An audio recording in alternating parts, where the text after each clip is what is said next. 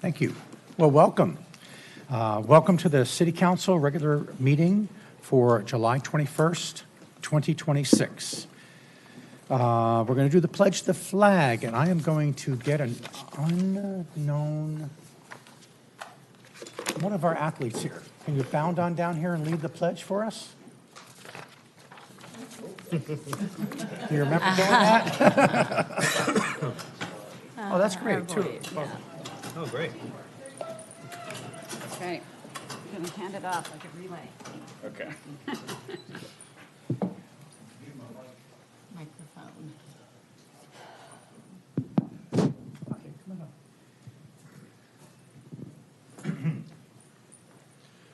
I pledge allegiance to the flag of the United States of America and to the republic for which it stands, one nation, under God, indivisible, with liberty and justice for all.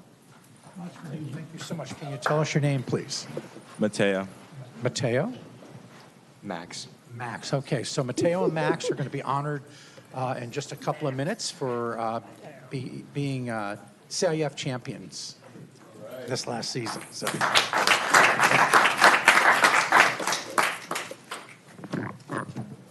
And thanks a lot for meeting this challenge of reciting. It's always a scary moment. Can we have the recall? Recall. Oh, yeah, I did that last time. Can we have the roll call, please? Councilmember Sherillian. Here. Councilmember Howorth. Present? Councilmember Lesser. Here. Mayor Pro Tem Tarnay. Here. Mayor Franklin. I am here. So the ceremonial calendar today, we're going to be presenting to the 7 Mira Costa teams that were CIF winners. They were finalists in state CIF, the conference. Yeah, the conference winners. So we put out a call to all the coaches. I think we have a couple here, and we're going to go ahead and bring them on down and present them. We're going to go in order, though, that we have here. So I'm going to call a name, and if that person's not here, then we're just going to go ahead and go to the next name, okay? And I'm going to be assisted by the lovely Mayor Pro Tem.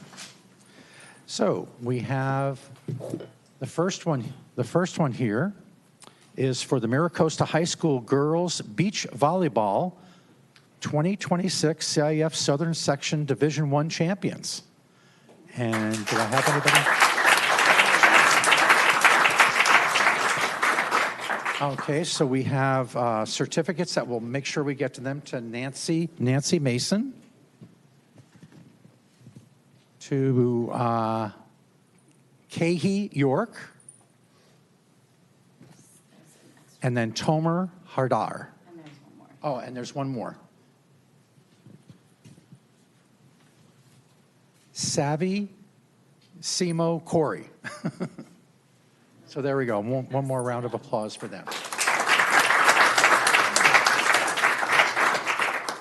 And just to give you an idea, there are all the players that are going to be getting a certificate of recognition from us. Okay? That's cross country. That's actually cross country. Yeah, I was just going to say, right over there. Yeah, there you go. There we go. All right. Oh, up there. Okay. That's not my job.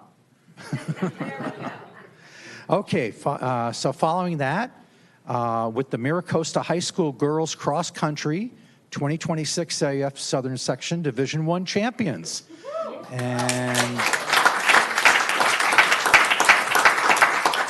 And Renee Williams-Smith is the head coach.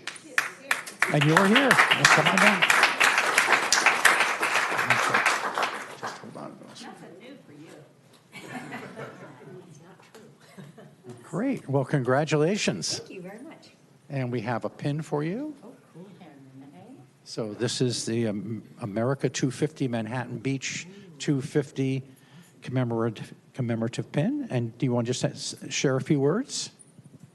This was an amazing team. They were wonderful girls. They're all just amazing student athletes, and they put it all together at the end of the season when it counted the most. And this is only the 3rd time that girls cross country has won CIF, so it was pretty special. Wow. And they're all out of town right now, so they deserve it. Well, And so they ran. Yes. So they ran cross-country out of town. Right out of town. Okay. So we have some another certificate for your fellow coaches, and that would be Rebecca Kelly, She's actually the head coach. the head coach, right? Again, the Mira Costa High School girls cross-country. Give it to her, or are we going to go ahead and get it to her? Okay. Thank you. Great. And she's out of country. She really ran. Wow. That's taking it seriously. And then Annie Seawright, the assistant coach, again, for the Mira Costa High School girls cross country. So thank you very much. There we go. And again, we'll get the rest of them over. Yes. Okay. Can we get a picture Now with? or with all the coaches? With all the coaches. All the coaches, okay. Can I Yeah, also yeah, say yeah. something about Renee, please? I know this is last minute, but Renee, after just dedicating so much of her time and energy to the program, Renee is temporarily retiring this year. I say temporarily because I'm still hoping that she's going to come back, but because she's such an asset to the community. So thank you, Renee. Hard to picture. So she can go ahead and sit down. Oh, stay right there. Sorry. Okay. Sorry. A lot of logistics here. Now, number 3. Yep. Mm-hmm. Okay. And so. Okay. And now we're going to recognize the Mira Costa High School Girls Lacrosse 2026 CIF Southern Section Division I champions. And I have Maddie Buss, who I don't think is here. Thank you. And Rob, this cursive is really something here. Is that Zappo? Zappo. Zappo. Rob Zappo? Okay. And then Laurel Vant Hoff. Okay. And that's it there. Yes. It's they had a very exciting season, yeah. Great. Okay. We'll get these to them as well. Next one is, whoops, help. Sorry. Gotta open that one. Okay, and the next one is the Mira Costa High School Baseball 2026 CIF Southern Division III champions.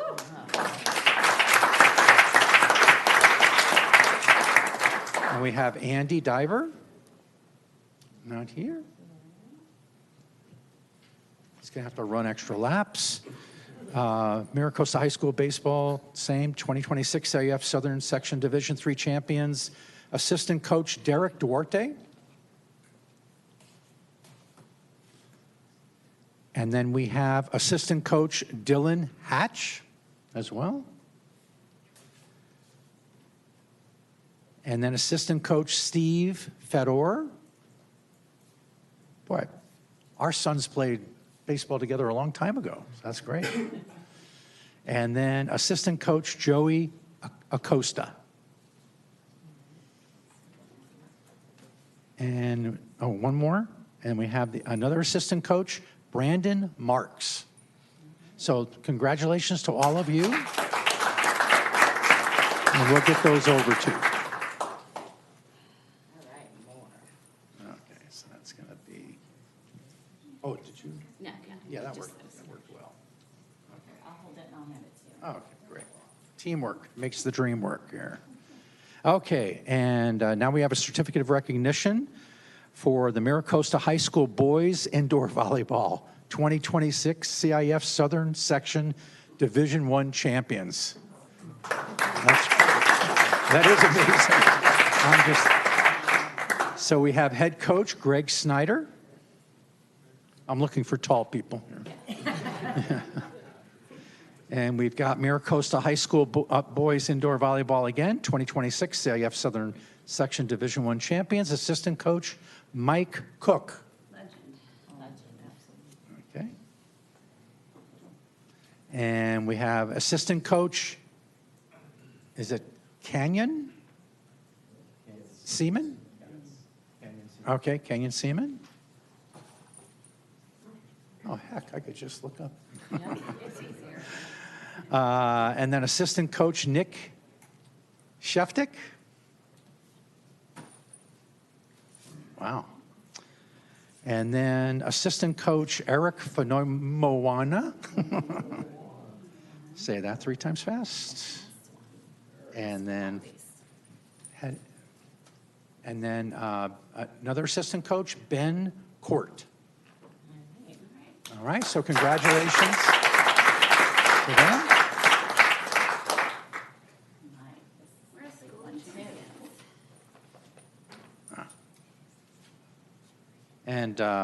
And all the coaches and all the players are going to get city pins. So certificate of recognition for the Mira Costa High School Boys Lacrosse 2026 CIF Southern Section Division II champions, head coach Aaron Karsh.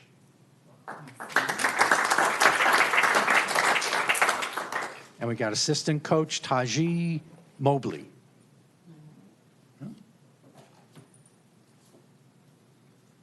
And assistant coach Nick De La Espriella. No? Okay. And assistant coach Kyle Kennedy. And finally, assistant coach Eric Yoon. Congratulations to the Mira Costa High School Boys Lacrosse. Everyone's at practice, too. Yeah. No, it's the dead It's the period. dead period. Oh, it's on there. Only time you can go away. Yes. Right, yeah. They're gone. You know that.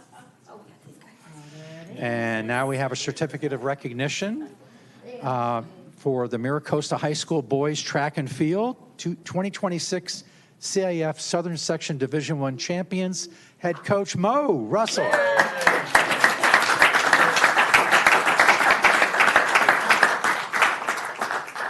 Mo, congratulations. Thank you. Very proud of you.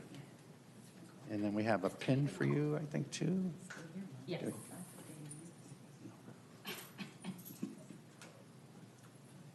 For Mo? There we go. And then, again, the Mira Costa High School Boys Track and Field, assistant coach Kelvin Gamble.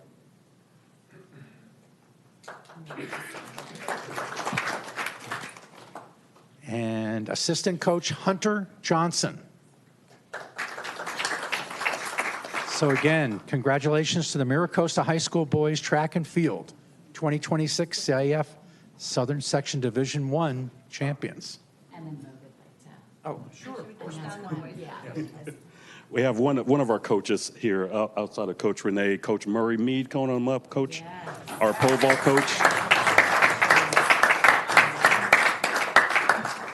And we'll get your certificate to you, Karen. Right here, you gotta stay with me. All right. So that's the last of it. Should we get everybody in for a picture? Should we come down? Down here? Did you want to say Can we get the boys down Can we too? please get the boys?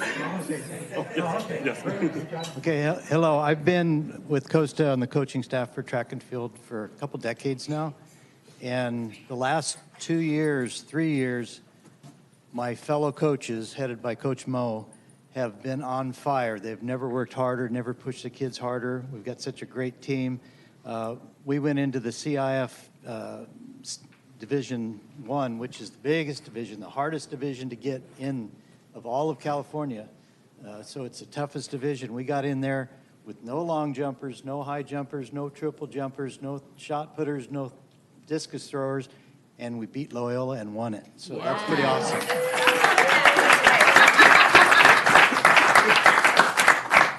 Well done. Okay, so a photo, if we're good. Just look at the podium. Uden.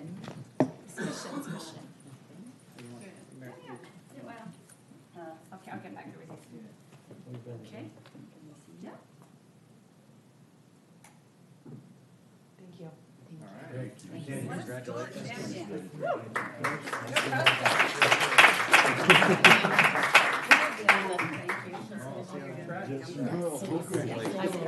See, you have to be here to pledge. Come on. Congratulations. Right. Oh, you will you take everybody's? Oh, okay. This is a lot. Good thing we have strong Coach Mo to grab all of these because they are heavy. I know. I mean, that's extraordinary, right? 7 CIF champions and no jumpers or runner or shot putters or discusers, right? That's incredible. You guys care? Wow. Thank you.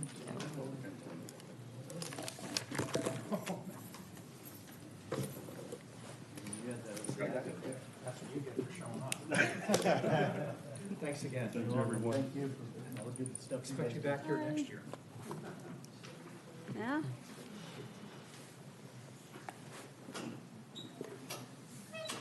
All right, so moving on to item E, approval of the agenda and waiver of full reading of ordinances. Is there anybody that wants to pull anything? Mayor, may I? Yes. City Thank manager. you. Good evening, Honorable Mayor and council members. At this time, I would like to ask the council to consider continuing item number 5 to a date uncertain, as we had some technical issues come up this morning that we would like to address before the council taking a vote on it. Okay. Great, so we will approve the agenda and waiver full reading with the exception of item number 5, which we will address later. So I have a motion to accept by Councilmember Howorth and seconded by Councilmember Sherillian. Call for the vote, please. Motion passes 5-0. Great, thank you. So we have item F, City Council and Community Organization announcements of upcoming events or existing events. Or of existing events.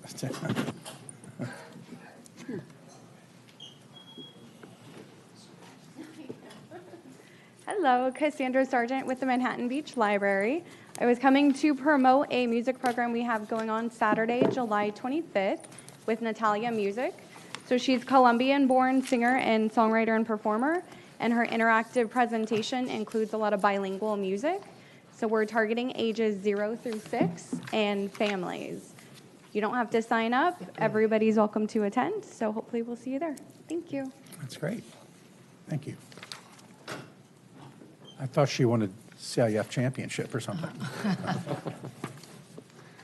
Hello, Honorable Mayor and esteemed members of council. My name is Randy Neeson. I'm your Cultural Arts Supervisor. I'm here to make 2 announcements tonight for the community. The first one is the Manhattan Beach Arts Center is proudly presenting the annual community exhibition, and we'll be having the opening reception for that on this Friday, July 24th from 5 to 8 p.m. This is a beloved tradition in Manhattan Beach, and this annual exhibition celebrates the creativity and talent of our local community. The exhibition will feature more than 100 artworks by local artists who live, work, and play in Manhattan Beach. We hope that the community can come and help us recognize the incredible talent that makes Manhattan Beach so unique. The event is free and open to the public, and if you can't make it to the opening reception, we will have the exhibition running until October 5th. And next, this Sunday, we are proud to present the next concert in the park, which will be Kenny Metcalf as Elton in the Pollywog Amphitheater. Returning after an outstanding and crowd favorite performance in 2023, Kenny Metcalf is widely regarded as one of the nation's premier Elton John tribute acts. The concert is free from 5 to 7 p.m., and we invite the community to bring blankets, lawn chairs, family, friends, and wine if you're of age, to enjoy the music in the park. Thank you so much. Great, thank you.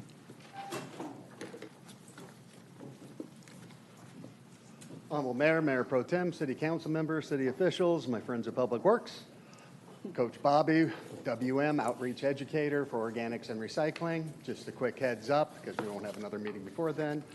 On August 1st, we will have our paper shred event, once again held at Costa High School from 9 o'clock to 11 o'clock. Every resident and commercial business is allowed to bring up to 3 banker boxes full of paper. Please no binders, try to limit the staplers, it's only paper. Please remind them to stay in their vehicles. It's a drive-through event only. That's all I got. Wishing you guys all God's blessings. Great, thank you, Bob.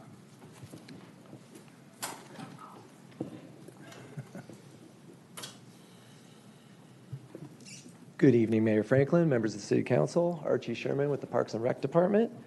and here to invite you and to attend one or two events or even participate in the upcoming International Surf Festival, July 31st through August 2nd. And as you know, part of that is the Charlie Sakeley six-man volleyball tournament, the biggest event there, arguably. Of course. Taking place that Friday and Saturday. On Sunday, that will be followed up by the junior six-man tournament. Other highlights of the event in Manhattan Beach taking place on the north and south side of the pier will be the peer-to-peer swim, the peer-to-peer paddle, as well as the surfing and body surfing championships. And for a full itinerary of the Hermosa and Manhattan events, you could go to the www.surffestival.org. Should be on there. There it is. And then 2 weeks after that is the return of the legacy of the Manhattan Beach Open volleyball tournament, operated by the AVP. This brings the top players here, the top prize money. It also gives our city a chance to be showcased on national TV that Sunday for the men's and women's final. We will have Thursday, prior to the main event, the qualifier, which will be over 150 teams battling it out, where we'll take 8 teams from each division that will go into the main draw starting Friday. At 3:30 that afternoon on Thursday, we'll hold the annual Peer Plaque ceremony to honor last year's Manhattan Beach Open winners. And I am proud to announce, she's sitting right behind me, but Kelly Stroman's been working with the AVP. We're trying to bring back the Sunset Beach Party that Thursday evening, so stay tuned for more info on that. And going back to Mira Costa Volleyball, they were state champions, and they declared them national champions. Yes. Wow. No biggie. No biggie. Just. Okay. Mayor, I have one announcement. Oh, yes. Thank you. Good evening, your City Manager, Talene Mirzakanyan.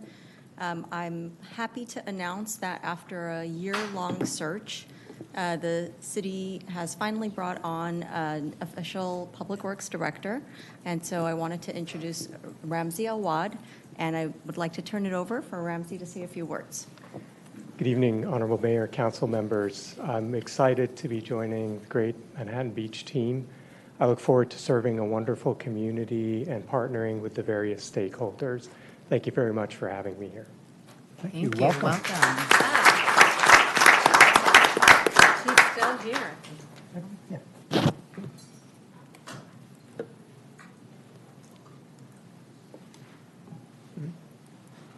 Good evening.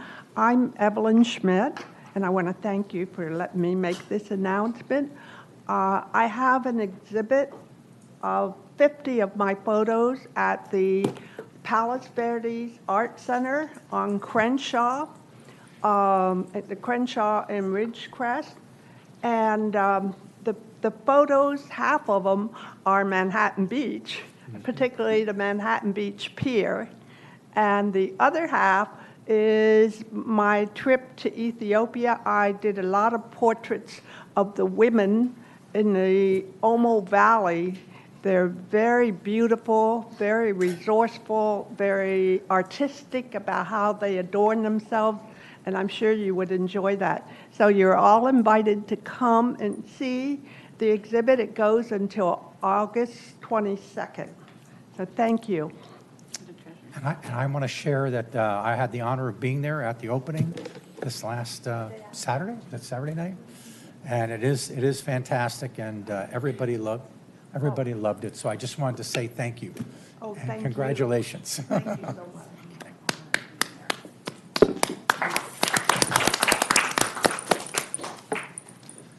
Okay, any more announcements, community announcements? Seeing none, we'll move on to public comments. Public comments are limited to 3 minutes per person. And if you speak on something in public comments, you cannot, if it's an agenda item later on in the agenda, you cannot speak to it there. So,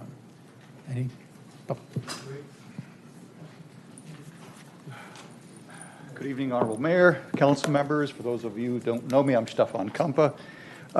3 items real quick. As I was reviewing the agenda tonight, for tonight, it occurred to me, we talk a lot about our communications and how we need to get more communications, get more of our community involved and engaged. And at first, I want to say that I'm really impressed with the work that Alexandria has been doing, the communications I've been receiving. But I think I'd like to see the city council have a working session and kind of look at what are we trying to achieve with our communications? How are we trying to get our engagement? And are we getting that? And if not, what could we do different so we can get that engagement? What I see is that, when I go Project Pulse meetings or these other sessions, there's about 50 to 75 residents that participate, and that's about it. And I think, in a community where we have roughly 25,000 voters, it sure would be nice to get a little bit more participation in the community. So it would be nice to see if we could have a conversation and maybe a discussion at the city council level on this. The second item was on the purchase of the ambulance for $362,000 and change. Boy, that was a shocking price. I got some more information on that, but one question I had is, what happens to the old ones we sell? When do we recognize that as an asset? Is that an offset to this cost? I'd just like to understand that. And the third item, I did get an excellent response from Talene. Thank you. There was a KTLA report that there was a street takeover this past Saturday night at Rosecrans and Sepulveda, and that was incorrect. And I just wanted to make sure that got out in the public. And a friend of mine brought that to my attention. I'll make sure he's aware of it. And I understand that you're reaching out to KTLA, so they're going to correct that. So thank you. Great. Thank you.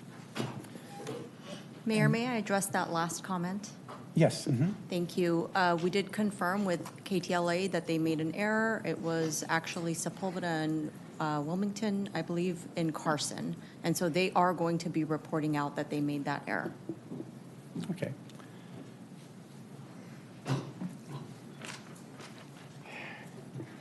Evening, Mayor, members of the City Council, Mike Jenkins, 48-year resident.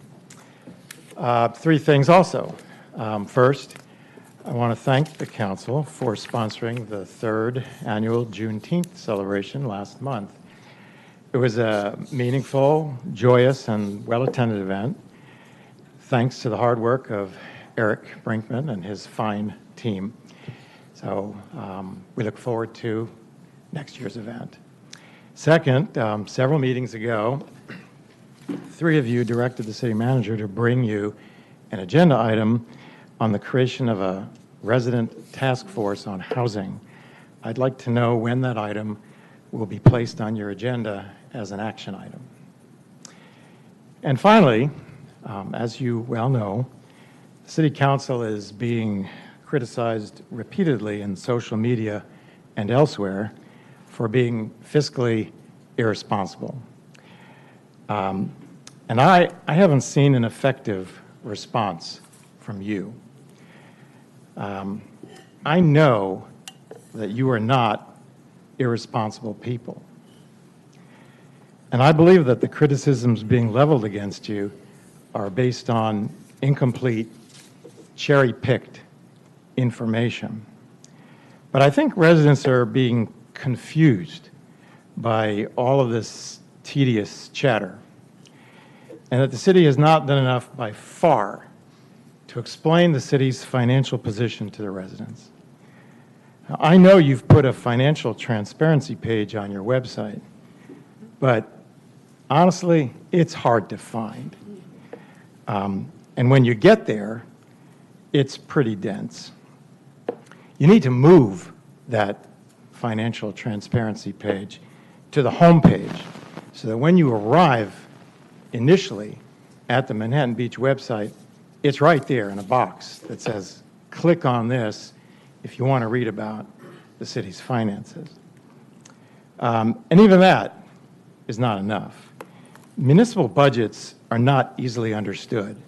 I know it took many of you a long time after getting elected for the first time to understand municipal budgets. I strongly suggest you do more to respond to the persistent attacks so as to alleviate resident concerns. Consider holding a town hall meeting, or having a series of coffees, or disseminating a Q&A to all the residents. Bottom line, this issue is more about education than it is about transparency. Thank you. Thank you. Anybody else in chambers?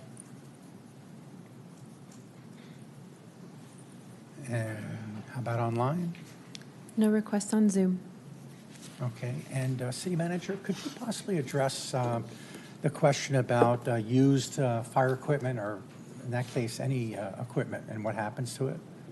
Yes, I believe our finance director is prepared to address that in more detail. But as you've seen on some of our other agendas, some of that equipment does get surplus and others get donated to educational establishments. But I'd invite either our finance director or our deputy chief to the podium.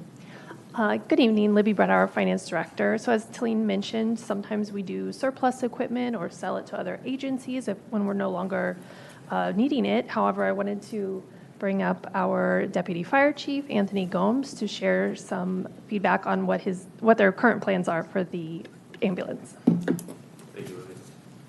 Hello, Honorable Mayor, Honorable Member, Mayor, and members of the council. Anthony Gomes, your Deputy Fire Chief. So the ambulance that we plan on replacing will be running 24/7 when it gets into service.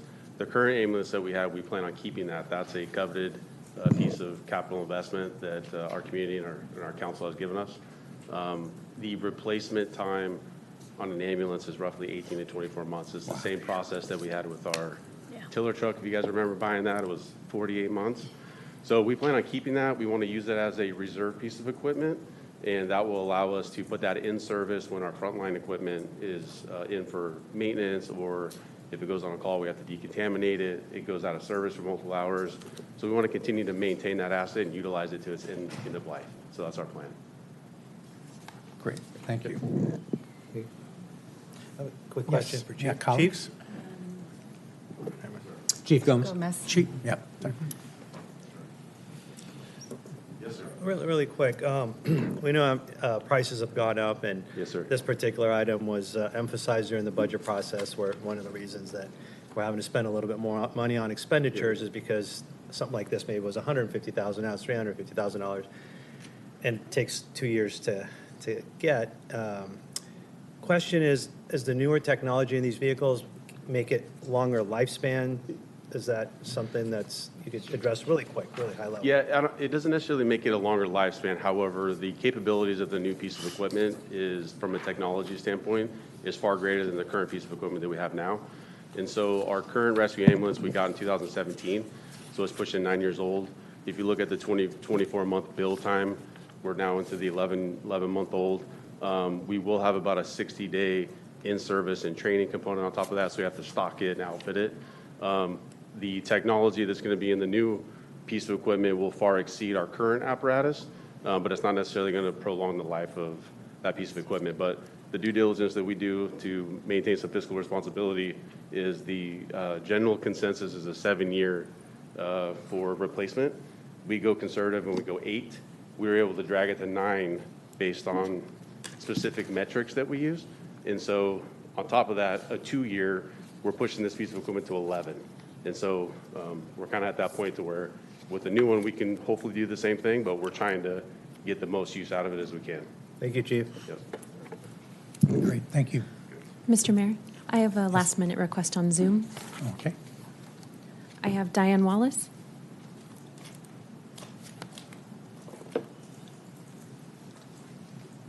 Hi, Mayor Franklin, members of City Council. I just wanted to comment tonight and thank the city and the police department for everything they did for the World Cup here in Los Angeles. It was great. I am totally not a soccer fan, but I'm a fan of the fans.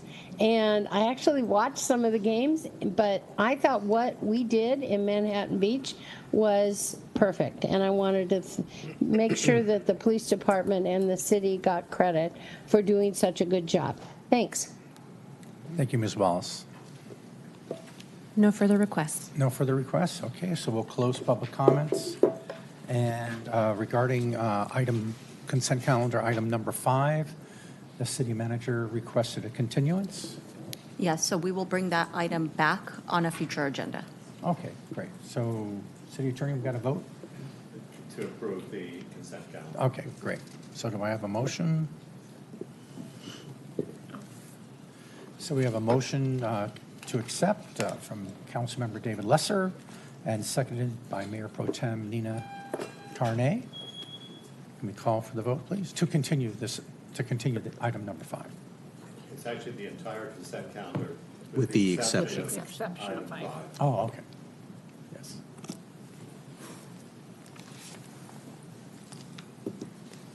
Motion passes 5-0. Okay, thank you. So item I, we just discussed. So we have item J, public hearings. Agenda item number 9, consideration of resolutions regarding renewal of downtown business improvement district for fiscal year 2026 and 2027. And we have Finance Director Greg Howorth. All right, good evening. Thank you again, Honorable Mayor and members of the City Council. Tonight, we are pleased to present for your consideration the renewal of the Downtown Business Improvement District for fiscal year 26-27. This annual renewal is a process required by state law.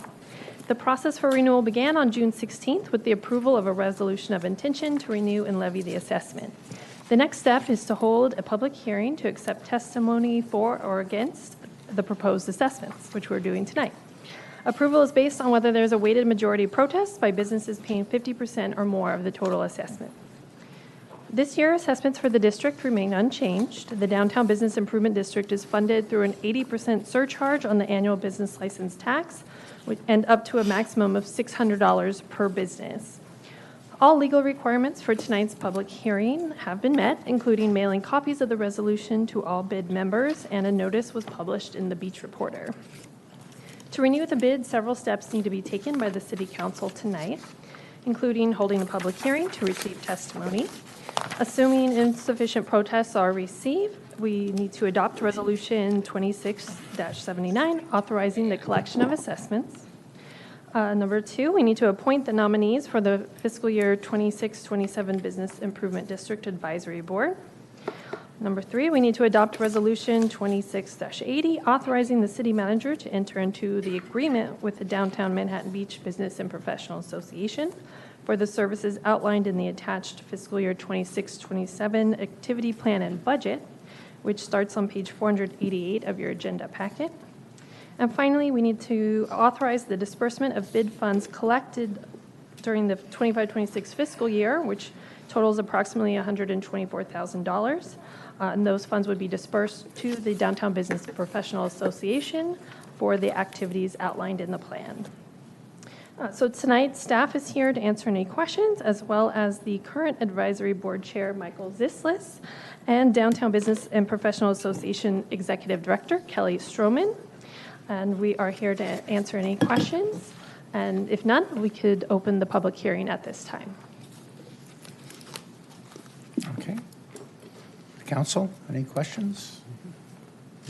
No, seeing none.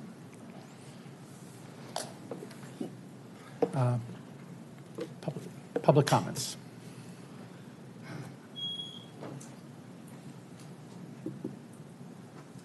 Honorable Mayor, council members, Michael Zislis, I'm the leader of this downtown business, whatever the district is, I apologize. I've got a lot going on this week. I just want to say that I'm really quite happy with the team members that we have on this board. They're all kind of downtown businesses. We try to get people from retail, spa, restaurant, other things like that. And we have a good mix of people. And then we're happy to suggest that you give the money to the DBPA, because I think it's one of the best run organizations in our city. And I'm so proud to have Kelly Stroman back, because things are happening. I'm so excited about this thing at the pier coming up. If we can pull that off in 2.5 weeks, it's going to be great. But that's all I have for that. Thank you very much. Okay, thank you.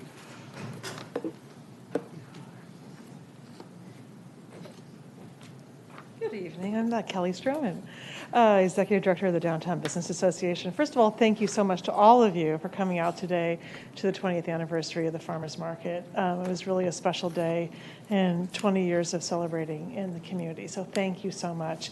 It is the funds from the Farmers Market and the funds from the bid assessment, which hopefully you're awarding tonight, that fuel our ability to make downtown great, to be a partner with all of you and everybody else in driving the economic vitality of downtown. So I just want to thank you for your stewardship. Thank you for your participation and for everybody else that's involved in downtown. Thank you.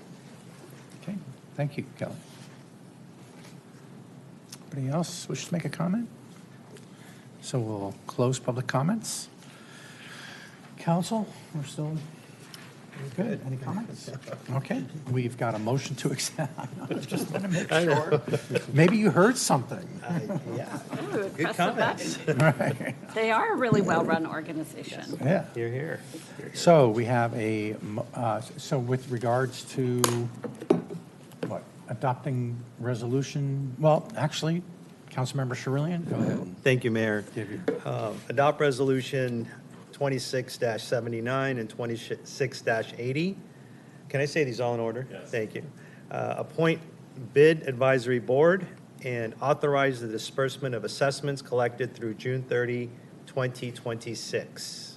Okay, it was seconded by Councilmember Howorth.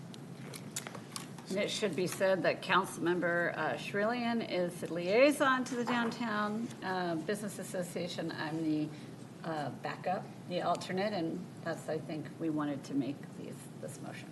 Great. Thank you. So call for the vote.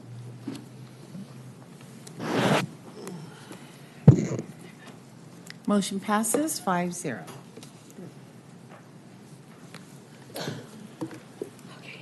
Okay, moving on to K, general business, item number 10, consideration of polling results on a potential business license ballot measure and direction to schedule the consideration of resolutions to present to the voters. All right, good evening again. Libby Bredhauer, your Finance Director, and this item will probably be take a little bit longer than the one I just did. So here we are tonight. I look forward to once again discussing our business license modernization plan with you tonight, as well as with the business members in attendance. So on tonight's agenda, we're going to provide a brief background and recap the tax model 3 that was selected for community polling. And then we'll take a break from this presentation to jump over to the polling results that will be presented by True North Research. Then staff will return to the podium to discuss some of the questions and information requests that we've heard back from the business community. And then we'll also discuss what we're doing to address some of this community feedback, and we'll present a few alternative tax model options for consideration. And finally, we'll try to bring it all home and get some final direction to see if we want to proceed with placing a ballot measure on the November election. Okay, just as background, again, this is, we've gone over this slide on past presentations. The city has continued to receive feedback from the business community on certain issues about our current tax structure, which has been in place since 1971, about 50 years. So due to the tax structure in place, a major concern by several businesses that we've continued to hear is that smaller businesses pay a larger percentage of their gross receipts compared to larger businesses.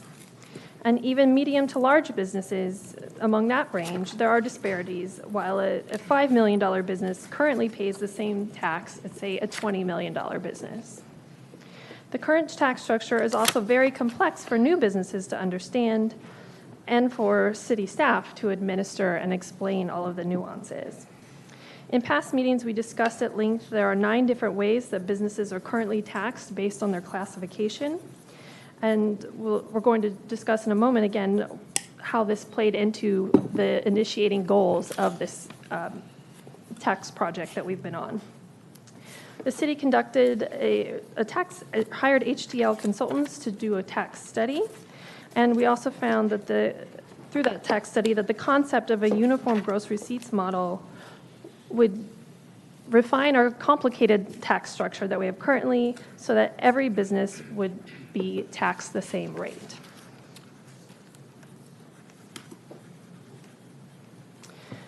So based on a lot of feedback and research we've heard through the years, as well as staff struggles to administer our complicated tax code, we refined our goals down to 5 goals that we are calling our Business License Tax Modernization Plan.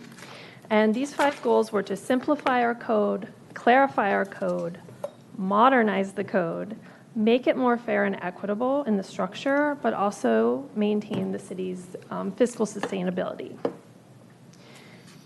Throughout this process, we have remained true to these 5 goals as we seek to balance the interests of the business community, but still try to achieve some of what we're aiming for, which is really to simplify and clarify and make it more fair and equitable so that all businesses pay the same in proportion on their tax rate. So we've already had several meetings regarding this process. And it really started back in October when we first met with a representative from the Chamber of Commerce, Jill Lampkin, as well as Kelly Stroman from the Downtown Business Professional Association, because we really wanted to hear the concerns and feedback that they've been hearing from the business community all these years. Then we presented some initial research to our finance subcommittee before coming up with the tax modernization plan that was presented to City Council in March. At that time, we did some code language cleanup that it was really just modernizing our outdated code language, correcting some things that didn't touch the tax structure at all. So we already implemented a first round of ordinance updates, as you would recall from March. So in April, we held a business license tax forum, a community meeting open to all of our business community, and we collected feedback through a survey there. In May, we presented the results of the tax analysis, and the City Council discussed and selected a preferred tax model that then we utilized to conduct community polling. And tonight, we're here to present those community polling results, as well as hopefully make a final decision on a potential ballot measure that we could have on the November 3rd general election. So to recap what was presented back in April and May, we first identified 4 potential tax models that we presented both to the business community and then to the City Council. At the time, we also opened up an online survey to try to receive feedback on which tax model businesses preferred. We presented this slide to the City Council and discussed Model 2 that had no cap on or maximum tax on the tax paid by businesses, and also reduced the flat or base tax. So that one polled pretty high with the respondents, as well as Model 4, which reduced the flat tax, again held the cap at $100,000, and then also offered a variable gross receipts tax rate based on the category of business. So those 2 models were selected in the survey that we conducted.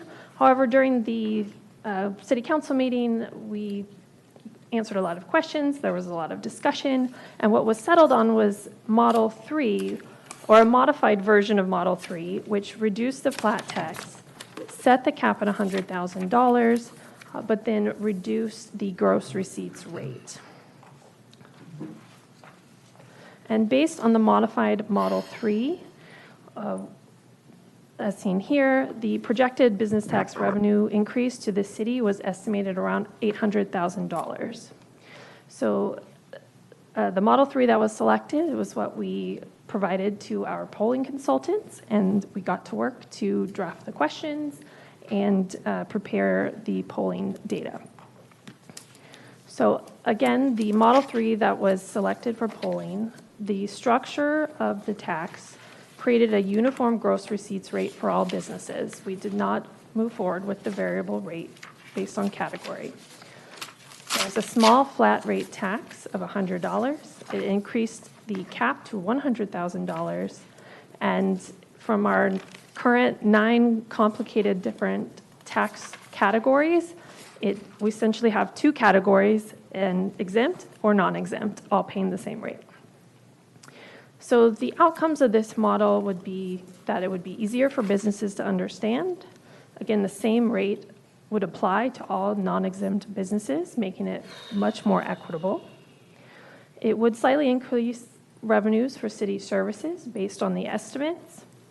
And then the low flat rate would support small and new businesses by lowering that initial tax. So based on the calculations, again, Model 3 that was selected reduced the flat tax to $100, whereas currently it's about $313 for most business categories. And that would cover the first $100,000 in gross receipts. The modified Model 3 also reduced the gross receipt tax to $2.60 per 1,000 in gross receipts from the current rate of $2.80 per $1,000. Again, the cap or the maximum tax that businesses would pay was increased to $100,000 for all business types, which currently that maximum tax is set at $12,156. However, for commercial properties, their current cap is $251,000, again, because they're in a special category currently. So to illustrate how this calculation works, we did include the bottom example there of a business generating $500,000 in gross receipts. The $500,000 is reduced by $100,000 since that flat tax first of $100 covers that first $100,000. And then from there, the remaining $400,000 is divided by 1,000, then multiplied by the proposed gross receipts rate of $2.60. So this results in gross receipts taxes of $1,040 plus the flat tax of $100, and that results in a total tax of $1,140.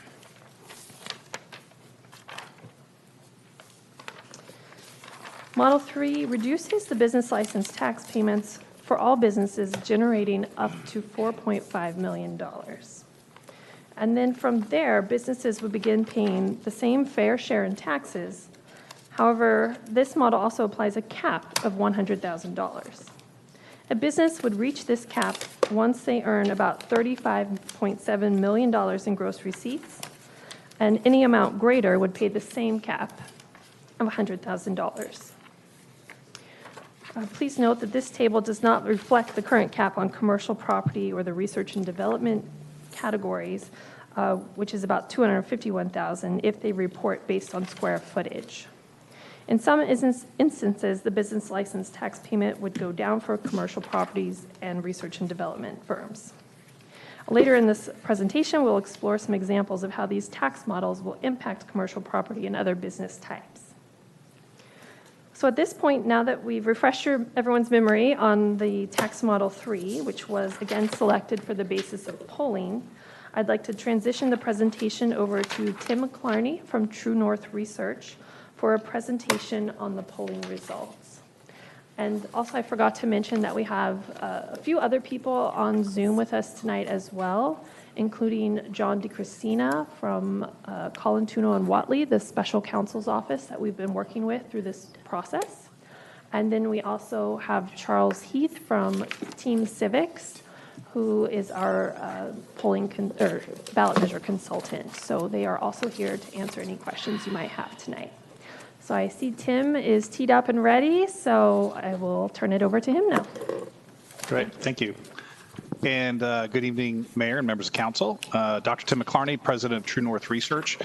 We are a firm that for the past 25 years has specialized in working with cities and other types of public agencies in using surveys to help them develop a statistically reliable understanding of the communities and the customers that they serve. To date, my business partner and I have worked on over 1,500 research studies for public agencies, and about 2/3 of the work we're doing these days is what we call revenue measure feasibility studies, like the type of study we're talking about here tonight. where the goal is to understand if it's feasible to move forward with some type of revenue measure, and if so, how might you go about structuring that measure in a way that it's consistent with the type of measure that your community is interested in supporting. I've also had the privilege of being the city's research partner going back a couple of decades. I've worked on over a dozen survey research projects for the city related to different measures, including the TOT and the stormwater and others, and sales tax and others in the past. And so pleasure to be here tonight. Tonight's presentation covers the highlights of the research that we recently conducted on the proposed business license tax measure. As I go through this presentation, I welcome questions along the way or at the end from council, whichever is your preference, Mayor. Okay, so before we jump into the actual results, helpful to take a moment to review the methodology of the study or how we went about conducting the study. Anytime you're doing a revenue measure feasibility study, the first question you want to ask yourself is, what election is this measure going to be on? The reason for that is different elections have different turnouts, and as you expand or you shrink turnout, you will tend to get a different profile to the group of voters who will ultimately be casting ballots in that election and deciding the fate of a measure. So in this case, we're thinking about that upcoming November 2026 gubernatorial general election. And so what we did is we went through the city's voter file, identified every voter that is what we call a likely November voter based on their voting history and some other demographics. And then we used a process called stratified and clustered random sampling to choose a sample of likely November voters that is representative of that larger universe of likely November voters on all of the dimensions that we know tend to drive how voters behave when it comes to ballot measures. So the balance in our sample by age and gender and partisanship and household party type and where they live within the city, the balance in the sample matches the balance in the universe, and that's one of the keys to making sure this research is reliable. Once we pulled our sample, we use 3 different recruiting methods, email, text, and telephone, to recruit participation in the survey. Folks had the opportunity to take it either online or by telephone, whichever is their preference. And obviously, there's been a lot happening in the world as well as in this country over the last few months, and creates a pretty dynamic environment. The good news is this survey was conducted very recently in sort of the latter half of June. And so to the extent that changes in economic conditions or gas prices or any of these other things are floating around in voters' heads and considerations for them, those issues are baked into the results we'll talk about here tonight, right? And so we don't have a case where the data collection was done many months ago and a lot has transpired since then, and there's a question about how sort of relevant that data is now. This data is really recent. So we wound up completing a total of 459 surveys, and with a random sample of that size, we have an overall margin of error due to sampling of plus or minus 4.5% at the 95% confidence level. So what that means is we can be 95% confident that the results I'll share with you tonight are within 4.5% of what we would have found had we spoken with all of your likely November voters. Okay, so on to the results. We'd like to, in our revenue measures, start out with a couple warm-up questions. Just sort of gets folks into the groove of taking the survey, thinking about the community in which they live before we get to the questions related to the measure. And so in this survey, we started out by asking them to rate the overall quality of life in Manhattan Beach. Would they say it's excellent, good, fair, poor, or very poor? As you can see from the slide, residents of Manhattan Beach really prize the quality of life in the community. We had 96% of the voters we spoke with rate the overall quality of life in the community as excellent or good. Less than 3% said fair, and less than 2% said poor, very poor. In revenue measure research, when we see a pattern like this, it's actually pretty helpful. What we tend to find is that voters who feel passionately about the high quality of life in their community, those also tend to be the same kind of voters who are willing to support revenue measures that are really designed to sort of maintain and sustain the quality of life they've come to enjoy. So after that overall quality of life question, we went on to ask them if the city government could change one thing to make Manhattan Beach a better place to live now and in the future, what change would you like to see? This is an open-ended question, meaning we didn't provide them with this long list of options you see here on the slide and ask them to pick one. They got to just tell us in their own words whatever came to mind as being the number one thing that they'd like to change about the city. We went back and reviewed those verbatim responses and grouped them into the categories that you see here. So at the top of the list, you see limiting growth and development. That had about 18% of folks who say that's their number one issue. Addressing parking issues, about 14%. And then you've got your enforcing traffic and e-bike laws at about 13%. It's also worth noting that you've got about 12% who are not sure, can't think of anything. So, when you ask them what change we'd like to see in the city, they're really sort of, nothing comes to mind. And then you also have another about 4% who say that everything's fine as is, we don't need any changes. So after these warm-up questions, we get right down to business with what we call the initial ballot test. And the idea here is before we get any deeper into this discussion with the respondent, we start talking in more detail about how the funds could be spent, as well as conveying arguments pro and con related to this proposal. We want to present to respondents a mock-up of what we think that roughly 75-word ballot statement could look like on the ballot and get their reaction. The initial ballot test is a really good gauge of kind of where your voters are at on the natural with respect to this proposal. So shown here on the slide is the exact language that we had proposed for the ballot statement. And here are the results. So at that initial ballot test, we had 59% of respondents tell us they would support this proposal. You had 20% who were opposed. You've got about 19% who were unsure and about 1% who prefer not to answer the question. So in the state of California, for the proposed business license tax, as a general tax, it requires a simple majority or 50% plus 1 to pass. So at this initial ballot test, we're sitting about 9 points north of that simple majority that's required for passage. One other thing I will point out is, there's lots of different types of revenue measures out there that voters are used to seeing: sales taxes, bonds for schools, right, parcel taxes, these sorts of things. And when we're testing those types of measures, you tend to see a smaller not sure percentage. It hovers around 10%. Here we're seeing 19% not sure. I think that is a reflection in part in that voters just aren't really used to seeing these business license tax measures. They don't come up very often. And so you've got some uncertainty from voters just based on that 75 words initially. As you'll see as we move through the survey, that gray slice gets smaller as they learn more about the proposal. So after the initial ballot test, we dive into what we call the projects and services section, where for each of the projects and services you see on the left side of the slide, we simply ask folks whether they would favor or oppose spending some of the money on that item. This is a good question for educating respondents about what this measure could accomplish in a way that you really can't convey all of these things in the 75-word ballot statement. It's also an opportunity to understand how, of all the ways you could spend the funds, how do voters feel about these ways and which of these are their priorities. As you can see here, everything we tested had better than 50% of respondents say that they would favor spending some of the proceeds on that item.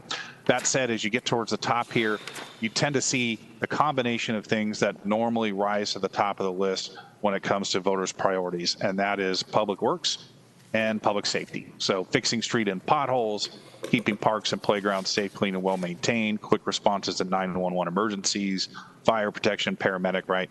It's not surprising to see these items at the top of the list. They tend to be at the top of the priority list, whether in the context of a revenue measure or just in the context of the importance of various city services.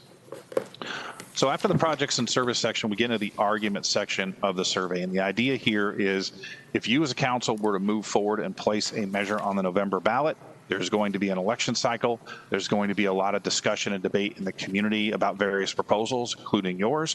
You'll have some folks out there undoubtedly arguing on behalf of this proposal, talking to their friends and neighbors about why this is needed and why they should vote yes. You might also get some critics who step up, say it's a terrible idea, shouldn't be doing it, and here's why. For this survey to be a reliable gauge of the feasibility of this measure, we need to simulate that discussion and debate in the space of the interview so we have a good understanding of not only where are voters at on the natural with respect to this proposal, which was that initial ballot test I showed you a bit earlier, but how do they respond to positive arguments? How do they respond to negative arguments? So shown here are the various positive arguments we tested. You can see here that the number one argument up top is a basic equity argument, right? It says under the current rules, small businesses are taxed on a higher percentage of the revenue measure, on a higher percentage of the revenues, while larger businesses are paying less. This measure updates the business license tax so it applies equally to all businesses. So that's a concept that voters appreciate. And you can see that there's a number of positive arguments here that get traction. So now at this point in the survey, voters have heard more about this measure than they did at the initial ballot test. We had a chance to talk in some detail about the types of services that the funds from this measure could help improve. And then we also had an opportunity to share arguments on behalf of the proposal. So we circle to what we call the interim ballot test, right? We test, okay, we share that same 75-word ballot statement. We say, now that you've heard a bit more, where do you stand? And as you can see here, that once they learn a bit more about how the funds could be spent and they've heard positive arguments on behalf of this proposal, they've yet to hear the negatives, support jumps to 68%. So that's a 9-point increase from where we were at the initial ballot test. And support is now sitting about 18 points north of that simple majority threshold that's required for passage. And as I mentioned earlier, you see that that gray slice has now shrunk down to what is more typical, right? So some of those folks that were unsure about the measure at the initial ballot test, at this point, they're ready to take a position. And then we get to the negatives. And the idea behind the negatives is we want to pressure test voter support for this proposal by peppering them with a series of opposition arguments. We're trying to give them reasons for voting no, because we want to know if you get into an election cycle and you wind up with vocal opposition, right, that's out there and being effective at getting their message out, how might that ultimately impact voter support for this proposal? So you can see here the negative arguments we test, and you can see that they all get traction to some degree. The real question, though, is what happens afterwards, and that is here. So at the final ballot test, we have 64% of respondents say that they would support this proposal.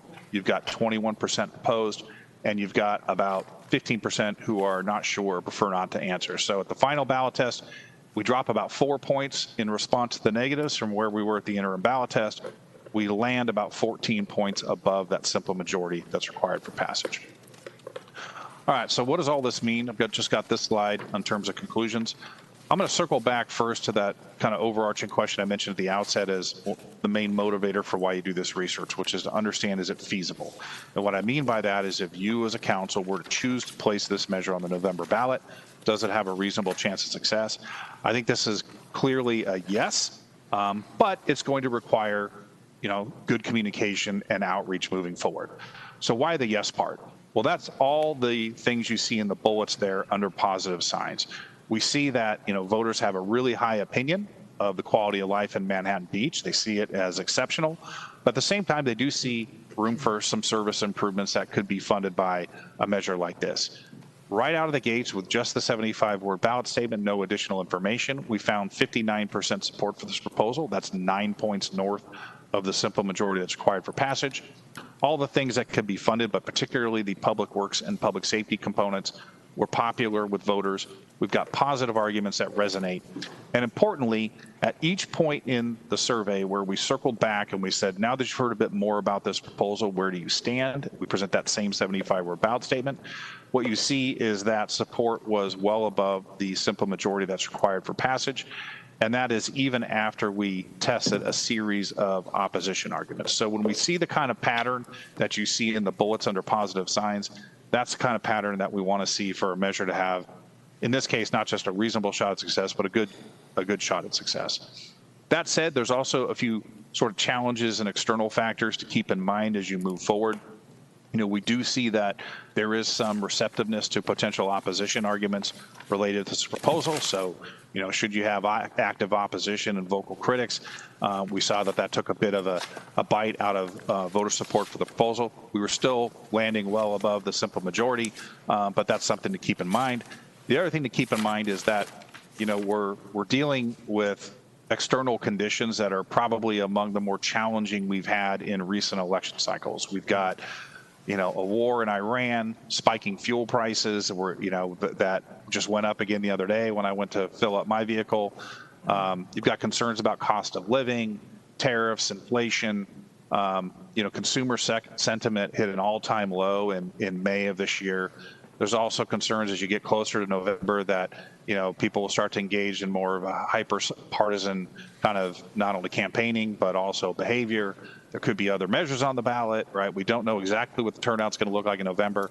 So all of these things are challenges. Now, in a lot of ways, they were present, right? These are not new things. They're in the current environment. We polled in the current environment. And so where we sit today on all these factors is baked into your results. So we see that you've got, a measure that is supported by the necessary percentage of voters, even with the challenging external conditions we find ourselves in currently.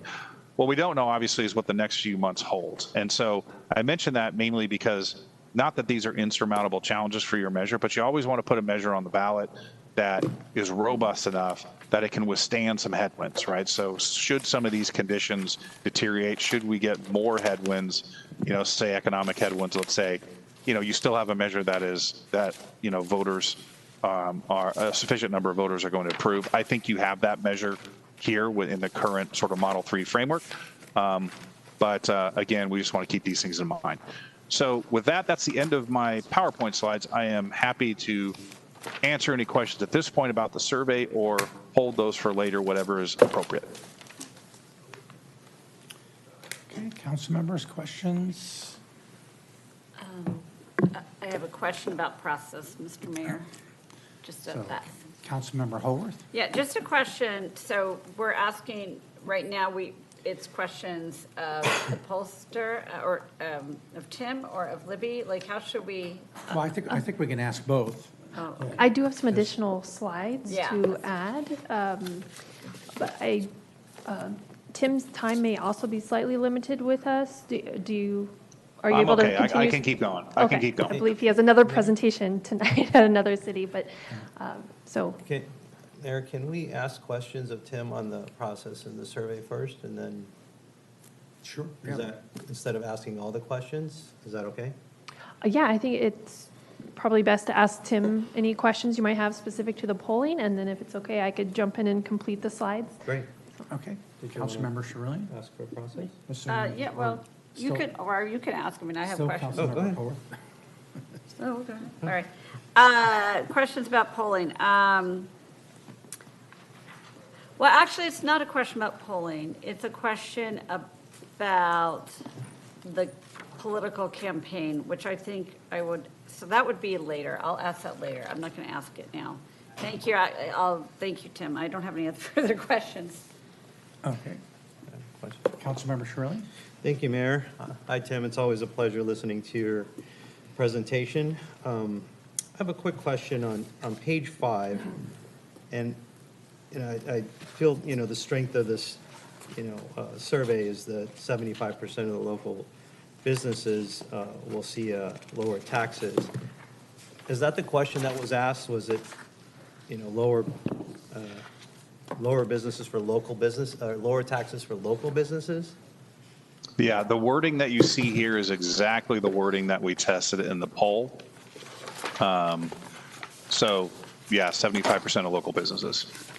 Gotcha. And this might be more of a process, a combo question with finance. But when we say local businesses, are we talking local businesses that are brick and mortars in town, or does those include out-of-town contractors that come in to do work in the city? I can answer that question. So based on the model that was used in the tax study, we are including all of the current licensed businesses in the city, which would include those out-of-town businesses as well. Okay. So those would be factored into that 75% calculation. Gotcha. And that wasn't, maybe this is for Tim, that question is what the question is on the initial ballot test, which is local businesses. There wasn't another question that deviates from that, indicating these are in-town businesses that would be receiving the benefit versus I think there's 2,500 quantity of contractors that are built into the 75%, which is my concern. Yeah, I think that the idea behind the local businesses was to help them understand that this is a Manhattan Beach business license tax, so it's going to be applying to Manhattan Beach businesses. It's a little bit of a nuance, and I get into this too because I'm a consultant and I'm based in Encinitas, but I do business in other cities, and so I am subject to business license taxes in other cities for the work I'm performing in there. That's just a nuance that's hard to dive into in the 75 words, and so the local was meant to see sort of the idea that this is for businesses in Manhattan Beach, and obviously if it applies to those doing business in Manhattan Beach that are maybe based somewhere else, it would still apply. Gotcha. Okay, I just was pointing it out. I think it points it out in the positive arguments on page 8 as well. The wording is 75 businesses in Manhattan Beach, so it's right about in the middle there. I just, again, lowering taxes is one thing, but it's lowering taxes for Manhattan Beach businesses, in-town businesses, and then you also have the contractors where they come in and their gross receipts are apportioned, and those are being lumped in together. So that's just my comment. Thank you, Tim. Thank you, Steve. So, Councilmember Lesser? Go ahead. Tim, a key issue for me in having supported this measure to this point was the equity argument, particularly for smaller businesses. Can you highlight one more time those questions that were asked and the responses received, that this would be a reduction of tax for smaller businesses, and how this would be more, to use a subjective term, fair? Yeah, so, I mean, clearly that is one of the attractive features of this measure, is the idea that it is trying to impart some equity within the way your business license tax is applied. Currently, larger businesses are paying a smaller percentage of their gross when you compare to smaller businesses. In your case, under Model 3, as we understood it, 75% of businesses that are operating in Manhattan Beach would enjoy a reduction in their ultimately in their business license tax. And as you can see here in the 75 words we tested, we go on to say, make it clear that large businesses, you know, are going to be paying a higher percent. They're going to be paying their fair share. So it's right there in the 75-word ballot statement that voters are being asked to vote on at the initial ballot test, the interim ballot test, and the final ballot test. It's also among the positive arguments that we tested on behalf of the proposal. And as I mentioned, the number one positive argument of all the arguments around why you may want to vote yes on this, the number one was, under current rules, small businesses are taxed on a higher percentage of their revenues, while larger businesses are paying less. This measure updates the business license tax, so it applies equally to all businesses. That concept of sort of, let's do the same thing across the board for businesses, they all should pay their fair share. That's an attractive feature of this measure. Thank you. Helpful. Okay, Tim, I have a question. Is you talk about in slide 2, how did you select the voters, but what did the demographics end up being in terms of, you know, general demographics, age, gender, Sure. education level, that kind of thing? So in the voter surveys, we pay most attention to things that are on the voter file itself, right? So education isn't on the voter file, but there are a lot of things that are on the voter file that we can match on. So, you know, gender, we match in the way that you would expect. It's pretty evenly balanced. Partisanship, right? Obviously, the partisanship is related to how people tend to vote on different measures, particularly revenue measures. So the sample matches the profile of the likely November voter universe in the community. It's about 46% Democrat, 28% Republican. You've got about 26% who are either other or declined to state. Age profile, because it's a voter survey, it is going to skew older, right? The older you get, the better and more disciplined you are about voting. And so about 29% are seniors, 30% are your 50 to 64-year group. And so almost 6 out of 10 voters are 50 years of age or older, right? And then it's a kind of an equal share of between 13 to 15% for your 18 to 29, 30 to 39, and 40 to 49-year-olds.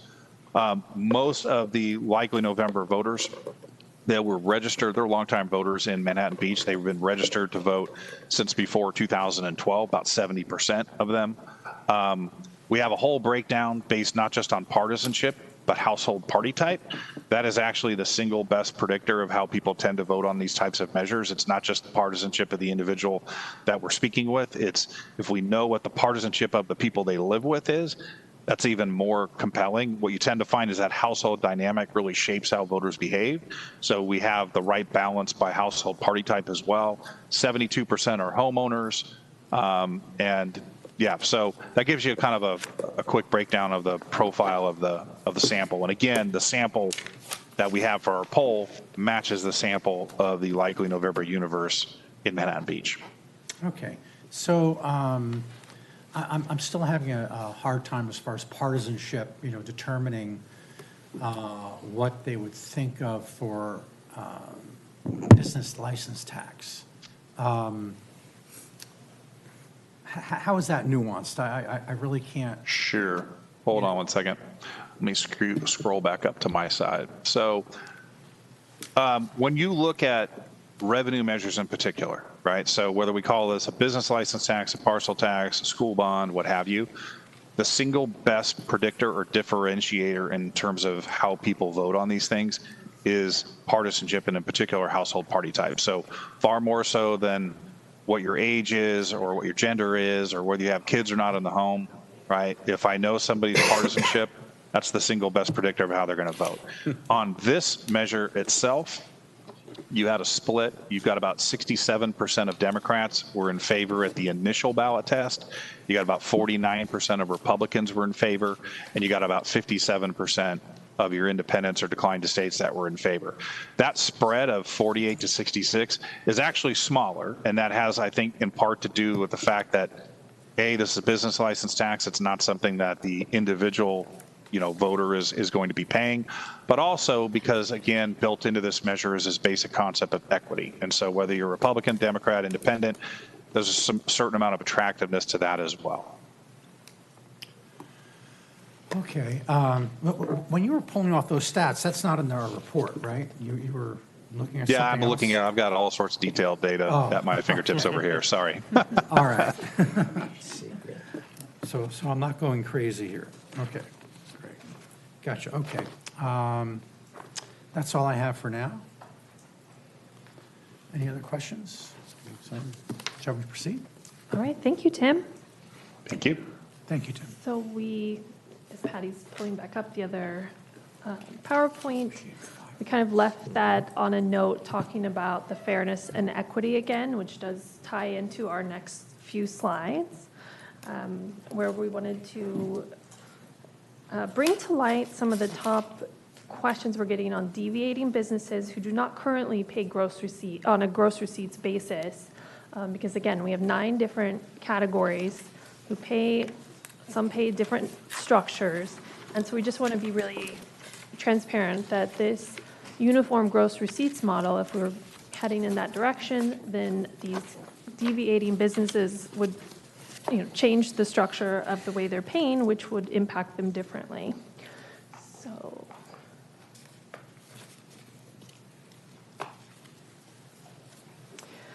the first category is hotels. So currently hotels pay on a per room basis, so it's $29 per room.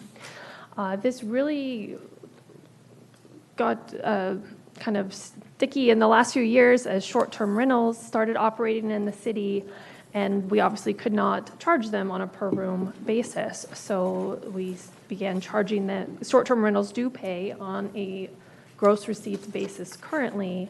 And as a matter of fairness, it did seem like hotels should also be paying on a gross receipts basis. Well, as all businesses would on a uniform gross receipts model.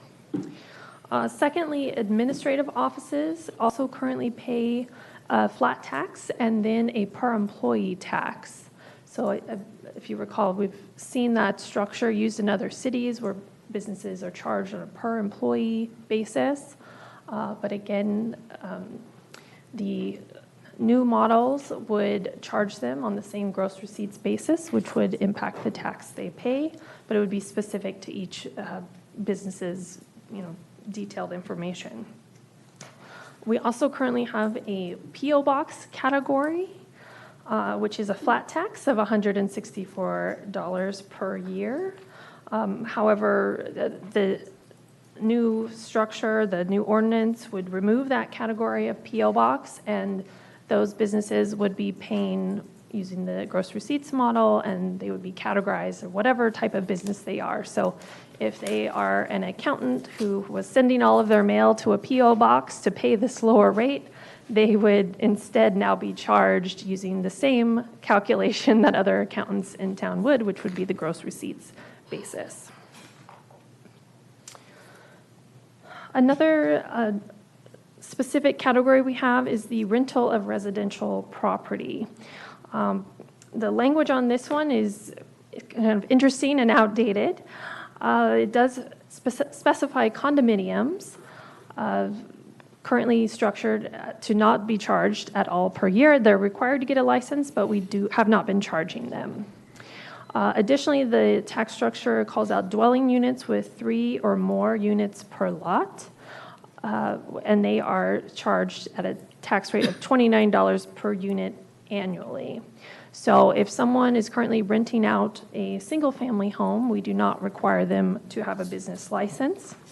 However, through this process, we have done a bit more research on that, and I just wanted to share some information on this specific topic, because neither the current structure nor the proposed structure is factoring the rental of residential property for single-family homes or duplexes. However, we have discovered that it seems like most other cities do actually charge a business license tax on residential property, including single-family homes. So of the 7 cities included in our surveys within the tax study, all of them charge the tax on the rental of residential property. However, 2 cities exclude properties with fewer than 3 units, and those cities are Torrance and Culver City. The remaining cities all charge single-family homes, including Hermosa Beach, El Segundo, Beverly Hills, Redondo Beach, and Santa Monica. So we just wanted to bring this information to light, that this is a common practice in other cities. However, it's not something that has been done in Manhattan Beach. So this could be a city council policy as to whether to include or exclude these other residential properties, if we'd like to dig into that some more. Also throughout the tax study, we've found inequities in the contractor and subcontractor categories, as the current structure does not factor the scale of work that's conducted or generated within the city of Manhattan Beach. So the current tax on contractors is $508 per year. And again, the proposed models would reset them to the gross receipts rate, where we would then take into account the amount of work that they're conducting within the city.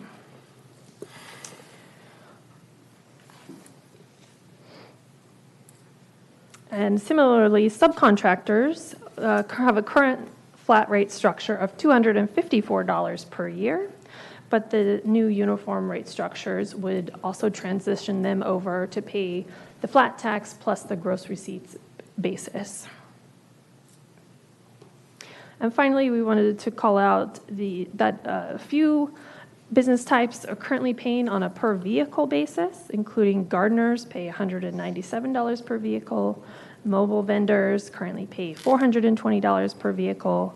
However, the new tax structure would also transition these business categories over to the uniform gross receipts model for, again, all of the business that they are conducting within the city of Manhattan Beach.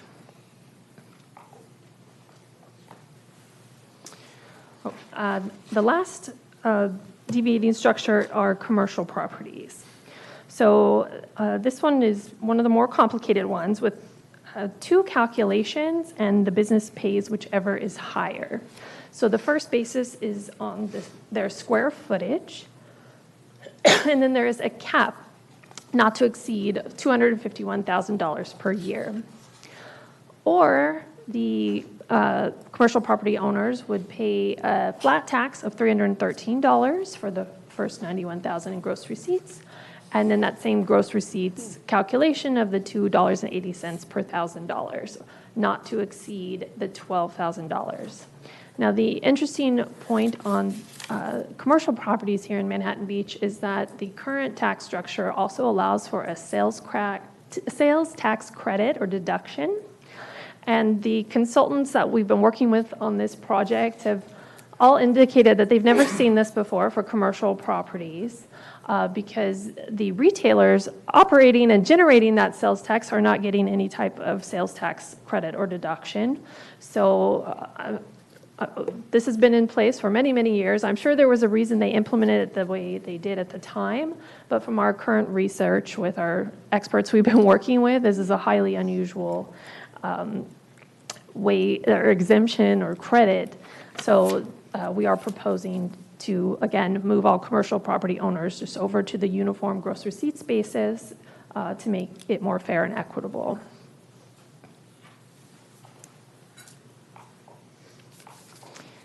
We're happy to answer any further questions on those as well. Yeah. But Can we ask those now, if you'd like to, sure. please? Okay. Let me get to that.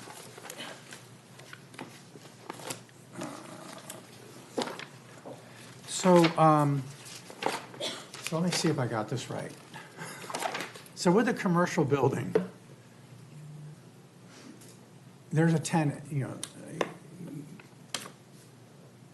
we're going to generate a business license tax for the building based on the gross receipts, the gross revenue of the rentals that are in that commercial building? Could I clarify, please? So a commercial property owner is, well, I'll back up one step further. So our current tax code says that anyone conducting business within the city should pay the tax and obtain a business license. So commercial property owner is conducting a business that is within our code to assess the tax on the commercial property owner. And they would pay on their gross receipts, which would be the rents they're receiving from the tenants. Okay. So if the tenant is a business, then we're also getting a business license fee Tax. from the tenant based on their gross receipts. Correct. Okay. How is there any reconciliation with the fact that different industries, different businesses have different gross margins and net margins? I mean, you may have someone that has a 50% gross margin, and you've got someone who's got a 10% gross margin. So how is that equitable where I make less on each dollar, but I'm going to be taxed at the same rate as someone who makes more on that dollar? So if I'm understanding your question correctly, so the common practice for assessing a business license tax on a gross receipts method is to assess it on the gross receipts of the businesses it's generating. So we're not able to assess it on their net receipts, which would include in the calculations what they're spending. And so to apply it fairly, we're assessing on the gross receipts of all businesses. And assessing it any other way would really complicate things. And for us. For us, yes, that's what I was about to say. For us, because we don't have the resources to, do what the IRS does, looking at, tax forms like that. Because if you look at somebody who's on a tight margin based upon the kind of business they're in, they're a wholesaler of, a product, right? Mm-hmm. And the margins are thin, but the gross is high, on that. You're going to take, I think the average has been, where did I come up with, like 2-point-something%, right? Isn't it something like 2.6%? Yeah, 2.6 per thousand is the receipt basis, right? On all the, like I'm looking at the contractor, subcontractor, the receipt basis tax is 2.6 per thousand. So that's 2.6%, right? $2.60. Of their gross income. So you're referring to the Well, any of them. $2.60 per $1,000. Yeah, of gross revenue. Yes. So if my margins are slim, you're going to be taking a disproportionate amount of that,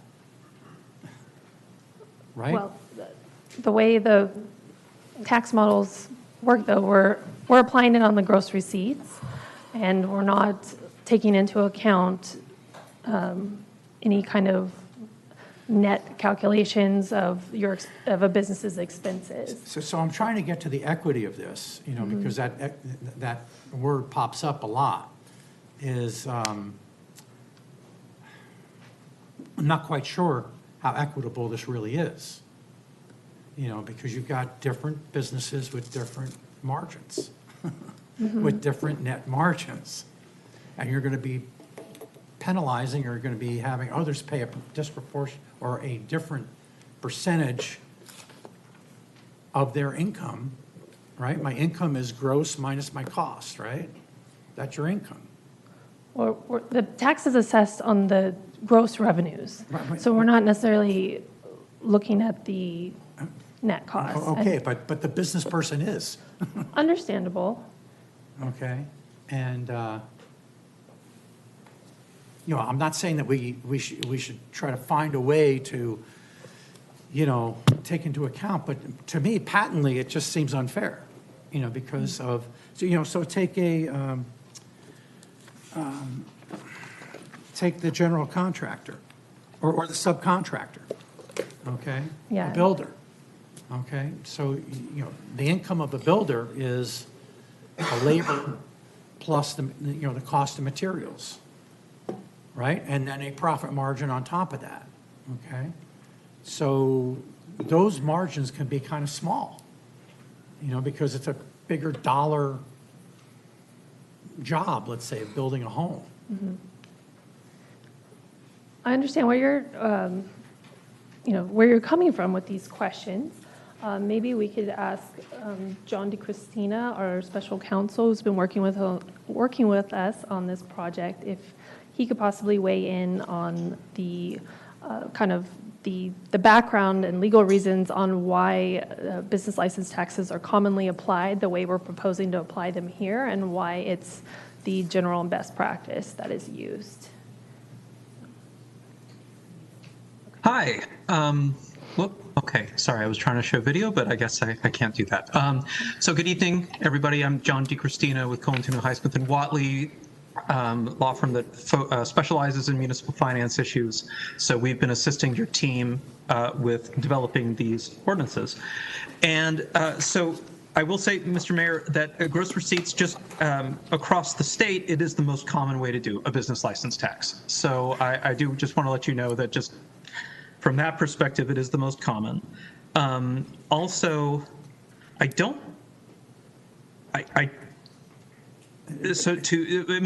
think what you're getting at is trying to tax net receipts. Is that the crux of your? Well, I'm trying to get a fair. Going with that, Mr. Mayor? I'm trying to introduce fairness here. Sure.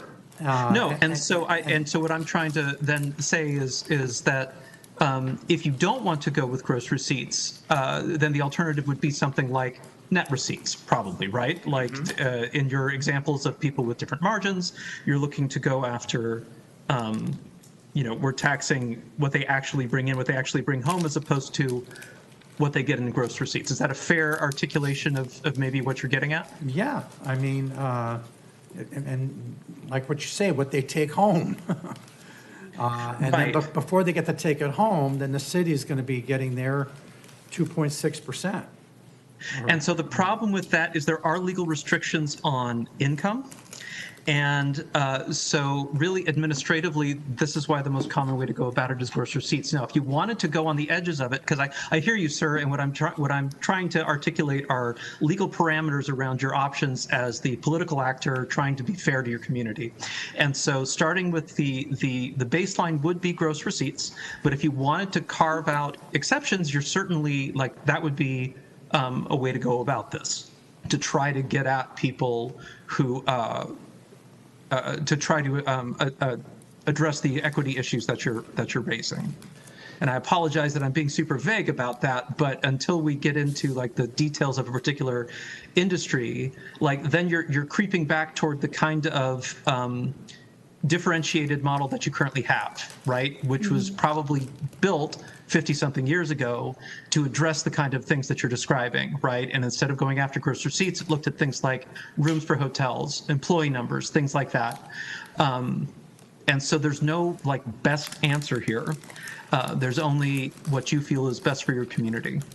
Gotcha. Thank you. If I could jump in, that we'll talk in a few minutes in the later slides too on if we're wanted to talk about ways to mitigate the impacts on businesses, then I think that's why we can look at the different options and the different gross receipts rates that could be applied and still achieve our goals.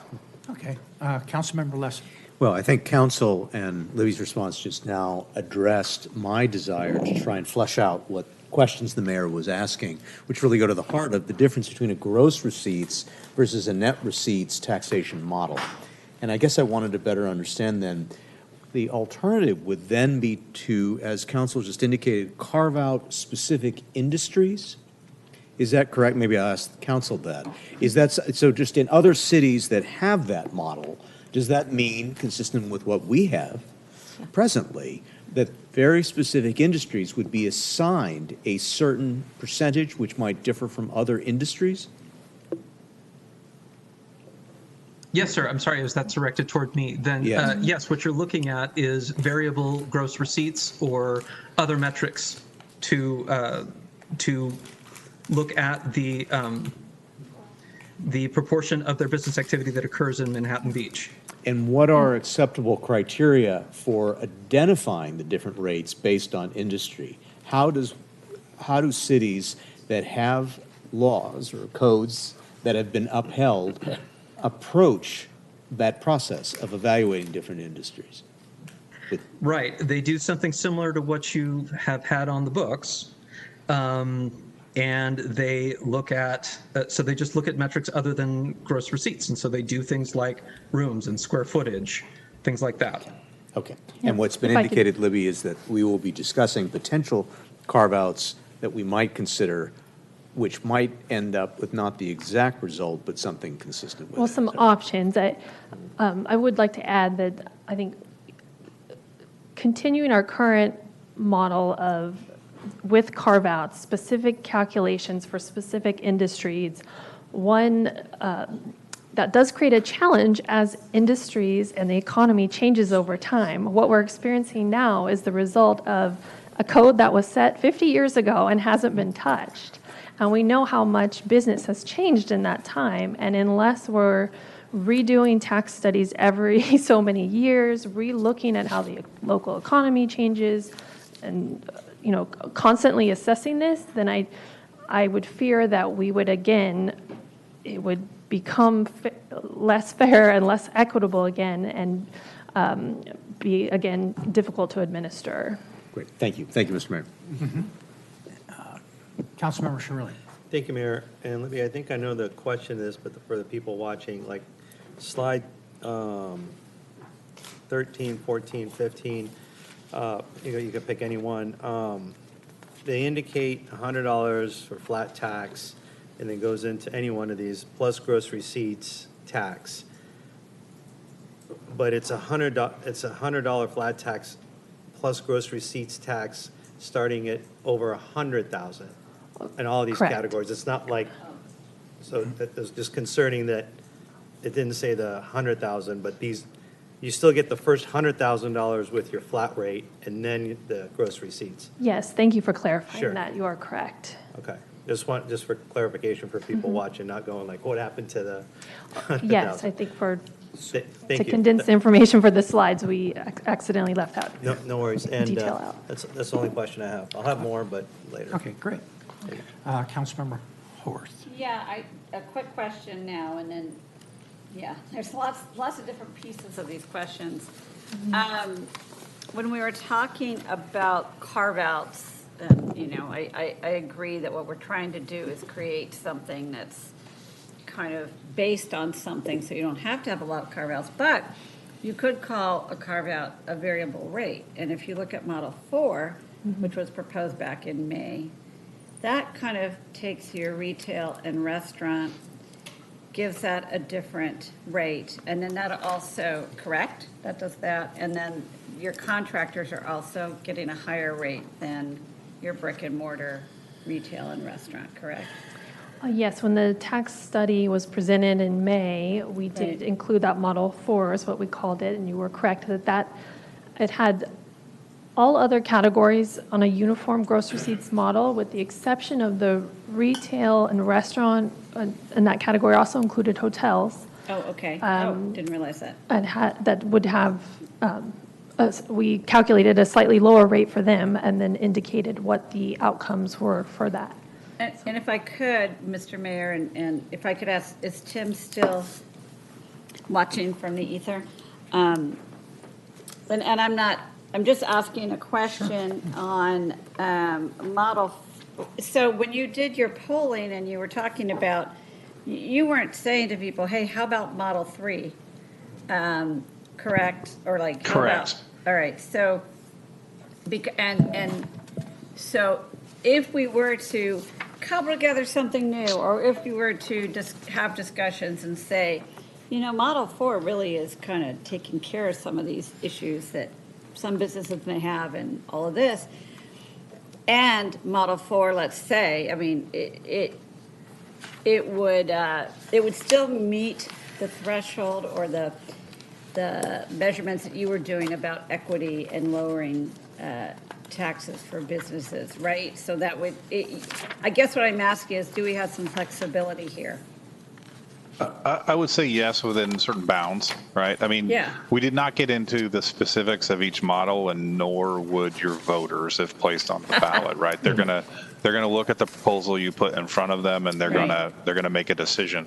I mean, as long as what you consider sort of has the same basic parameters, you've got some flexibility in, you know, Okay.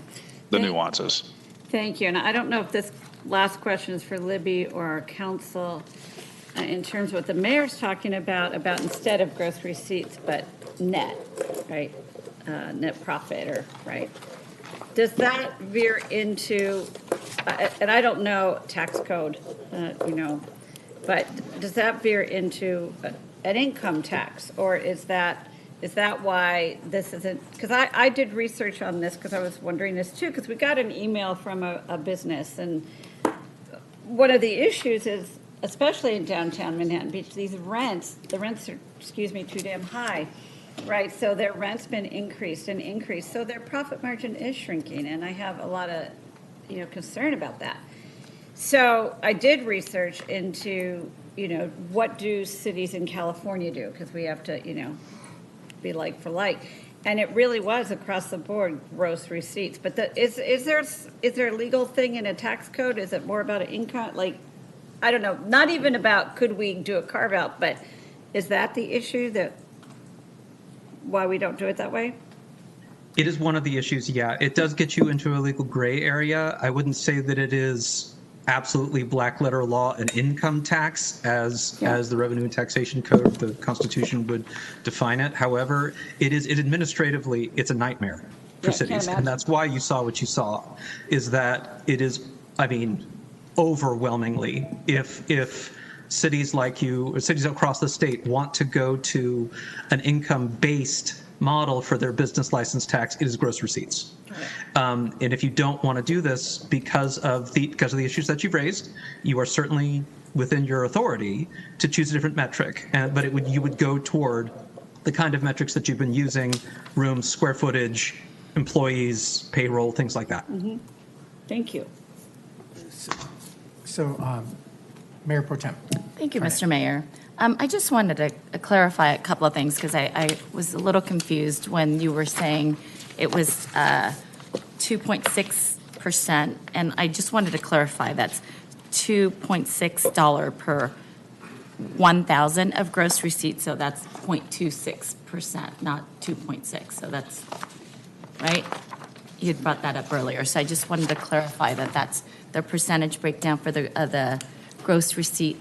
If we do the uniform model and we use that, you know, after the flat 100 flat, then after that it's $2.60 per 1,000 of gross receipts. Okay, so and I am concerned about equity, and I see the challenge that we're facing, because we are trying to fix something that is really difficult. Because when I look at the current business license tax payment, you know, I just want to point out, I just wanted to confirm that right now our smaller businesses are bearing the a significantly higher percentage of what they're paying, right? So for the businesses that are up to that their gross receipts is up to $4 million, they're paying 27%, and then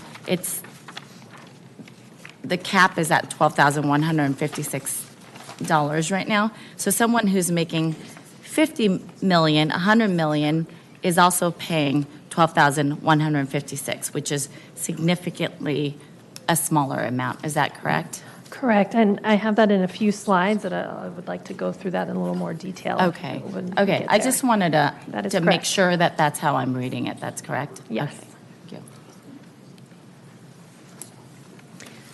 Okay. Thank you. Okay, any other questions? I have one, but I'll go after you if you'd like. Well, no, go ahead, I was going to clear mine. For Dr. McClarney, I had one question, if he's still on. Yep. I just wanted to better understand carving out specific industries and what that might do, particularly for its vulnerability to those that might be opposed to this new regime. In other words, do we lay ourselves or make ourselves vulnerable to those that might say this is a terrible scheme because it favors certain industries over others? For example, I mean, to what extent can you offer anything from your prior work with other cities on something like this? Yeah, I mean, I do think that one of the, again, the attractive features of this measure is it's the same rate applied to all businesses, right? With a couple little twists and nuances there. And I think that the more you get into carve-outs, potentially, and I'm without speaking which ones those are, unless there's some good solid reasons behind the carve-out for a particular industry, you start to lose kind of the argument that this is an equity measure, right? Because it's hard to argue that you're being fair while you're busy making a bunch of carve-outs, right? So, just the optics of that. I would just say also that having looked at these measures both ways, I mean, the reality is whether it's a gross receipts or a net receipts model, you could make the argument it's unfair for different reasons, right? So there's the argument that it's gross receipts, but different businesses have different margins, and therefore, some businesses like mine, I have a big pass-through for data collection. Well, I'm getting taxed on money that I'm passing through to a vendor in essence, right? Whereas other businesses are going to be more profitable. And so, but then when you could have two construction businesses that do the exact same thing and one makes better margins than the others, what's the fair way to apply, right? It's hard, no matter how you come at this, you can make arguments that are, this is fair or this is not fair. It's a challenging thing, right? That's why in general, simpler is better, right? If, as far as the, applying a given rate across the board. Can I ask just a quick question? So what percentage of the respondents were business owners? Did you ask that question, Tim? Let me check. Because and the last time we talked about this as a city was in 71 or something? So we asked 13% of individuals we spoke with owned a business that's based in Manhattan Beach. And then for those who didn't, we asked them if they work for a business that is based in Manhattan Beach, and that's another 3%. So 13% owned a business, and then an additional 3% worked for a business in Manhattan Beach. Good to ask that. Okay. I suppose it's not easy to pull out that 13% and kind of take another look at those folks and see what their responses were like. I could do it. I don't know if I could do it at the moment. I'm sort of searching here. Yeah, I mean, just because they're more aware of it, of what a business license tax is than a resident. Well, look at here. I was ahead of myself. So if you look at support for this proposal at the final ballot test, after they've heard yeses and nos, right? They've heard the arguments on both sides. Overall, we saw that we had 64% support among voters. If you look at that by whether they own or work for a business in Manhattan Beach, of those who were a yes on that, 55% supported the proposal. And if you didn't, you were a little higher at 67%, right? So there's a little bit, if you own a business in Manhattan Beach, there's a bit of a downtick, but we still had majority support at 55%, the final ballot test, among those who owned or worked for a business. All right, great. You must employ AI in your data there. I have 3 screens and I'm looking at my report. It actually is it's in one of the graphics in my report. Oh, it is. Okay, great. Okay, That's why he's the expert. Councilmember Sherley.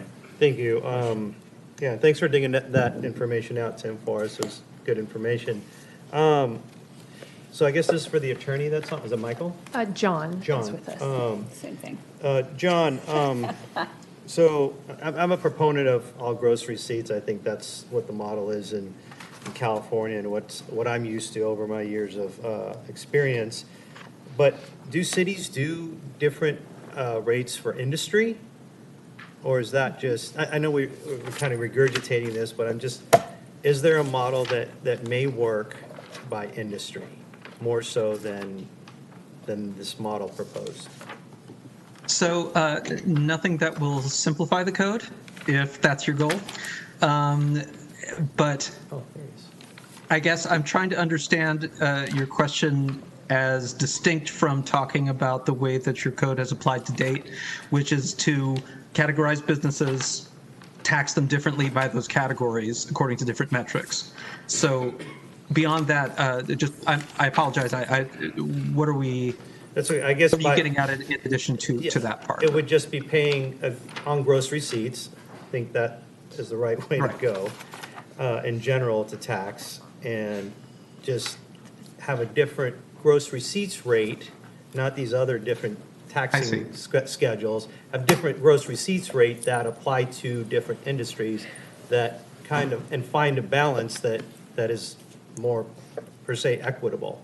You don't have to change it every year. You set it in stone. It's these industries, these are the different variable rates for each industry by gross receipts.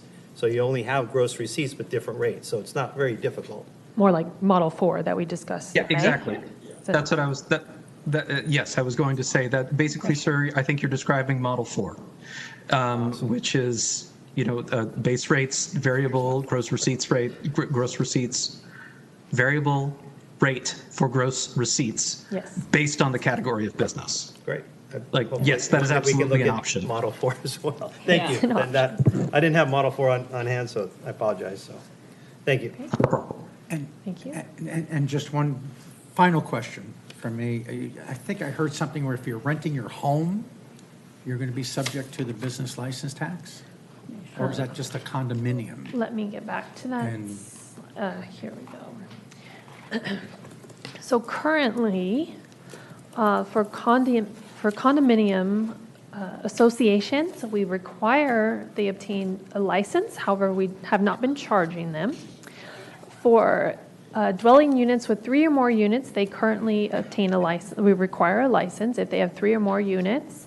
But what I shared was that we've done some further research on this and found that most other cities do actually require a business license, even for single-family homes who are being rented as a business. However, that hasn't been the practice here in Manhattan Beach, so we just wanted to share that information with the city council that could be something we further explore at your direction. Okay, great, thank you. Any other questions? We'll move on. Yeah, I had it. I'm sorry. I had a question. Sort of the same, but I think we took care of it in phase 1. I just want to confirm. Are we collecting a business license tax from realtors with proceeds, just things they sell here in Manhattan Beach? I actually have a slide on that coming up here, if you don't mind. So. May we just have a quick break? You're the mayor, man. Sure. We're going to have a quick break. There you go. And, by the way, it's really, really cold in here. And that's not helping. We need to turn this up a little because. If you don't mind, may I just ask Tim McClarney if he's still okay on time before we okay. Take a break? Maybe return at 7:15? Well, she's going to ask if he's. Yeah, I unfortunately do have to leave for a meeting at 8, so we're about 2 minutes away. It doesn't matter, so. Any final questions for him? Thank you, Tim. Okay. No, Thank you, it Tim. don't matter. It's just that's Thank you. okay. Thank you so much. Okay. And we'll return at 8:15? 8:15.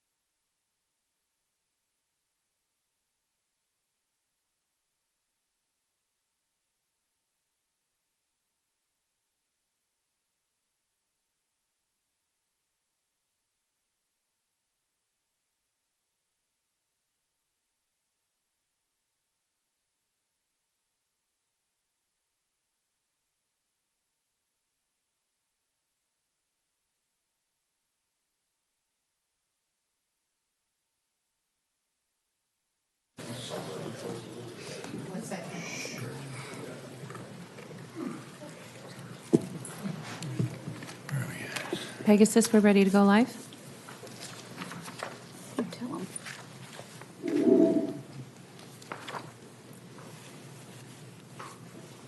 Okay, are we ready for me Yes. to Oh, yeah. continue? Thank you. Yes, I'm sorry. Okay, I guess for anyone just tuning in, we've gone through some background on what brought us here tonight. We recapped what the Model 3 business license tax was that we did community polling on. We heard the polling results that were favorable, and then we just got through discussing some of the deviating businesses who are currently not paying on the gross receipts basis, and just being clear that they would see some different impacts due to moving to a uniform gross receipts model. So the next several slides, we wanted to bring to light some other feedback we've been receiving from the business community to make everyone aware of these comments we've been receiving. Thank you for the correction on the percentages. Hold on, this clicker is not moving forward. That's pretty. What? Joshua. That looked like a Stanley Kubrick film.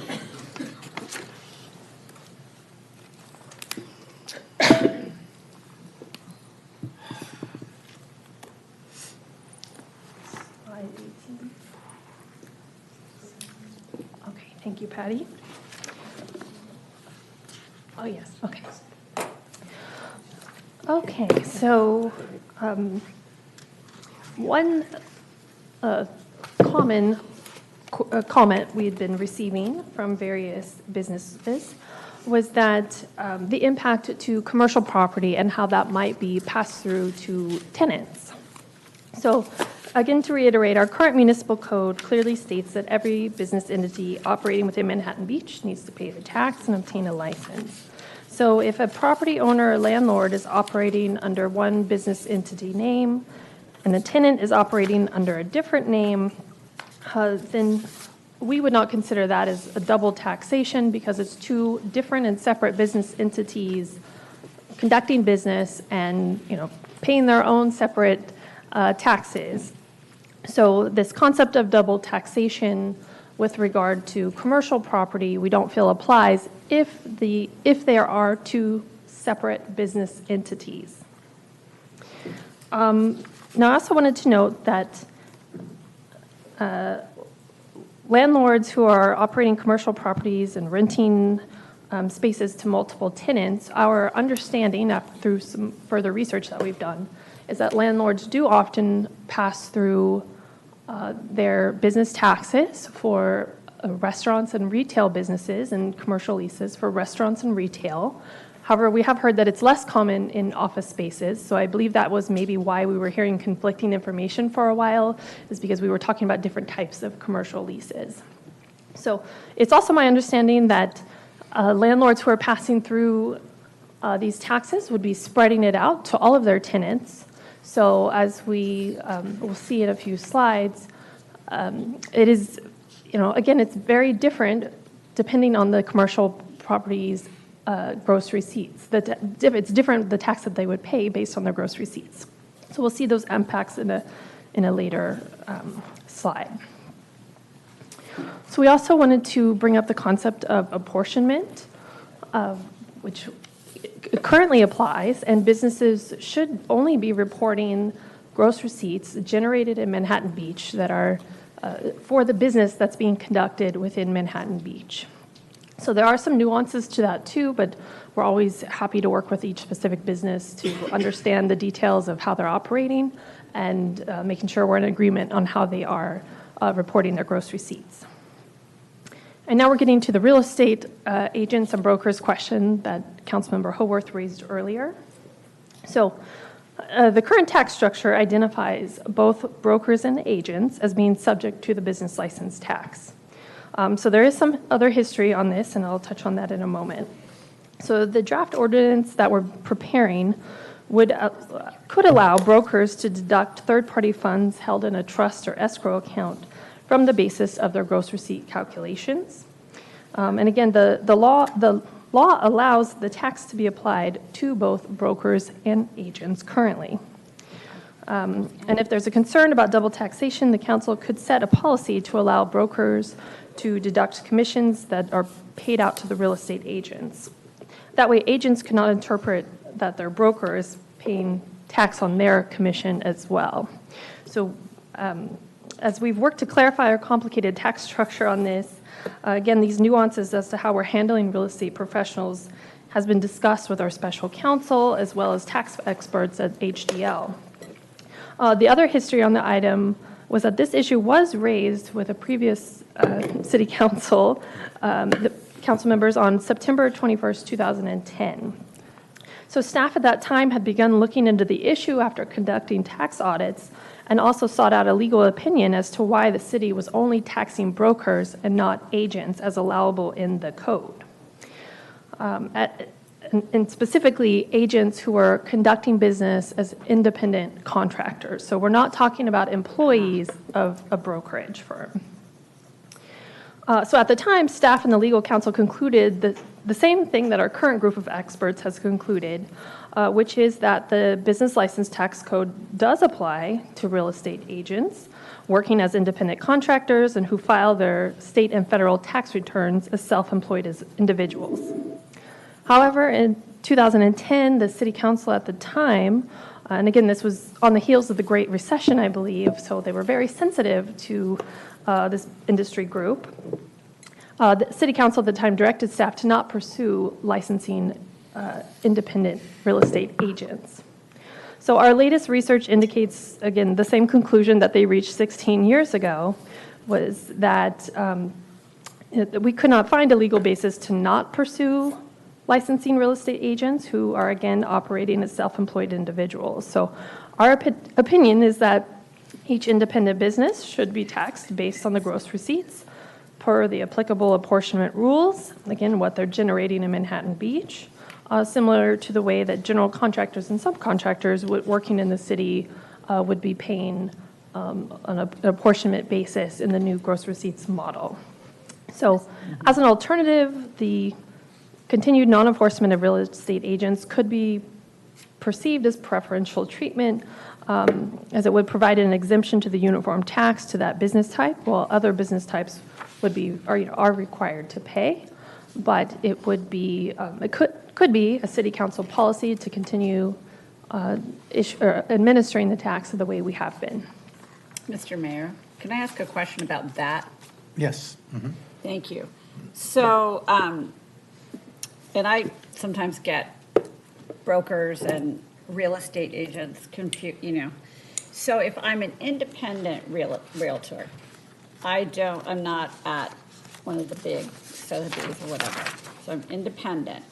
So I have not been paying a business license tax. Is that correct? I do believe we do have some agents who are currently licensed, who are doing it on a voluntary basis. However, it's not a group that we've been actively pursuing and trying to bring into a compliance. So there are people who are voluntarily doing that, which is really amazing.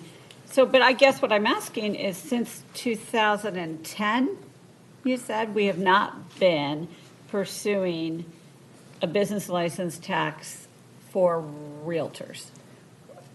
Even prior to 2010. So in 2010, the issue was raised, staff and legal counsel researched it, brought forward the issue to city council, and it was determined to continue the current practice. Thank you. I'm not a realtor, by the way. Councilmember, I'm sorry, Mayor Pro Tem Tarnay. Thank you. Libby, so currently, because I see it here that the draft ordinance would allow brokers to deduct third-party funds held in trust for escrow. So currently, we don't do that. I would have to confirm that because sometimes it's. I'll jump in. Oh, okay. Libby, would you like me to jump in here? Yes, please, John.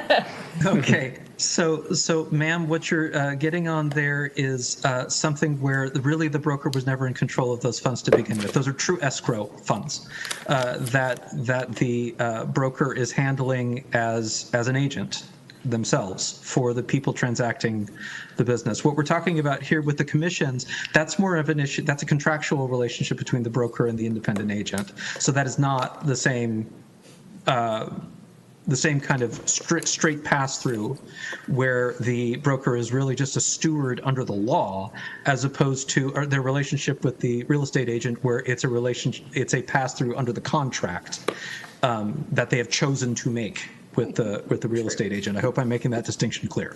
Yes. My question then is the commission, do we allow the deduction, if we were to implement this updated ordinance, would we allow for the deduction of the commission from the broker to the realtor so that some would argue that we'd be taxing them twice, but if we allow the broker to deduct it, then arguably we can overcome that argument? Is that? I think that's what we're saying. It would be an option if we wanted to not have any perception of double taxation. That would be one way to get around that. Okay. As an option, that would be a city council policy. Why I was starting to stumble on my answer that I was thinking through before John jumped in, you were asking what do we do currently? And honestly, currently it is an honor system that each business is reporting their gross receipts, and unless they ask us specific questions and we are able to dig into those details, then we're accepting the gross receipts they're reporting. So honestly, they may or may not be including those. Those amounts. But as we're going through this process, we're hearing all of these great questions, and so we'll be working on additional details that we can provide on our website and additional documentation to explain this apportionment concept, so that way people have, real rules and guidelines to follow, so there are less questions and there's less gray area. So. Okay, thank you. Okay, Councilmember Lesser. To that end, I want to ask a question about apportionment for purposes of allowing you to continue with your presentation after questions are answered. And apportionment, in my mind, I want to make sure I'm understanding what the current law is and how it might change, if at all, under the proposed new taxation. If you have a property management firm that operates properties in 10 other jurisdictions outside of Manhattan Beach, but its corporate office is here, confirm how the tax law would apply, in referencing the fact that some cities do collect gross taxes for say, a property that might be in that city, and some don't. So how would this ordinance apply to that management company, which has its corporate office here, but its properties outside the city that generate the revenue? Okay, that's a great example, because I'm thinking of a business who does exactly that. And John can correct me if I'm wrong, but the way I believe we've been currently applying is that if, as this business would report their gross receipts to us, if they, again, it's self-reporting, so if they contacted us and said, we're generating this in Manhattan Beach, however, we're generating this in Redondo Beach and this in Hermosa Beach from properties there, if they provide us documentation and support that they are paying taxes in other cities, then we would allow those to be deducted from what they're generating in Manhattan Beach. Now, the nuance there is that I don't believe those cities are taxing them on a gross receipts basis, so that's where it starts to get really complicated. So with that said, John, do you have anything you want to add? I mean, you did that's a good summary. I think the only thing I will piggyback on that is the basic concept here, right, is that you're taxing the volume of business that goes through Manhattan Beach. And so a general way to do something like that would be to look at everything they bring in, right, across the board, and then use some metric to measure, okay, well, how do we attribute a ratio of that to Manhattan Beach? And one way to do that, for example, is payroll. So if you have a certain number of employees at your corporate office in Manhattan Beach, you're generating income all over the place. Maybe you've got employees elsewhere too in those other places managing those properties you mentioned. What is the entire payroll? What is the payroll attributable to Manhattan Beach? And then you use that percentage against the gross receipts to figure out a gross receipts that would be attributable. That's one example. Maybe it's not a great example given the business model you mentioned, but that's the basic thing that you do with everything with the goal toward figuring out what is the economic activity that is running through Manhattan Beach for that business. Great. Thank you. Thank you, Mr. Mayor. Okay, and then brings up a quick question from me is, so going on that last answer, my office is in Manhattan Beach, but I'm selling commercial properties around Manhattan Beach, not in Manhattan Beach. generating commissions as Sorry, as an selling agent. properties around Manhattan Beach as in other cities like Yes, Hermosa and other Redondo? cities, yeah, other cities. Either all over the state or all over the county or things like that. So how do I get assessed? My understanding would be that for the properties you're selling in Manhattan Beach, you would report those gross receipts here. And then for the business that's being conducted in the other cities, then that agent or broker should be obtaining a business license in the other cities and paying their tax accordingly. Okay, great, thank you. Oh, sorry. I just, Oh, I'm thank sorry. you. Yeah, Just go wanted to piggyback on that question. So, but if I have a business, just as the mayor indicated, where it's a physical office in Manhattan Beach, but most of my business is done elsewhere, commissions elsewhere, theoretically, I would just pay that $100, that flat fee if I don't generate over $100,000, right? To have a license in Manhattan Beach. Correct, because there would be a flat tax on the first $100,000 in gross receipts. Okay, yeah, thank you. Okay.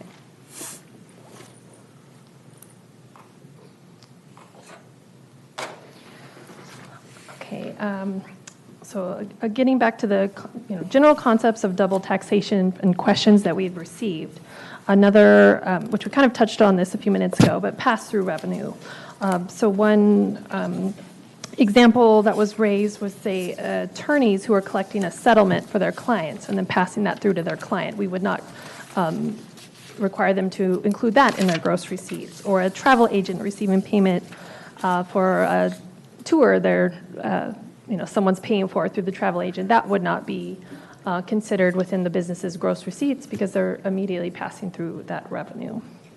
Another item that came up, Southern California Edison contacted us early on, knowing that our current code includes an exemption for public utilities with franchise agreements. And so we are recommending that we would continue that one exemption for public utilities where we also have franchise agreements and they're paying the city other franchise taxes already. So we wanted to mention that. And then just some other kind of general feedback that we've been hearing from the business community, which included, how would these different tax models impact businesses in Manhattan Beach? And again, one of the key factors that was driving the inequity of our current structure is that long-standing maximum tax, or the cap, which is currently $12,156. Currently, all businesses earning over $4.5 million in gross receipts are hitting that cap of $12,000. And therefore, smaller businesses earning under $5 million are paying a higher proportional share. So we also recognize that there are quite a few businesses in the range of $5 million to $10 million who would pay more in the proposed models that we brought forward. And so we certainly understand and empathize that impact would be felt in that range. And so that's really what drove us to consider some other options to the Model 3 and why we included the next few slides for you to consider tonight. So on this slide, this includes a breakdown of the quantity of licensed businesses in each grouping of gross receipts. So as you can see, there is a concentration, and I'm focusing mostly on the left side of the table for now.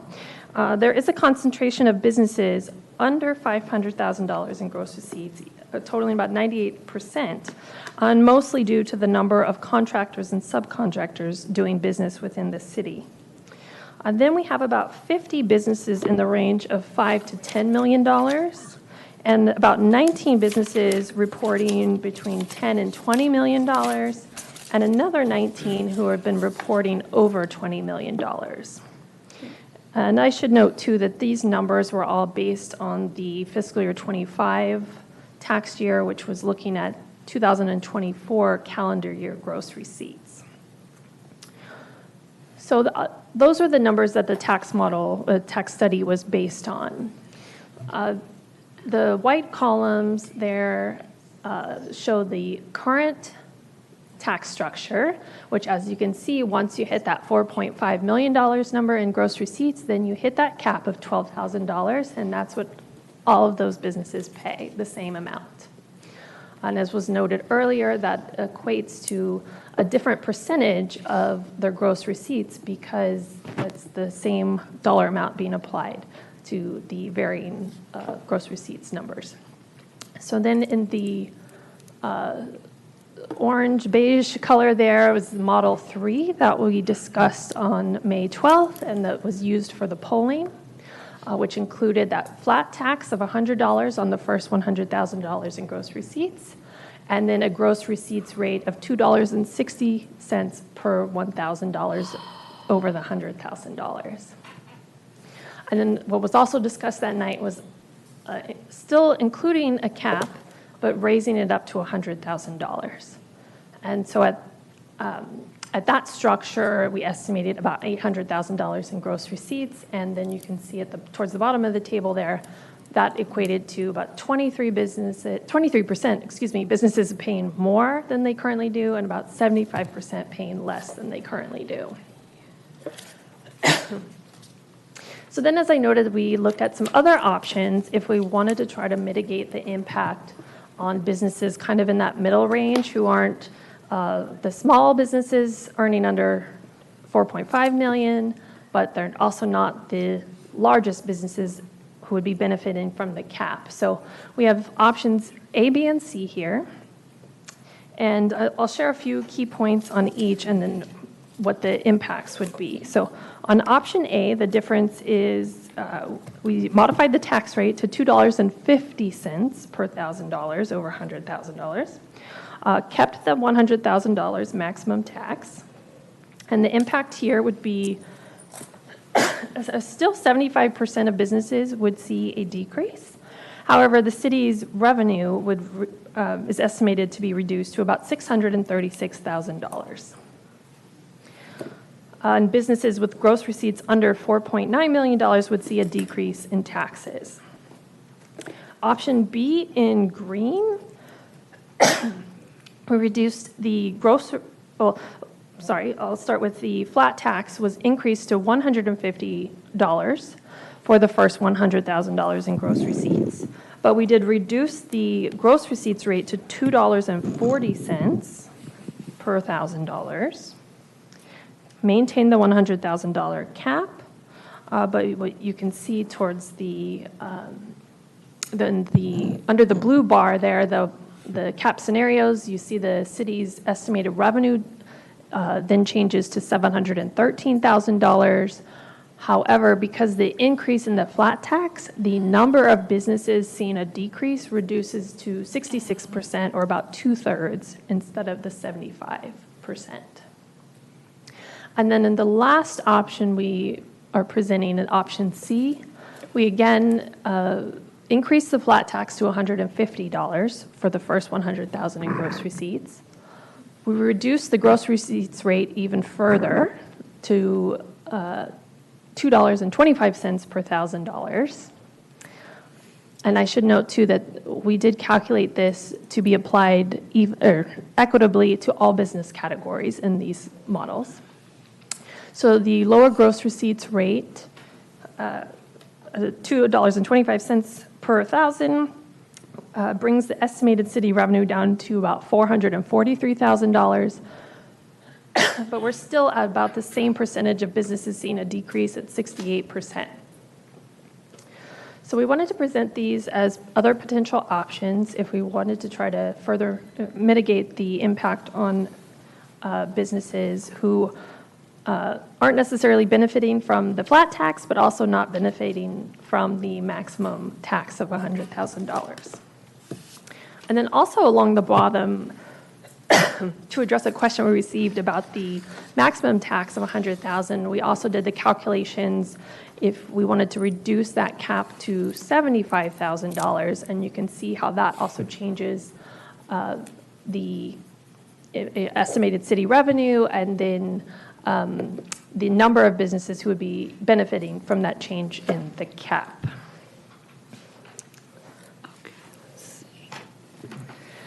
So the next few slides, we just wanted to break it down a little more by category or industry group, but it looks like we have questions. Could I ask a question about this Sure, chart? yes. Mhm. Sorry, it's hard. There's a lot of different charts and slides here. So I think, golly, I think it was option C you said, that if the flat tax went from the proposed 100 to 150. Correct. Options B and C have a flat tax of $150 instead of $100. Right, and then you said less businesses would see a decrease, but our current flat rate is 313 or 337. So how does that flat rate impact the people who will see, you know? So the $300 base tax that you're referring to is for people currently paying on the basis of gross receipts. So the difference, if you recall, I shared information on the number of contractors and subcontractors in the city, and they're currently paying a flat tax. And so that's what really changes those calculations. I don't understand yet. Okay. So currently, the flat tax is 337 For businesses paying on the gross receipts basis. on gross receipts. Remember, the other categories Okay, sorry. Okay. include carve-outs for contractors and subcontractors, which actually the next, actually to address some of the questions we've been receiving, I did add a few slides that we'll have posted online after this presentation. But then the next slide I have, it's not currently in your packet, but we did just pull out contractors only. So again, they're currently paying a flat tax of $508 per year. If you look at the table on the bottom, we have estimated the gross receipts ranges of, the contractors in each range. So many of them are falling in the lower categories. But I would like to note again that for contractors and subcontractors, they're currently paying the flat tax. So this data is an estimation from the tax study that is looking at assumptions and basing the estimates on other data they have available. So these are estimates. Wow. But so the difference then is, if you look in the white column, all contractors are currently paying a flat tax of $508 per year. If we reset them to being charged by the gross receipts model, they would each pay based on their gross receipts generated in Manhattan Beach. So some could, if someone's doing one very small job per year, they might pay a little less if they only pay the flat tax, if they're only earning up to $100,000. Others, if someone generates $1 million, that would be the middle row there. They would pay a business license tax payment of, just looking at option C in the blue, they would pay $2,175, so they would see an increase.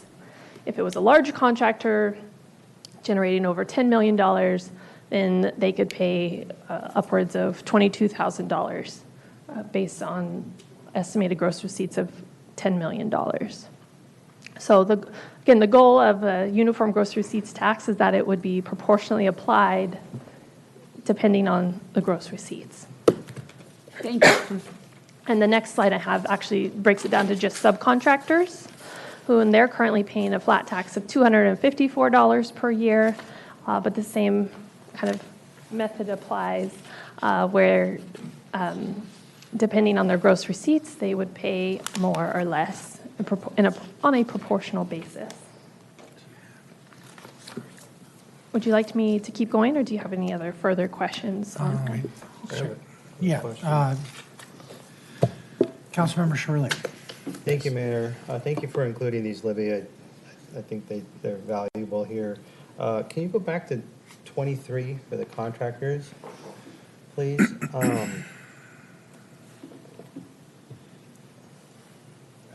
Oh, sorry. What happened? All the tables do start to look the same. I was trying to analyze the new, I was like, is that the same stuff? I guess maybe the process of a contractor pulling a business license, they, maybe you can walk us through it. They come in and you say, like, how much money you're going to make up to $100,000. It's $150 or $100 flat fee. And then it's up to them to tell you generally what they're gonna make. It's not something, they're not giving you anything up front. They're pulling a business license from you, and you're saying it's $100, let's say, that's what we go with. And then they're just paying the $100 and then you're saying that's up to $100,000, and then you won't know their gross receipts until the following year. But if they don't have a job in the city the following year, they would just not renew their business license.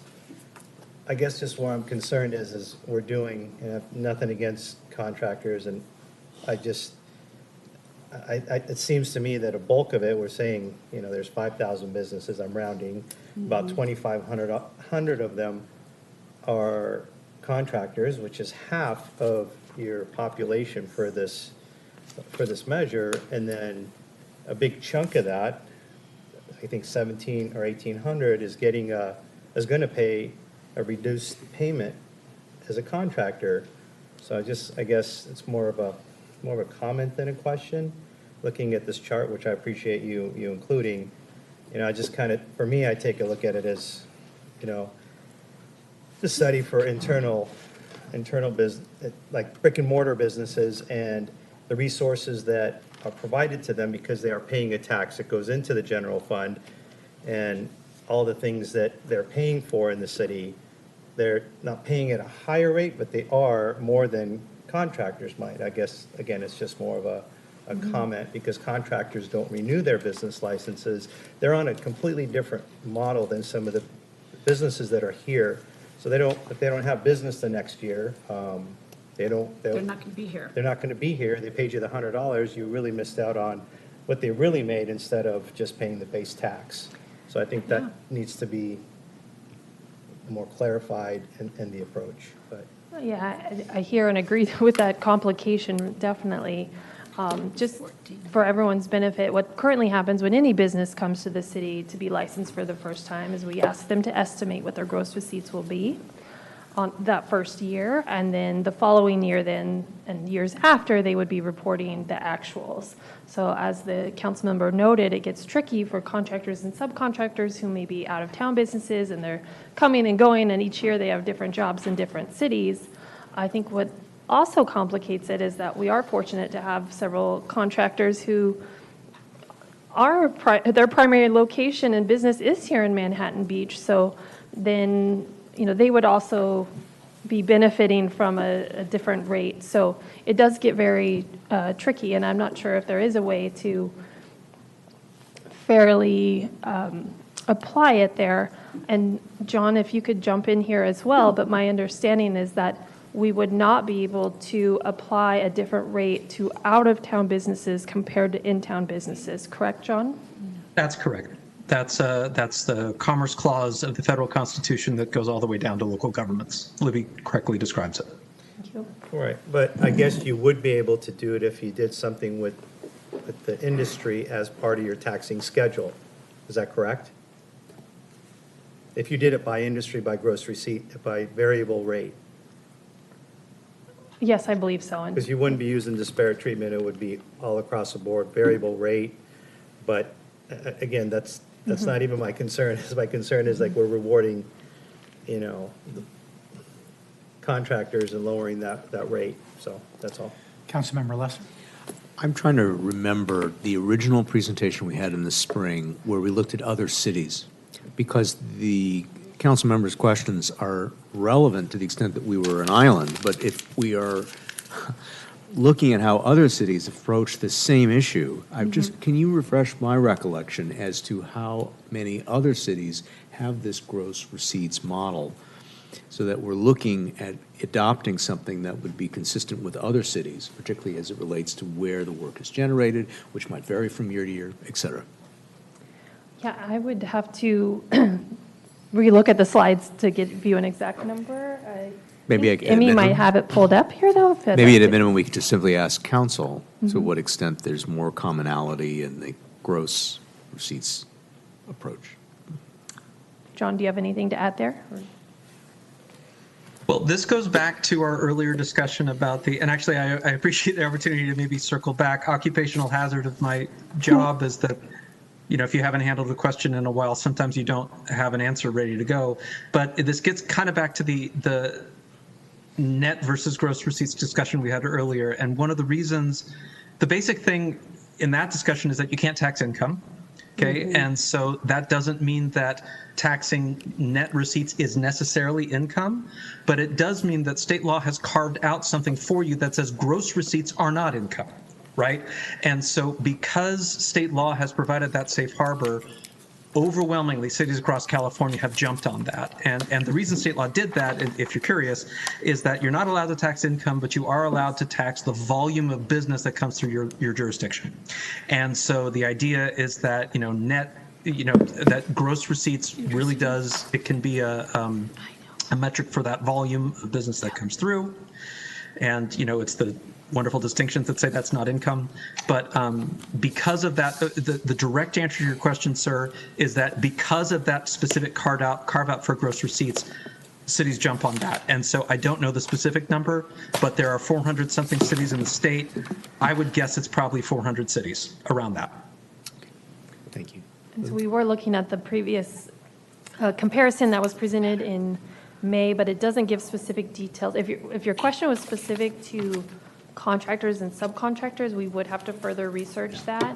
But if you are asking in general, then of the businesses, the cities surveyed, about half were gross receipts, but half were not. But again, it also depends how, some of those tax codes are also very old.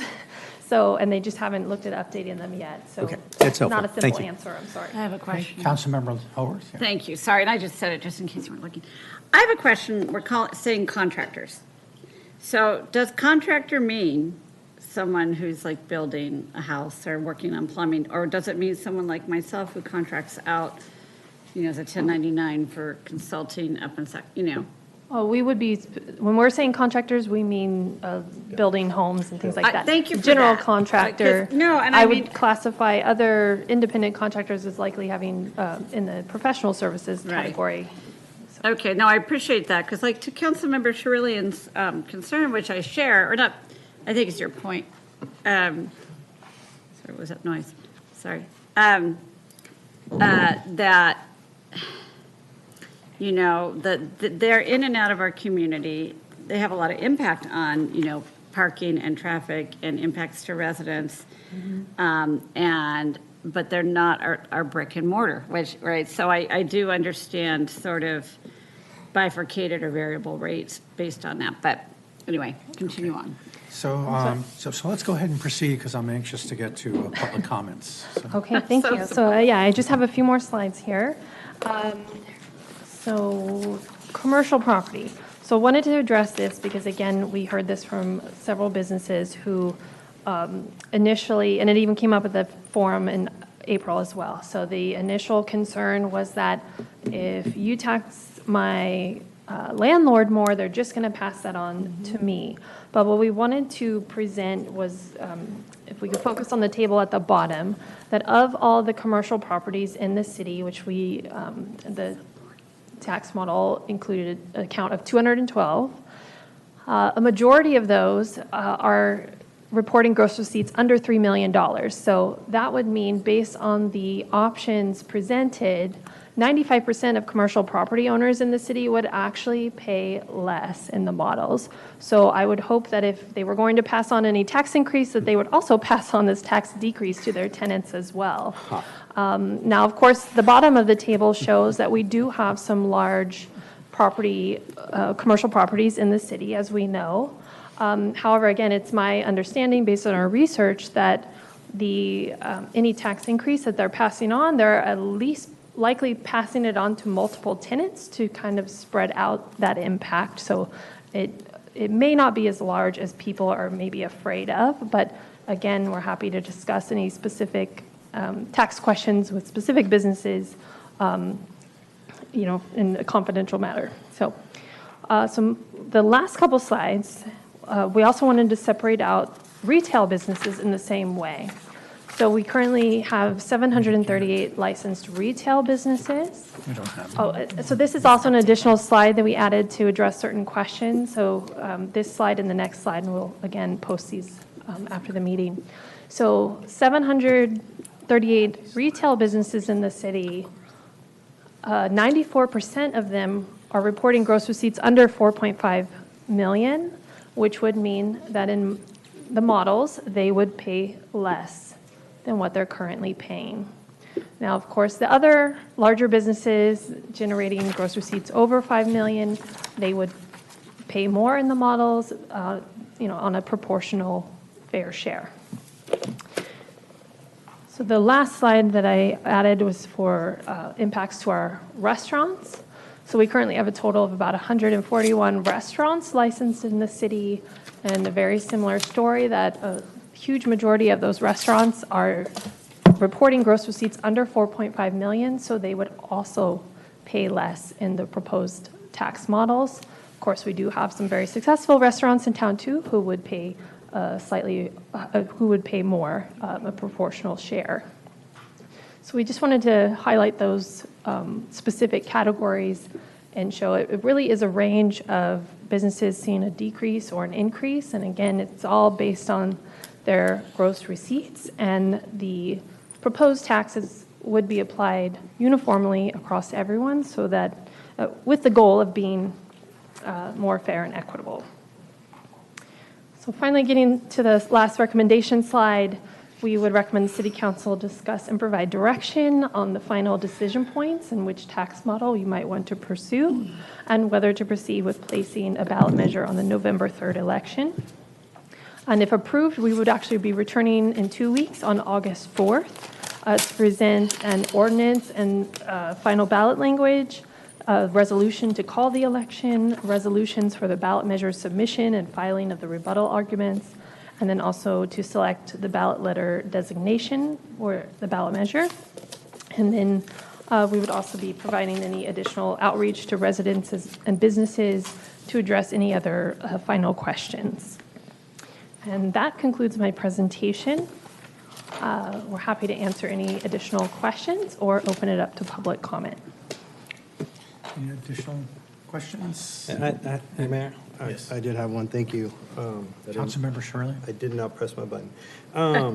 Real quick, Libby, I know we have Northrop in town. Now, does the Department of Defense transactions, are they going to be exempt from business license taxes? Or is that a Michael question? That would John is with Or us. Jonathan, who's Michael? Oh, Michael Colantuno. That's, okay. He is our, we've been working with him as well, and he will be in person on August 4th if we're proceeding forward with the ordinance and ballot measures. So, John, would you be able to address that question? It might be something we would need to further research. Yeah, I'll look into that for you because it's the Department of Defense. I honestly, sir, I can't remember off the top of my head, but I would conservatively say you should probably assume you might not be able to tax them. But Michael's the guy with his name on the door. I'll talk to him. I'll look into this and get you a better answer. So real quick, I have one more quick question. And maybe this is more for Jonathan as well. Of the cities that we surveyed, to see kind of what their models were like, or the ones that just recently upgraded their models. Do we know how, if they treated their in-town businesses, brick and mortar versus out-of-town contractors? And if they did, did they reduce their rate, their base tax from like $508 to potentially $100? Is that like something you can or maybe Jonathan knows, like Culver City or whoever, did they reduce like thousands of their contractors' taxes down from 500 to 100? That might be, I think we'd have to research that and look at the specific changes, and see what they were before their tax measure versus after. So we might have to do a little more research on that. Thank you. Thank you. No, I don't have that data either. Just I heard my name, so wanted to make sure I let you know I don't have that information off the top of my head. Thank you. That's it, Mayor, for me. Okay. Thank you. We'll now proceed to public comments.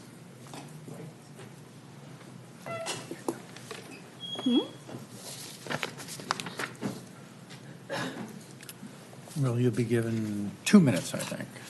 3 minutes. 2 minutes. Maybe. Is it 2? It says here 2, but. 2 in this. Mayor I give you Franklin? 3. We give you 3. Mayor Pro Tem, I would actually like 4 minutes, only because I represent 2 different types of business in our community, hotels and restaurants. You got to change clothes in between. I will. Change your voice. I like that idea. First of all, I want to thank Libby for all of her work, the finance director. I've never worked with somebody that's so diligent, so listening and trying to solve the issues, but there's a lot of issues, you guys. Like, it's a very complicated thing you guys are dealing with. Council members, Steve Shrillian, Amy Howorth, for meeting with the DVPA, talking to us through. It's very concerning to all of us, and we want it to be great. This was all, let's go back in time, this was all requested by the DVPA. We wanted a fair tax rate. We all love fair. You know, there were some big box stores not, capping out at $12,000 and doing $100 million in business, and we just didn't find that fair. I think the impetus for this was to get the brick and mortars, the Maureen, the Tabula Rasas, the bookstores, the things that make our community great, a lower licensing rate, whatever you want to call it, tax rate. It was always supposed to be revenue neutral. I think the city council should be council. In the last meeting, you guys were throwing around 500 grand, 750 grand. Figure out what the number is. Be righteous and tell us what it is. If it's 500 grand, I think the downtown business would support you. Nothing's gotten cheaper in Manhattan Beach. Staffing hasn't gotten cheaper. Employee costs haven't gotten cheaper. Pension funds haven't gotten cheaper. Just come together and figure out what the number is, and then you'll have the support of everybody. The current proposals you look like double. I mean, the current proposal you look at not only doubles some of our rates, doubles, like literally my taxes would double in some of my businesses, but it also raises between 500 grand more and 1.6 or 1.5 million in some of those models. To me, that starts to feel like a money grab, okay? I think if you make it lower for the brick and mortars, that's what we're trying to accomplish today. By lowering the rate from $313 to $100, you have just given a subsidy to every outside business outside of our community who should pay more than $313, in my opinion, because they're the ones that inconvenience the community the most. When you're driving down the street and you get stuck on your street and you have to back up and do all these things, it's all those subcontractors. And I'm not dogging them, but don't give them the break. You're supposed to give a break to our businesses in the downtown, up at all the local businesses. City has hired new enforcement for business licensing. So all of a sudden now we're out grabbing more money.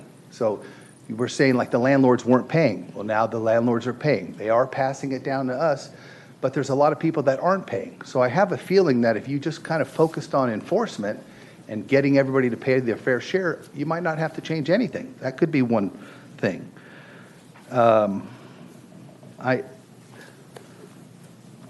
I think you'll find a lot more income over the next 2 years just by doing that. About 1 more minute. This doesn't feel like a cleanup of an ordinance. Sometimes it feels a little bit like a money grab. So I think you got to find that fine line. I propose that if you look at that Model 4, that's kind of the model that if you just made it equitable and you look at the top number you have at like 0.10, which is, we keep saying 10%, it's 1%. Why are we giving 1% to all these outside people? It's just, if you want equitable, make it 1.8 all the way across the board, no discounts for anybody, and then put a cap on it. Say, we're going to do 1.8%, and then we're not going to, you guys all agree on what that revenue, we do need more money, the city does, I know it. Is it 500 grand? Then you say, okay, we're going to take it to 1.8, and we're going to audit it for 2 or 3 years, and if we raise more than 500 grand, we're going to lower the rate even more. I think you could put that in your thing, and I think you get a lot of support from everybody. And if you do these other kind of things, the downtown businesses and all the businesses are going to fight you. And you don't want to put something on the docket that's going to lose. Thank you. I got to go pick up my daughter. Ciao.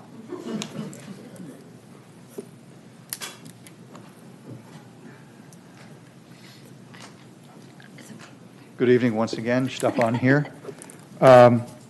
Again, I think accolades to Libby and team because this is a very complex issue, and it's nice to see it getting clear and able for us to make comments. Listening here, I don't own a business, but I'm trying to figure out, what would make the most sense, and the principles of simplicity, fairness, and equitable. I see the Model 4, I think it's Model 4, but I think we can base it all on gross receipts. Just everybody's based on gross receipts, but the tax rate is by your business type or your industry type. And I know that'd be a lot of work to try to figure that out. However, I did a little, chat GBT search real quick, and I just basically said, what are the gross margins by industry type for the top 20? And it provides, you've got, software and SaaS, 70 to 85%, restaurant food, 60 to 70. Then you go down to, grocery stores, you're 5 to 15%.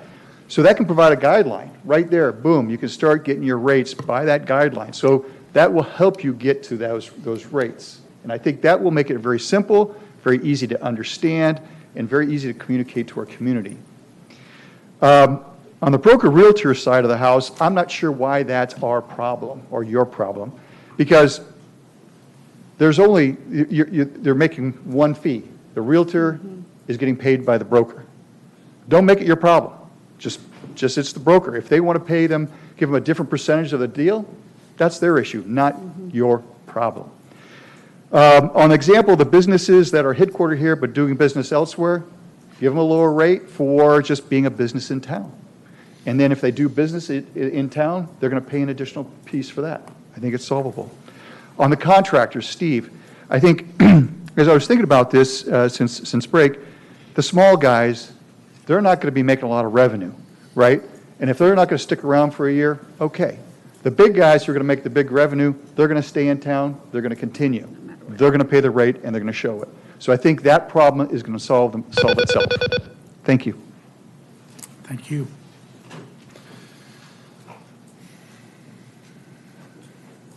Mr. Mayor, members of council, Jim Burton, resident and business owner here in downtown. And Libby, again, to you and your team, it is complicated. I've actually realized I'm actually paying more tax. I am including all of my surrounding cities in this, and so that's something I need to talk to somebody about. I can look at. No refunds. Not out of state stuff, but certainly in some of the local cities. And some of these other cities, I just pay $175 or something. They don't charge me gross receipts or anything. I bring it all back here because it's easier for accounting, but maybe I need to talk to somebody. A couple things. Number one, Mike, I would echo absolutely everything he said. I do think that the brick and mortars, look, I've got an office here in downtown Manhattan Beach. I've had a business license in downtown Manhattan Beach since 2009. And we're here. I think the effort of this, I do appreciate the additional slides. That's one of my questions. In looking through all of this, that was my number one. I had a whole bunch of notes. What are the breakdown? I think it is, I don't know, disingenuous is the right word, but I don't buy into the argument about 75% of our businesses are lowering taxes. I don't, because whatever the numbers were, you had 2,500 of them that are contractors. I don't know how many they're out of town. And in the survey that I got, and I did participate, I appreciate Dr. McClarney, and all of his work is absolutely fantastic. I'm running out of time here. But the 75% of local businesses, if you're not here in downtown or in the city of Manhattan Beach, you are not a local business as far as I'm concerned. Just because you come in here once or come in for, this year, that year, or whatever, to say that 75% of businesses are lowering taxes, I don't buy that equity argument at all. And the idea that just because something is 50 years old is bad and needs whatever, the fact that, I don't buy that either, just in terms of your ballot measure and how that's going to work. The other thing, I do like Model 4. I don't think you should go to the ballot with Model 3 the way it is right now. And whether you vote on doing that or not, I do think that whatever the survey we did is not representative of what the discussion happened here tonight, period. And there is a lot more complexity in this than I realized.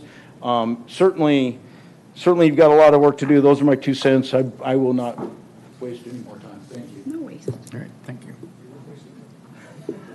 I'll keep talking. Now, that would be a no. Anybody else in chambers? No? Nope. Oh, wait a minute, we got one. I 100% agree it's not double taxation. It's far more than that. Because if you're a property owner, you're paying property taxes, you're paying income taxes, then you start paying these taxes, and then your tenant, who's a business or is now paying their tax on top of that, plus their income tax, plus all these other taxes, and then the landlord has increased the tax so that person has to pay that tax. So it's just layer on top of layer on top of layer. And, and when you guys are talking about like, oh, we're going to lower your taxes so we can do city improvements. They always say that, but there's still the potholes, there's still all the, the problems on everything. And if you look at 15 years ago, builders could buy a property, within 18 months, have that property on the market for sale. Today, they're lucky to get a permit. You look at permits are running between 9 and a year and a half before they would be done with the project. So you're asking for a lot more revenue, and we're not getting the services. And that's, very, very problematic. So and then you're going after realtors for our income, but what about consultants like yourself? You're not going after them. You're not going after other kinds of, consultants in the city that they're doing, whether it's, engineering consulting or all this other kind of stuff, or if they're doing interior design stuff, you're picking very, very small segments of people. And then you want to tax people who work in town and live in town, but people who are out of town coming in here working, you're not taxing them. So you're hitting very, very small segments with a big penalty, and that just isn't fair. Thank you. Thank you.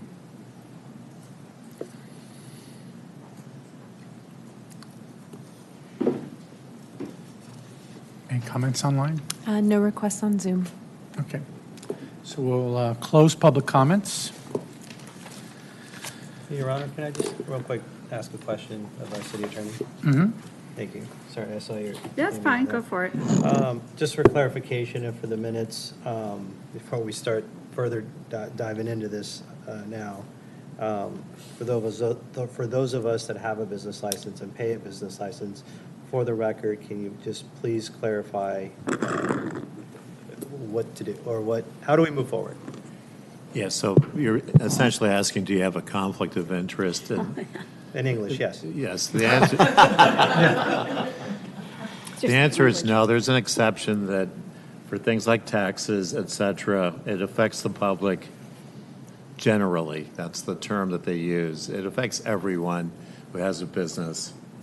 And so you can act on this. Thank you. So Knox can still sell lemonade.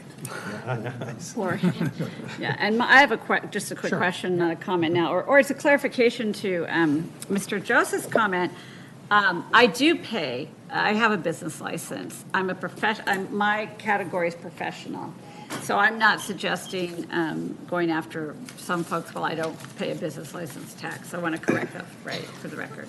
And if I may jump in too, from my perspective as the finance director and tax administrator in the code, we would discuss or reach out to any business we're aware of operating within the city that they need to obtain a business license and pay the tax, with the one exception of the prior direction on real estate agents. Right, so that was the reason that came up, is that was some carve out, some exception. Mm-hmm. So it's just in the spirit of cleaning up. Yes, but any other professional services, consultant, Right. Any other business, we would send them our customary welcome to the city letter, and you need to obtain a license. Okay.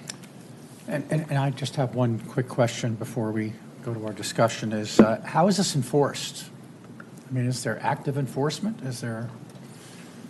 Well, yes, so historically what we've done is we would call them desk audits, as businesses were renewing their license every year or applying for a new license. We would ask them to provide us documentation on their gross receipts, and we would do the calculations with them and process the payment and issue the license. So in the last 2 years, when we've implemented the online solution, we did, so because of that, it's more of a self-reporting basis where businesses are able to do it all online, report their gross receipts, the system calculates their tax. And so since we're not doing those ongoing desk audits on every single business license, now we've moved on to a little bit different model where we are doing additional audits, just randomly selected audits We've just started that process in the last, several months, started that process. So hopefully that answers your question, but like I said, it's kind of a self-reporting basis, but businesses could be randomly selected for audits, and then we would ask for that documentation, and then either issue a refund if needed, or require that they pay the additional tax due. I'll add to that, Mayor, if I may. The new consultant that we've been using for the last 2 years, HDL, also offered a program called Discovery, which is what we've been utilizing, where they are proactively going out and looking for businesses that advertise Manhattan Beach as their location, and then coming back to us and confirming whether or not they have a business license here. So through that Discovery program, Libby might know the number off the top of her head, but we have been able to collect a significant amount of additional revenue because of the Discovery program that we initiated about 2 years ago. Okay, thank you.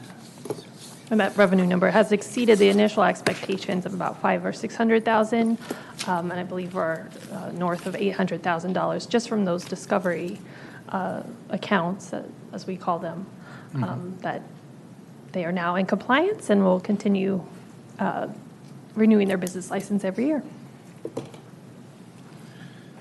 Okay.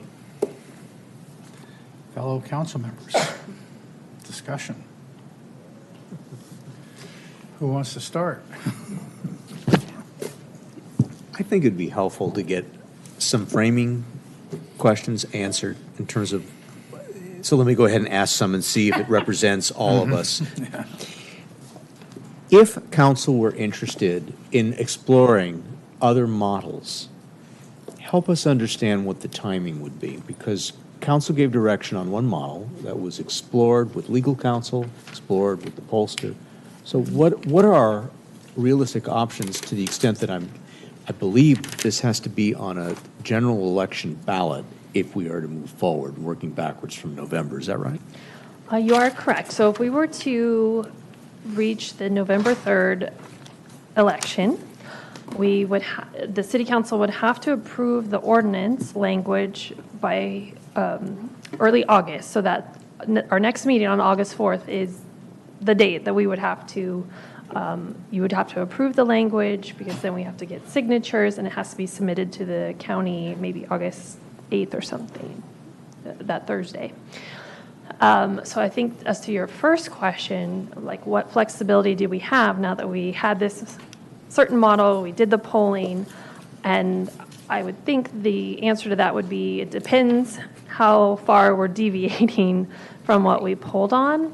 I don't know if Charles Heath is still online, our other consultant, so I don't know if he has anything to add with respect to that question. So my answer would be that it probably depends. Would it be helpful, colleagues? Hi, Libby, this is Charles. Yes. I'm here. Can you hear me? Yes. Yes, we can hear you. Would you like him to weigh in on that? I would, I think so. Thank you, Charles. Thank you. Sure, no problem. Yeah, I mean, honestly, I think you've captured it well, Libby. August 7th is the statutory deadline to qualify for the November ballot. So August 4th is your last council meeting to adopt the resolution and ordinance to place this measure before voters. Within the models that have been, I think, discussed, if we were choosing between those models, it seems feasible that between now and that August 4th election, we could prepare the documentation for council adoption. But if we're sort of inventing a new model on the fly, that seems like a tall order between now and August 4th. That's helpful. Thank you. Okay.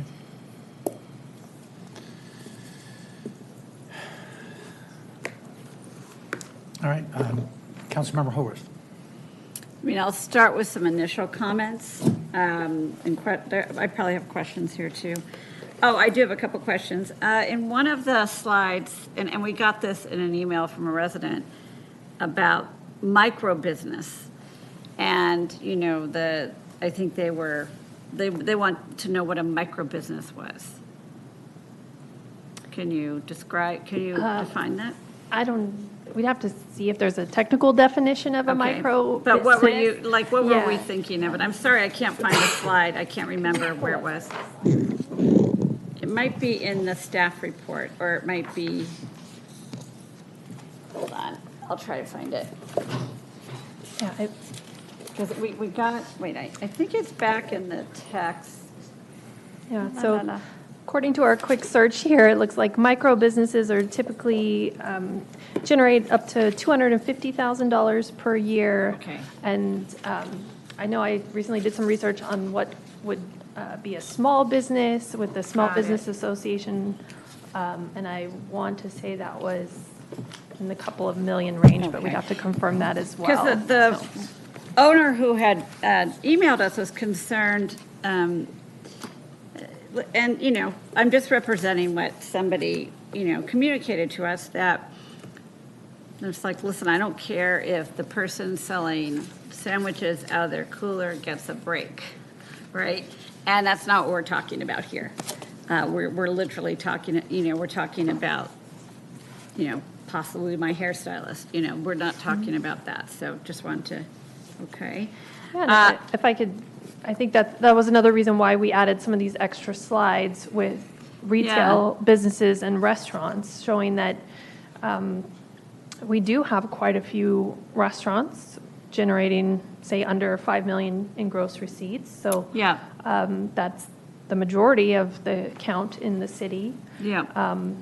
And And they I think would you were be working seeing right up. decreases. Yeah, there's you see 90% decreases, and I mean, it's important to I know that this is one of those cases, I know you've been running models since forever. I know you ran some extra ones for this meeting that we had on Friday with the Downtown Business Association. Now you've run these, and so I know that I'd like to say that if I had them ahead of time, I'd study them and I'd really get them, but I wouldn't, because it always helps me to speak about it out loud. So, but I appreciate you running it.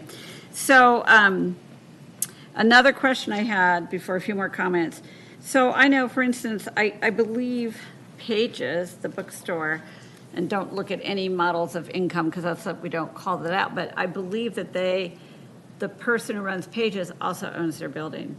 So are there any exceptions for someone like that, for someone who might own their building and be the business operator inside that building?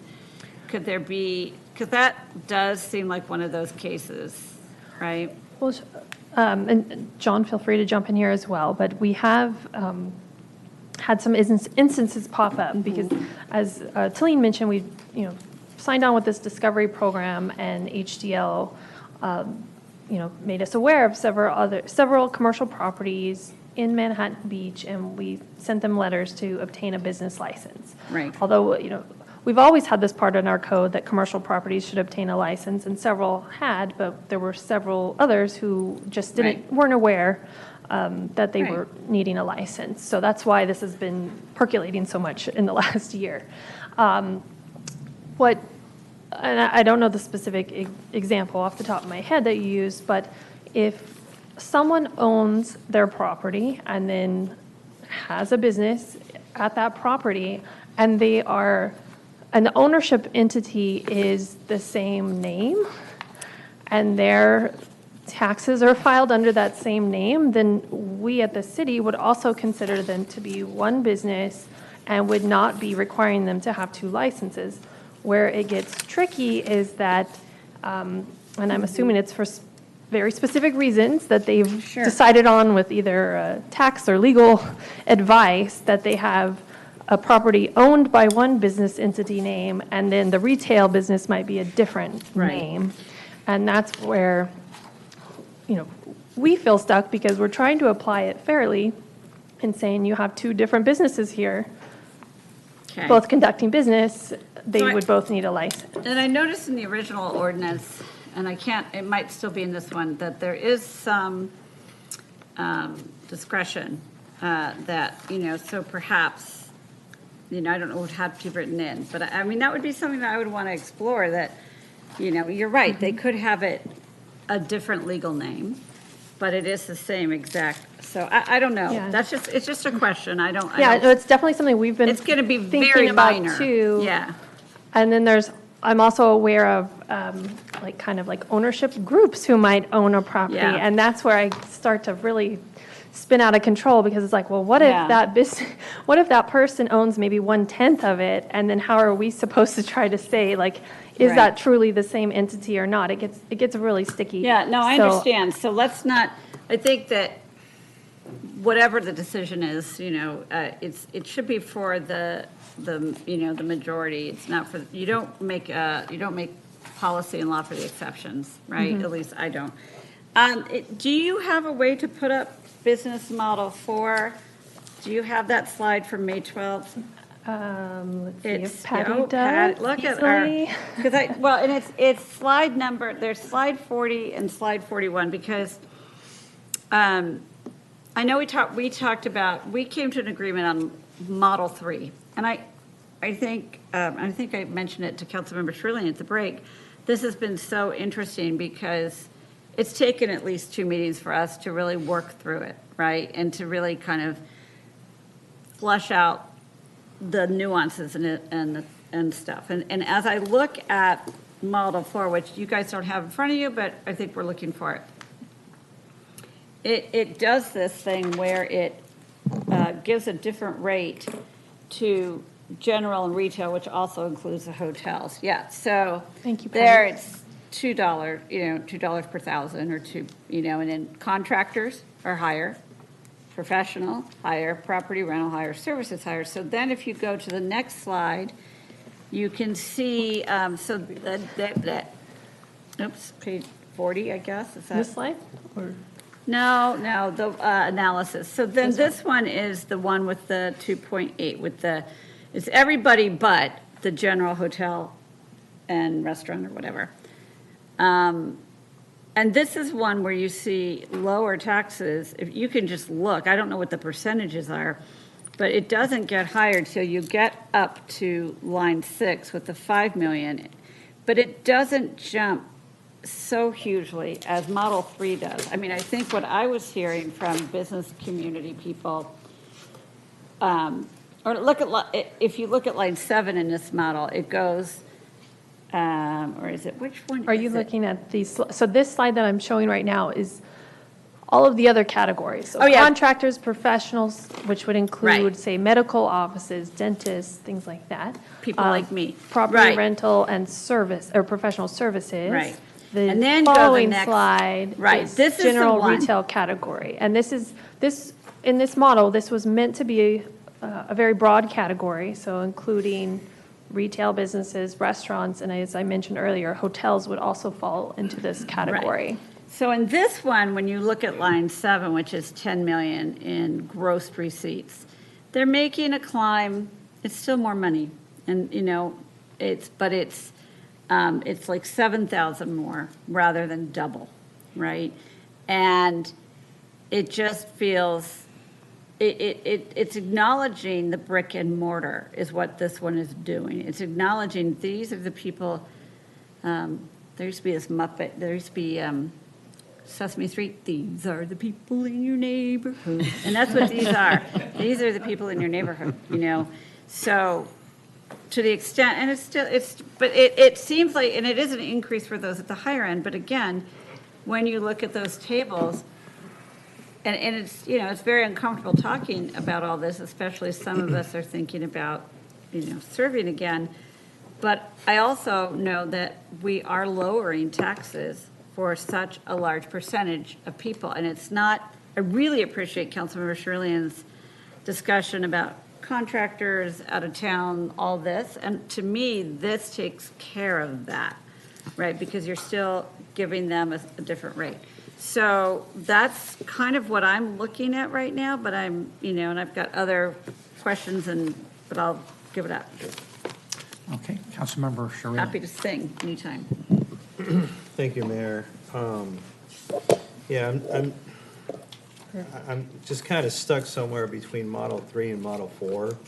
I like certain aspects of each model. I'm still in my head trying to wrap around a solution or find a solution for the contractors, which represent, again, 2,000 something of our 5,000 businesses that we used on our basis in the polling, which, again, in Manhattan Beach. And again, I don't want to disregard someone doing business in town and utilizing, our city, but I want to try to find a solution. I don't know if we can do it tonight, but try to talk through how we can, maybe lower the cap, but increasing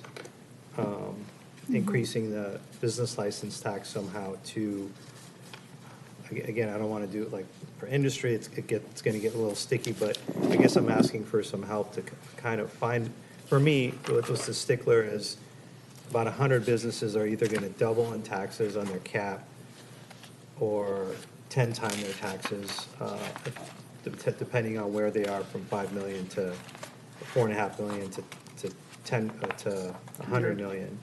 So I don't, it is increasing the tax. I mean, this is what this is. I heard money grab, but I don't see it as that. I think it's a good approach as far as we're looking at somewhere between 3 and 4.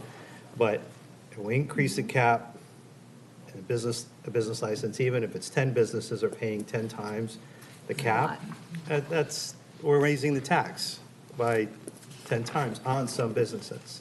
So those are my sticking points since we're having a conversation. That's what something would get me to buy in if we could find some way to reduce the cap. Again, help the small businesses, but help the in-town small businesses and not put that burden on the contractors, which I don't know. You have contractors that work in town, but others that come and go, and I don't know if that balance. These are all assumptions, so that's all I got for now. To follow up just quickly, sorry, to ask a question on his thing. How many businesses are at the 20, 50, and 100 million? Just so we would know. So it doesn't change, it doesn't It's change your point. 25. Like 20, yeah. 25 businesses are from the 20 million on up. Okay. And that would be a fivefold. Sure. Yeah, I agree, lower the for- cap. I would say lower the cap, because for me, anyway, go ahead. Yeah.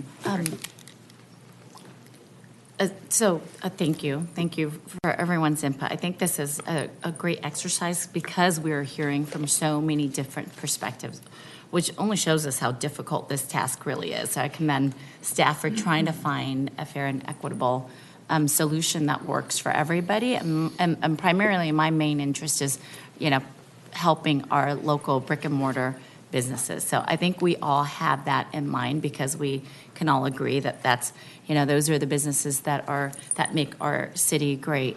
And as far as for me, and I'm going to have to disagree on lowering the cap because the way that I look at it, I feel like our small businesses have been subsidizing these.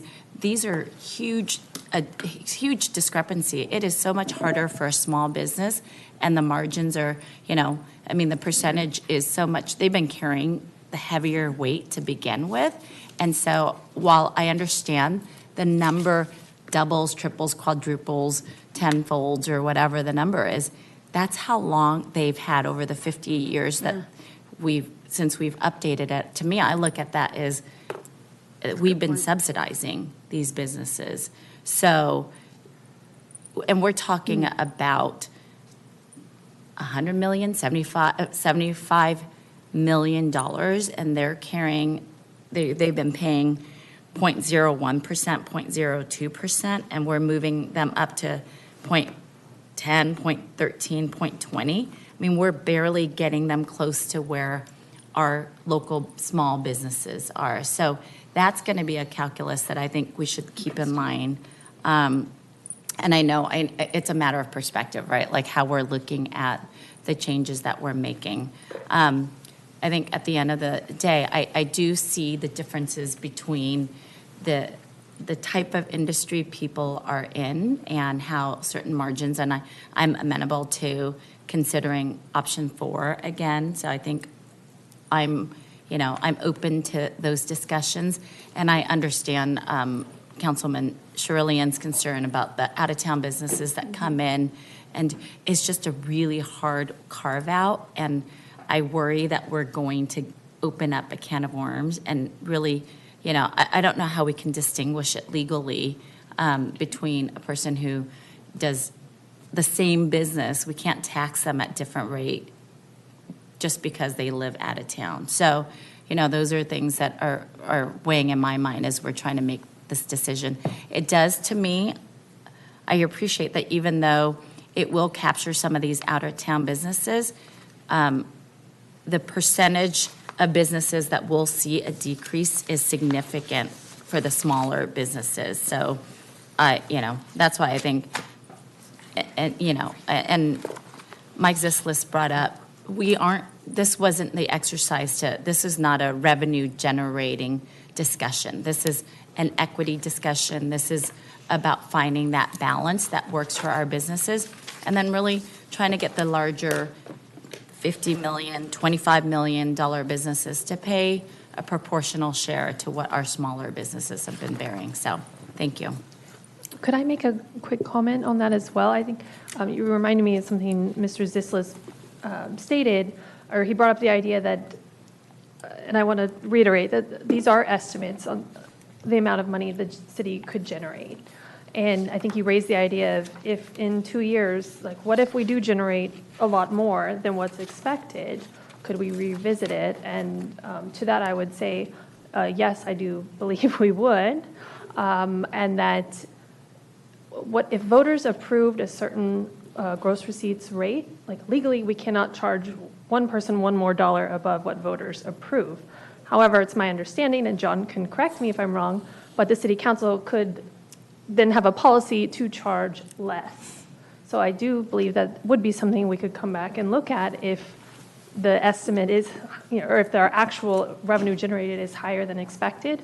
Because I do 100% agree with you that, at least from staff's perspective, this was never about a revenue generation measure. It was about bringing more fairness and equity to the tax structure, and again, simplifying the code, clarifying it, and modernizing it to today's best practices. And just to then confirm what Libby said, yes, the voter approval is the cap on what you may tax. City policy can always be to charge less. Thank you. Okay, so I'm going to take this turn. Boy, there's just a lot here. I also, too, I'll start with my conclusion is I'm favoring Model 4. Number one, while it doesn't produce the most money for the city, I don't think that's the point here. I think we're hearing it, that we have to modernize it. Although Mr. Burton did make a comment, what's wrong with what we were using 50 years ago? Our business is more complex, of course. But I'm also bothered on slide 7, polling question from Business License Tax Forum. So what was that Business Tax Forum? One second. Yeah, we were going to pull up Model 4 again as you were starting to talk about that, but we can get back to the, you said slide 7? Well, we can go back to 4 later. Okay. You're asking about what the business tax form was in April? Yeah, it says polling question from business, this one. Oh, yes. So in April, we had advertised alongside the Chamber of Commerce an open forum one afternoon here in the council chambers where we invited all businesses in the city to hear about what we had been working on, hear about the goals and the different models. We presented models 1 through 4. Our consultants from HDL helped present the models, answered questions. So it was a community business forum to try to answer questions and get feedback through the process. And you don't have to say which ones, but what was the mix? I mean, if you were able to go through and say, so many were like this and so many were like that, and As to the businesses in attendance Yeah, in the that 48, day? because the 48 is a relatively the small number. respondents to the Yeah. survey, we'd have to pull up any demographics that we collected from that. But again, the people who took Was it the this same survey, 35 that Stefan talked about? Maybe. I would guess that it was a lot of businesses who were really active, engaged in the downtown and the North Business District, people who read the Chamber of Commerce emails that Jill puts out. So because the city pushed out information, the chamber, the Downtown Association pushed out the survey and asked people to review the information and weigh in. Okay. So I assume that there was some basic information provided, probably not quite as in much Yes, we detail as recorded the session, provided the recording, asked people to review it. There was also a PowerPoint of each of the models, and then we asked people to weigh in on the survey based on what they thought. Okay, because they're going to model, I mean, they like Model 4, right? Mm-hmm. In fact, almost the least amount of people, like Model 3, that we were kind of providing as guidance for the changes there. So, and that, as I said, I think a lot of the respondents were probably those actively engaged in the business community, which does include a lot of the retail and restaurant, brick and mortar businesses. Sure. Okay. In the city. And then the initial ballot test language, which was on slide 5 of the True North.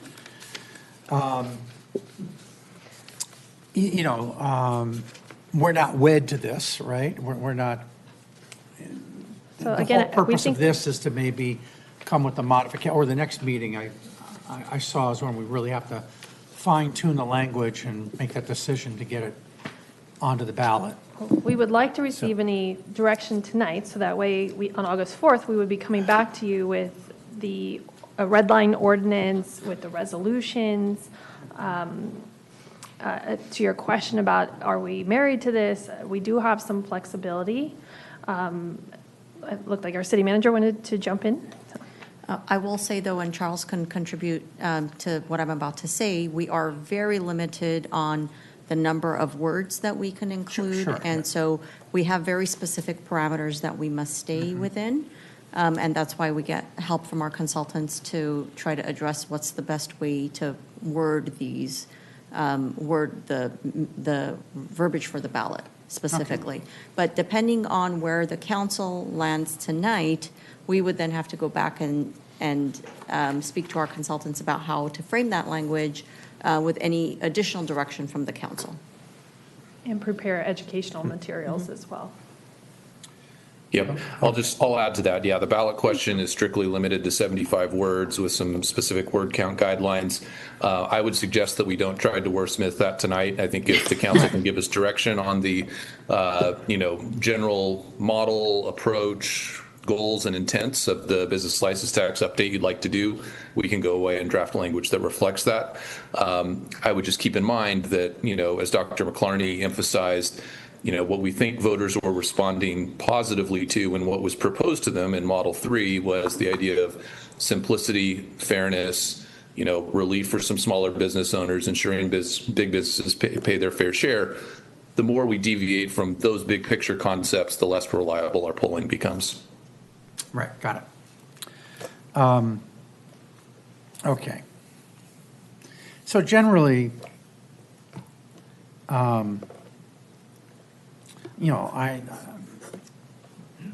look at the collective value and contributions of businesses to Manhattan Beach.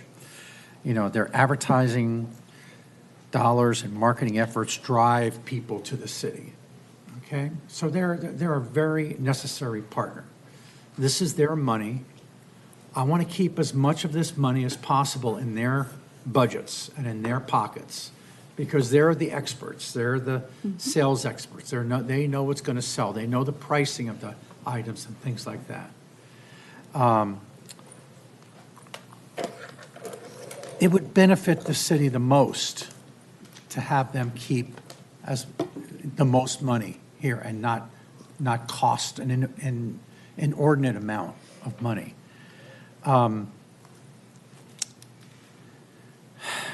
Let's see.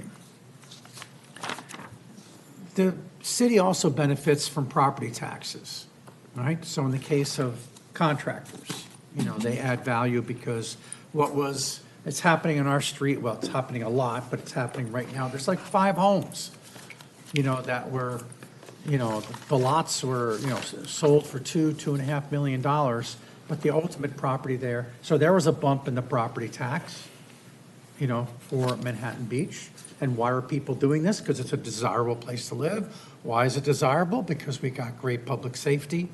We're safe, we're clean. People want to come here, okay? These people that come here feed our parking meters. They feed, they get citations, sadly. But still, it's driving so much other revenue sources than just this. I'm trying to justify why this amount doesn't have to be a lot, an additional burden on these businesses. Figuring out which ones have to, or should pay and watching out for the double charging, the leases are called triple net lease, and so the owner of the building passes the property tax bill onto the tenant or their pro rata share. So, there's just a lot happening here, a lot of things moving back and forth that we want to make sure we don't make a mistake. So I would like to, of course, hear from my colleagues, but also just sort of push towards number 4 and give that direction based upon number 4 this evening. Thank you. Mm-hmm. Okay, let me see who's next. Okay, Councilmember Howorth. Oh, I'm next. Yeah. Well, I have sort of questionese, I don't know. On this initial ballot test, the slide that's up right now, I had asked a question earlier of our polling, our True North, and Charles is still on the phone, so we can confirm with him. But that paragraph that says by applying a 0.26% growth rate, if we were to go to Model 4, which I agree with the mayor, it's the one to me that kind of makes the most sense, and I think had the most buy-in, and still, that's really the main thing that would have to be changed, because it would still be simplifying the business license tax. It would still lower tax for the top paragraph, right? So first of all, that's the question is, and it's still I'm not saying, oh, it's really easy, it's just one paragraph. But, so Charles, if you could answer that, like if we were to agree, and I don't know that we will, and that's, if we don't come to an agreement, I appreciate why. But if we were, that's what you would need to really work on changing, correct? That paragraph, the ballot test paragraph language.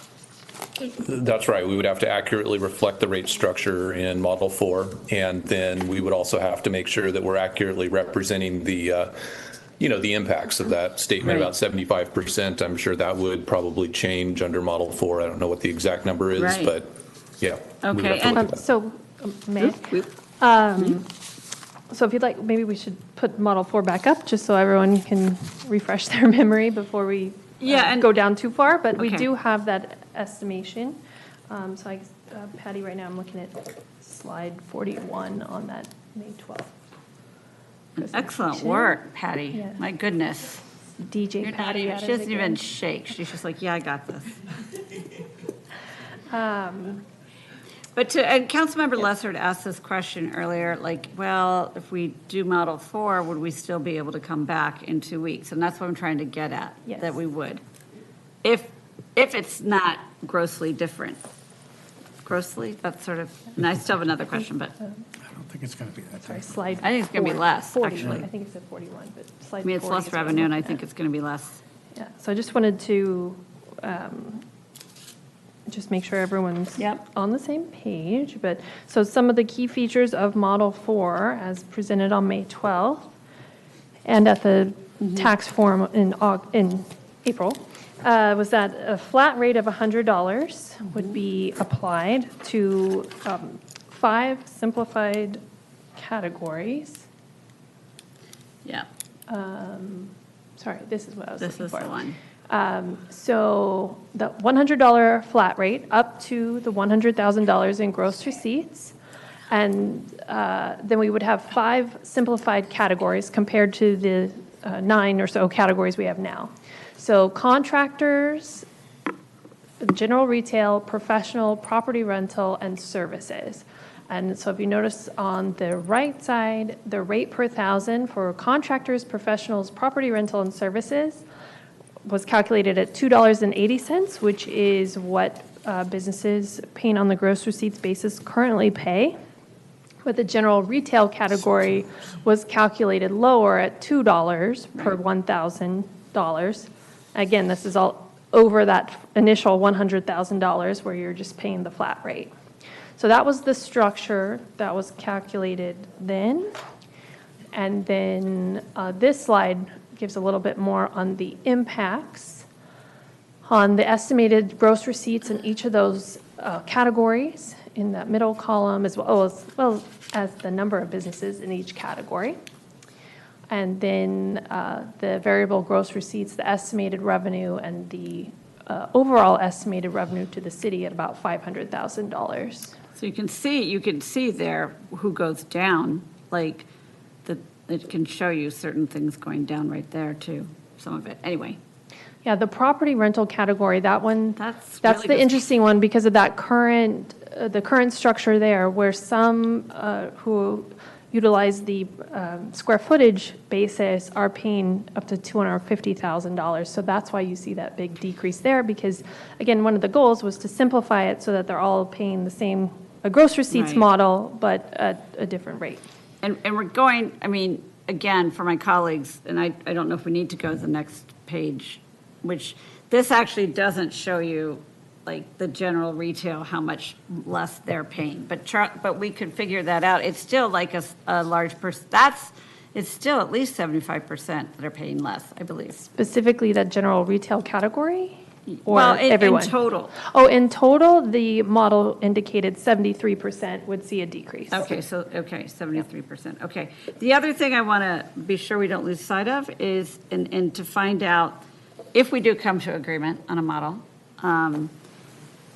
we also have to make a separate motion about the Realtor policy? That would have to be a separate thing. And I don't want us to lose sight of that because that was a carve out. That wasn't, so I would like to, if we're truing things up, we got to true things up. And that's not included in this increased revenue. And I'm not trying to make more revenue, but I do think it should be trued up, my own opinion. Bifurcated, but my own opinion.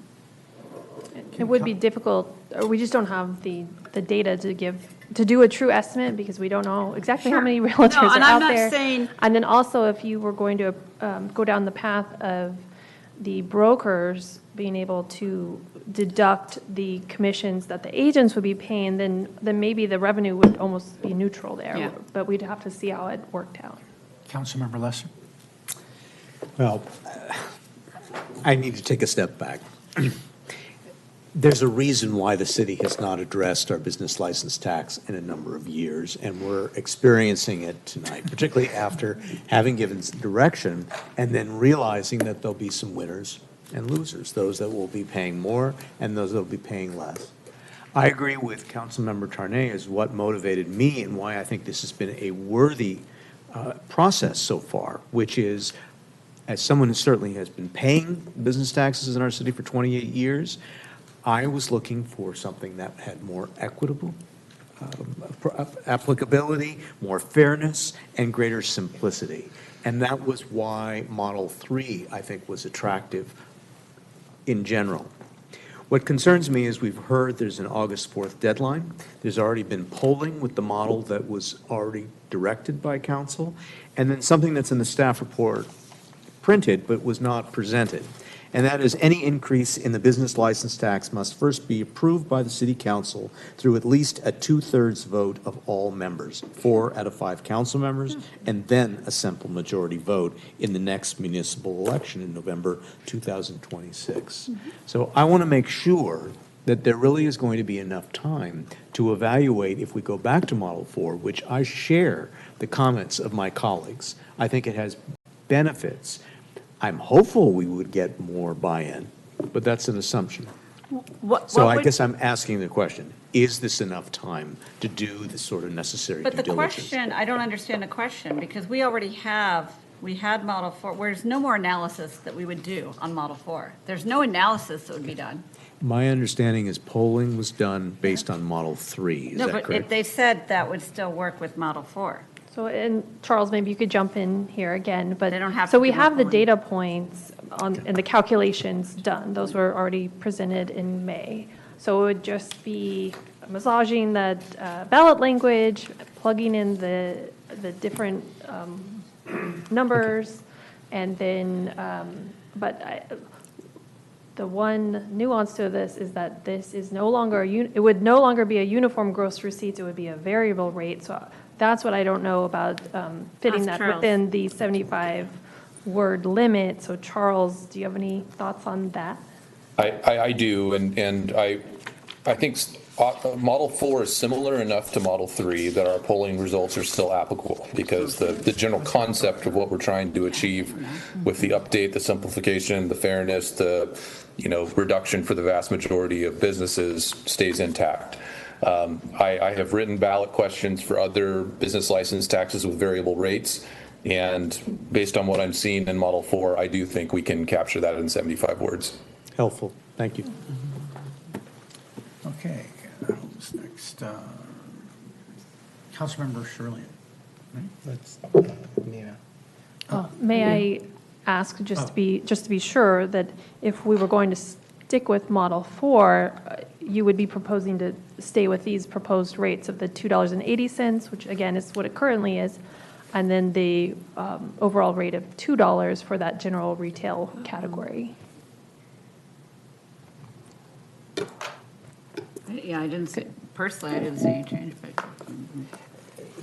Can I jump in? Do we know that this is an acceptable model for some of our community stakeholders? I mean, I want to listen to my colleagues who have been the council delegates to these groups, but I'm just wondering to what Pull extent up they've taken a position. The graph from the 48. business Slide license 7. tax. Yeah, so from, And you heard Mike Zissel say that number 4 was closest to, and.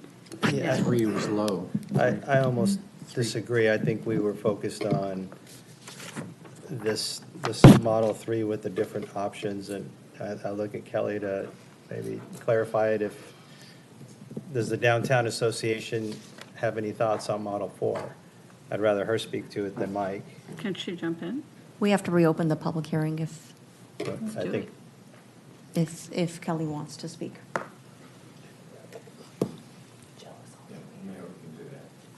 We'll have to. you want to just reopen. I It's up to reopen. you. You reopen public hearing and then. Okay, we reopen public hearing? Kelly, do you want to speak? All on you. Yeah. I hope you feel special, Kelly. I had a snack at the break. Can you repeat the question? I get, yeah, You. I'll repeat it, I guess. Seems like there's a pivot to option. Can you speak up? It seems like there's a pivot to option number 4. And I don't know how much feedback you've gotten on the different models, because I feel the emphasis as being the council delegate to you guys, from the feedback that I got from the last 2 meetings were on option 3. So do you have any, how would they take, now pivoting from option 3 without having a chance to vet it? One moment, please. I'm just pulling up Model 4, so I have it in front of me. Oh, can we put it up? Can we I have put it up? Yeah, I can have we- it in front of me, okay. Patty can do anything. Okay.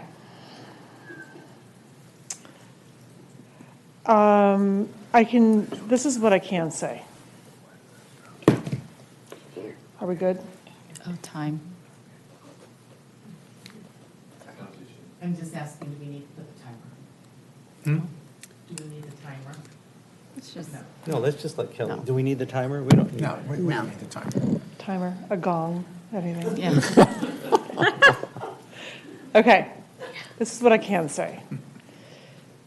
Originally, after the first business license forum that Libby, Emmy, and Jill did when we all came together, and initial conversations at that point, so that's a couple months ago, and each conversation has been said, we understand more and more, and we vet this.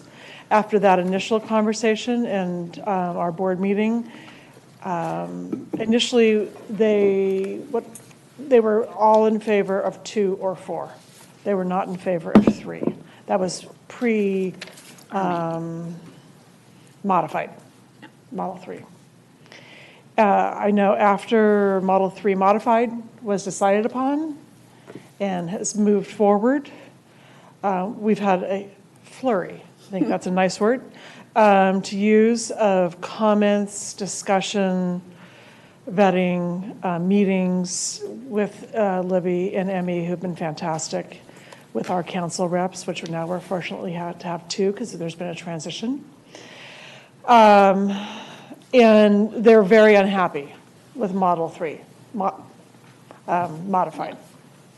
So I think going back to one of our initial reactions, which was Model 2 or not Model 4, and we're concentrating on Model 4 right now, I'm comfortable in saying that this would make many people very happy. If you look at the flat versus, the cap, I do think it's more equitable. Yes. That's on the fly. Is there anything else you would like to ask me while I'm up here? I do think, and I know just some texts that I've been receiving tonight for the last several hours, people were excited to see Model 4 come back as an option. And I know it's difficult for all of us to wrap our heads around that and calculate all the numbers, quickly.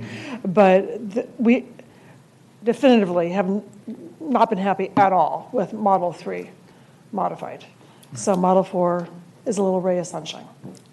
Okay, great, thank you so much. Okay. And since you reopened it, should we have Jill speak? Yeah, anybody else? And then online too? Thank you. Good evening, Council. Jill Lampkin, Chamber of Commerce.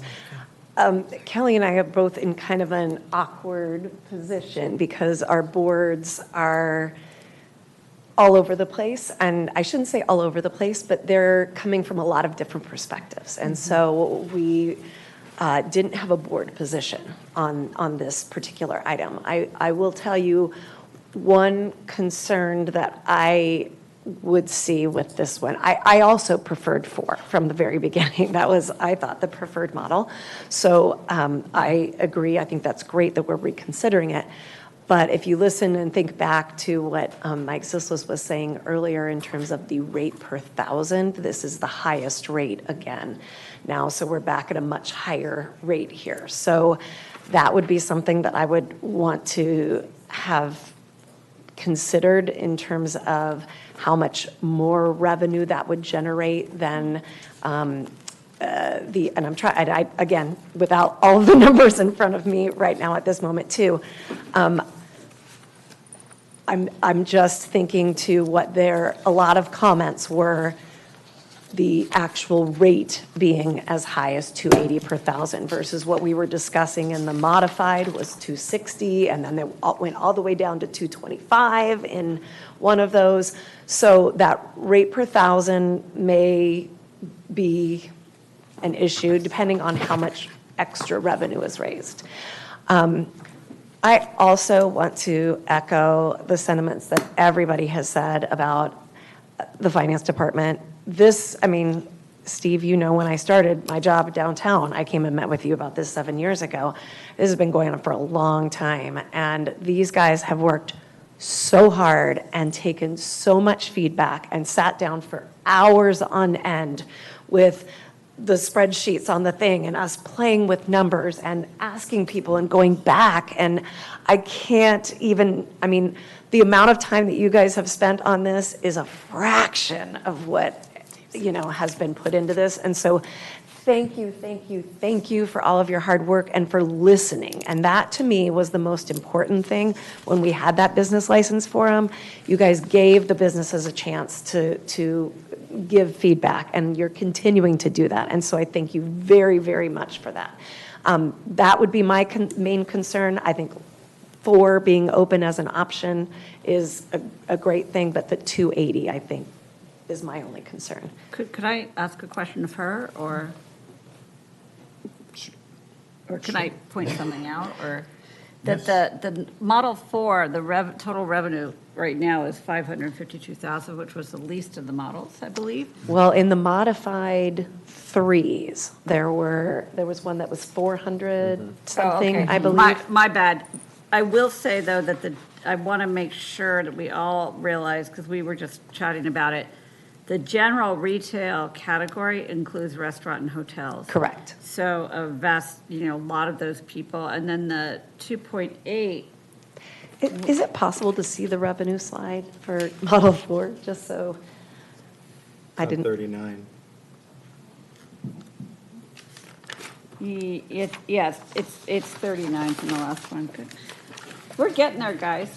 And then the 2.8. Is the comparison graph, do we have that one? No, because we took it off on the comparison graph, so we All don't right. have that. Okay. Yeah. But it was 4 point something. The modified? Model 3 modified was I the got it. lowest one, It's right? 443. Okay, sorry. 43. Sorry that I misrepresented. Okay, so, so that is what that would be something when Mike said, have a target, right? If there's something that you're going for, and if there would be a way to reduce that amount of revenue, that taxable rate, so that, and still make some revenue, but you're not making maybe as much revenue, I think that's a fair way to kind of look at that. Does that help at all? I feel like there was a lot of words in there. Yep. Thanks, you guys. I know it's hard. Patty, can you check to see if there's anybody on Zoom for this Yeah. public hearing? I was going to say, I have a raised hand from Michael Zislis, but he did already speak on the item. But is this a reopening? Well, the mayor has flexibility. I mean, Yeah. it's a departure from our practice, but this is 2 things about this. Number one, this is not a public hearing. This is just a general, a regular business item. So you have greater flexibility with respect to due process. And 2, the second part, which I did not mention earlier when Steve asked the question, Councilmember Sherillian, it's not just the fact that you can act on tax measures. All you're acting on is placing something on the ballot for people to decide. So you're just presenting that to the voters. And so to answer the first question, yes, you can allow them to speak. Okay. Please. Council members, mayor. So I'm looking at a different chart that was forwarded to me by Kelly Stroman tonight. It's a report, May 12th, 2026, page 41. It's called Analysis of the 20 Model 4 Business License Tax Structure. And it shows that at the $100 rate for the first licenses, it's 0.10%. Then it goes to 0.18, 0.19, then 0.20, all the way down back to the wealthiest amongst us paying only 10.10, which is 1%.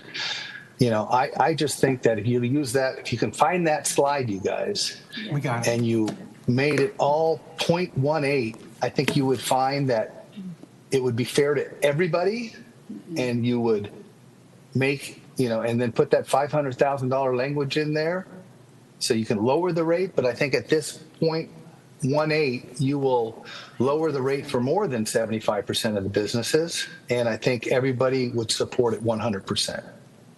And I don't know what the chart is that Libby was showing, that it was like 0.29, and then 0.20 for retail. I think this is the chart I really think is the most just and equality. If I may jump in, so I think we were, depending on where we were at in this discussion, we were either looking at this slide, number 40 from May 12th, which was for the other categories of contractors and professionals and and others, so that's where that 0.29 percentage of gross receipts is. But the following one. slide, the general and retail category, that's where you're seeing that 0.2%.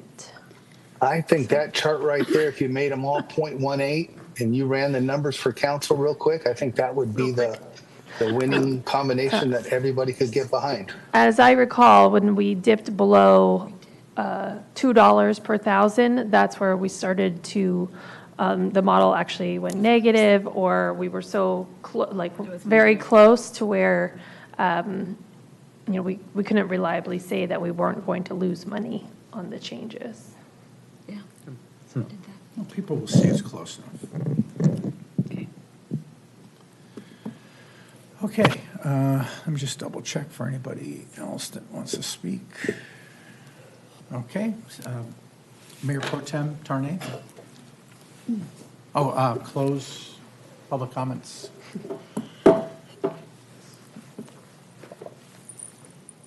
Thank you, Mr. Mayor. Okay, so based on everything that I'm hearing, I'm just trying to move things along.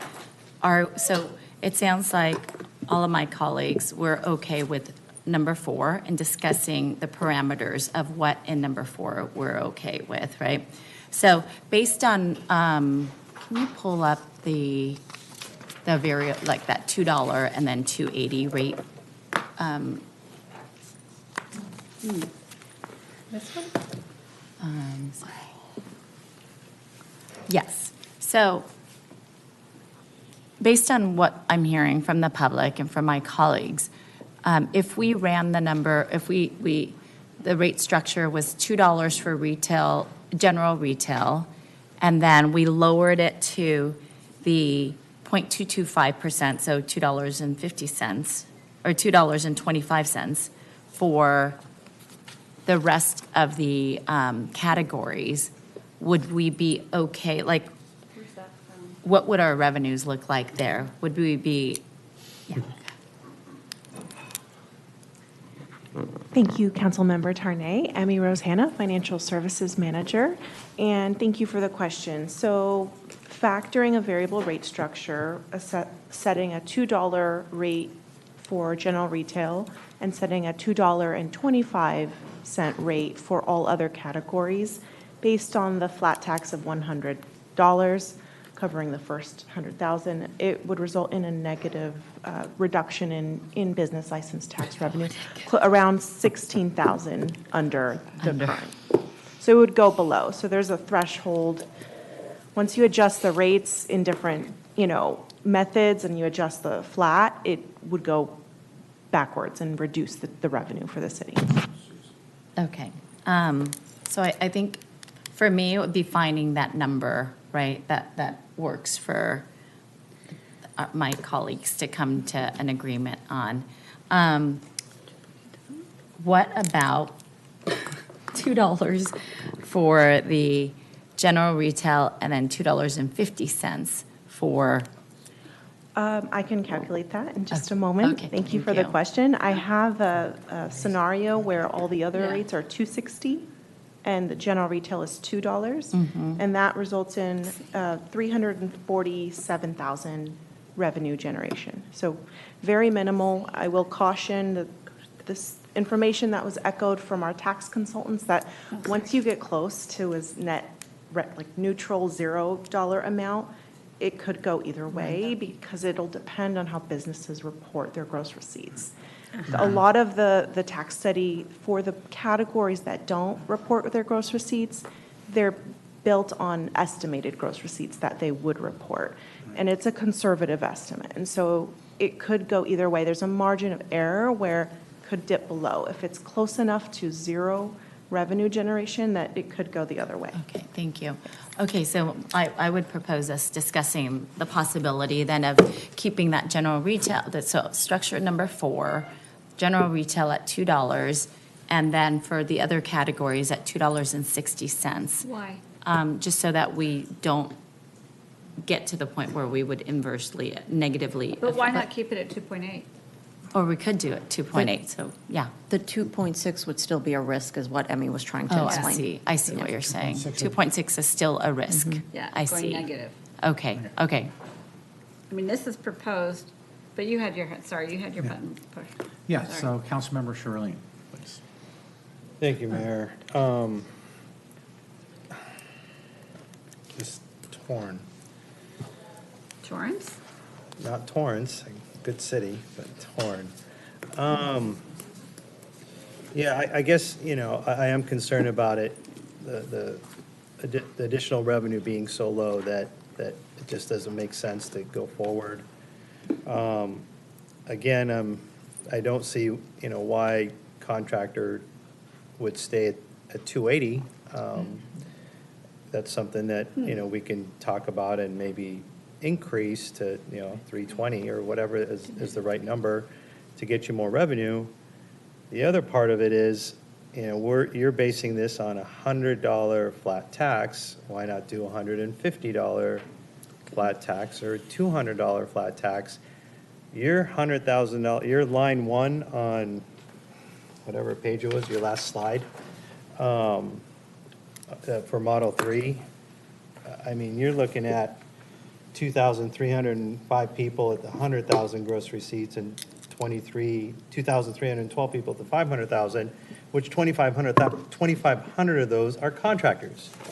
So why are we starting, if the mom and pops get a business license, instead of paying $337 that made $100,000 and pay $200,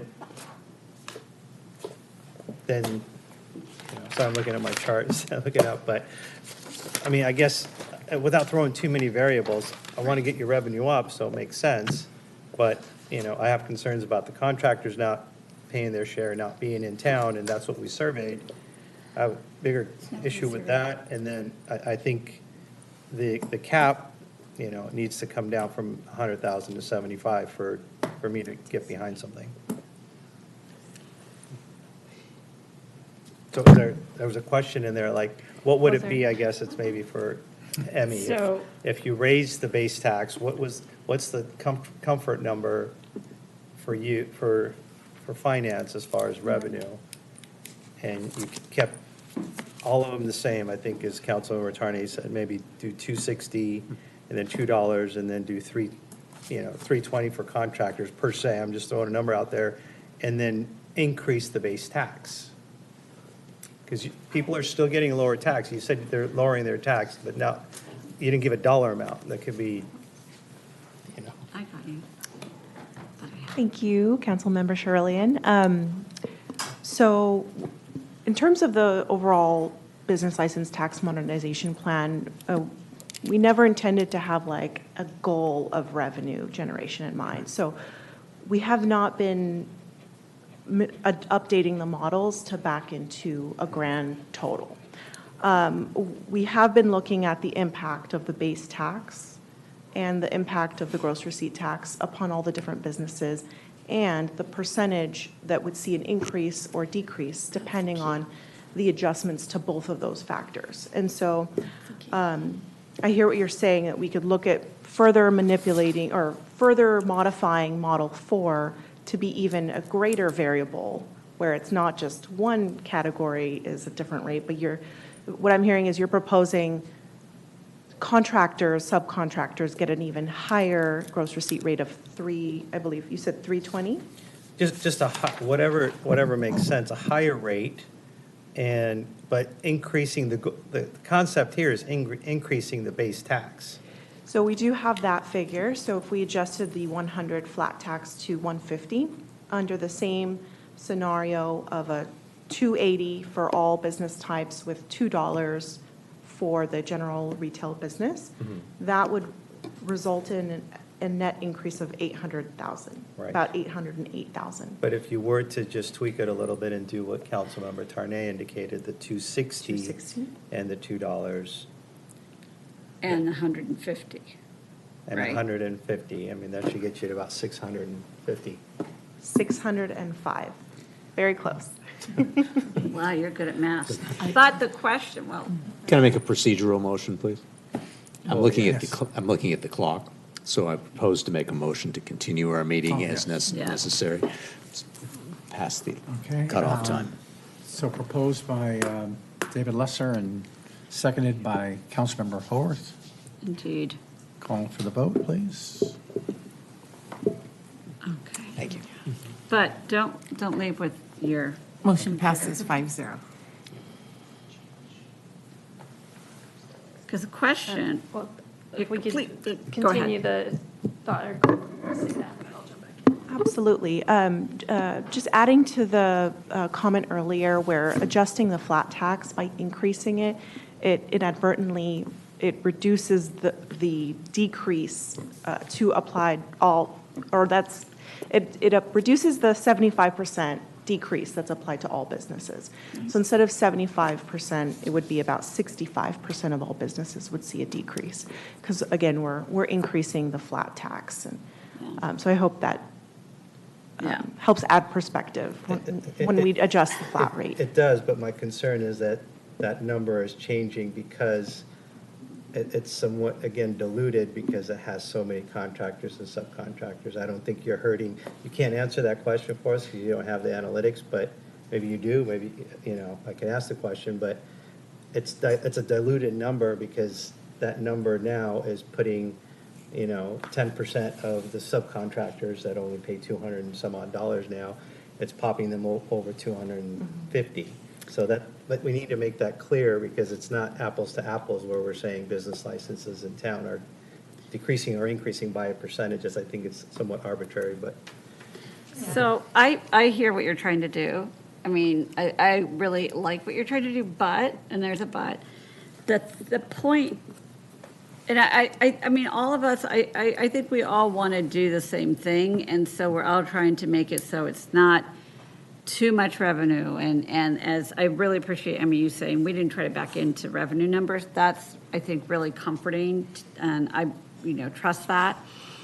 But I think that the numbers were calculated, or the rate per thousand was calculated in such a way to reduce for a number of businesses, and when the thing that we're missing, or not missing, but when you combine that with the polling, right, what was appealing to people is there's more equity. So all the numbers, like anything that you're proposing, or, there's more equity, but it reduces it it's a number of percentage point of businesses that it reduces it for.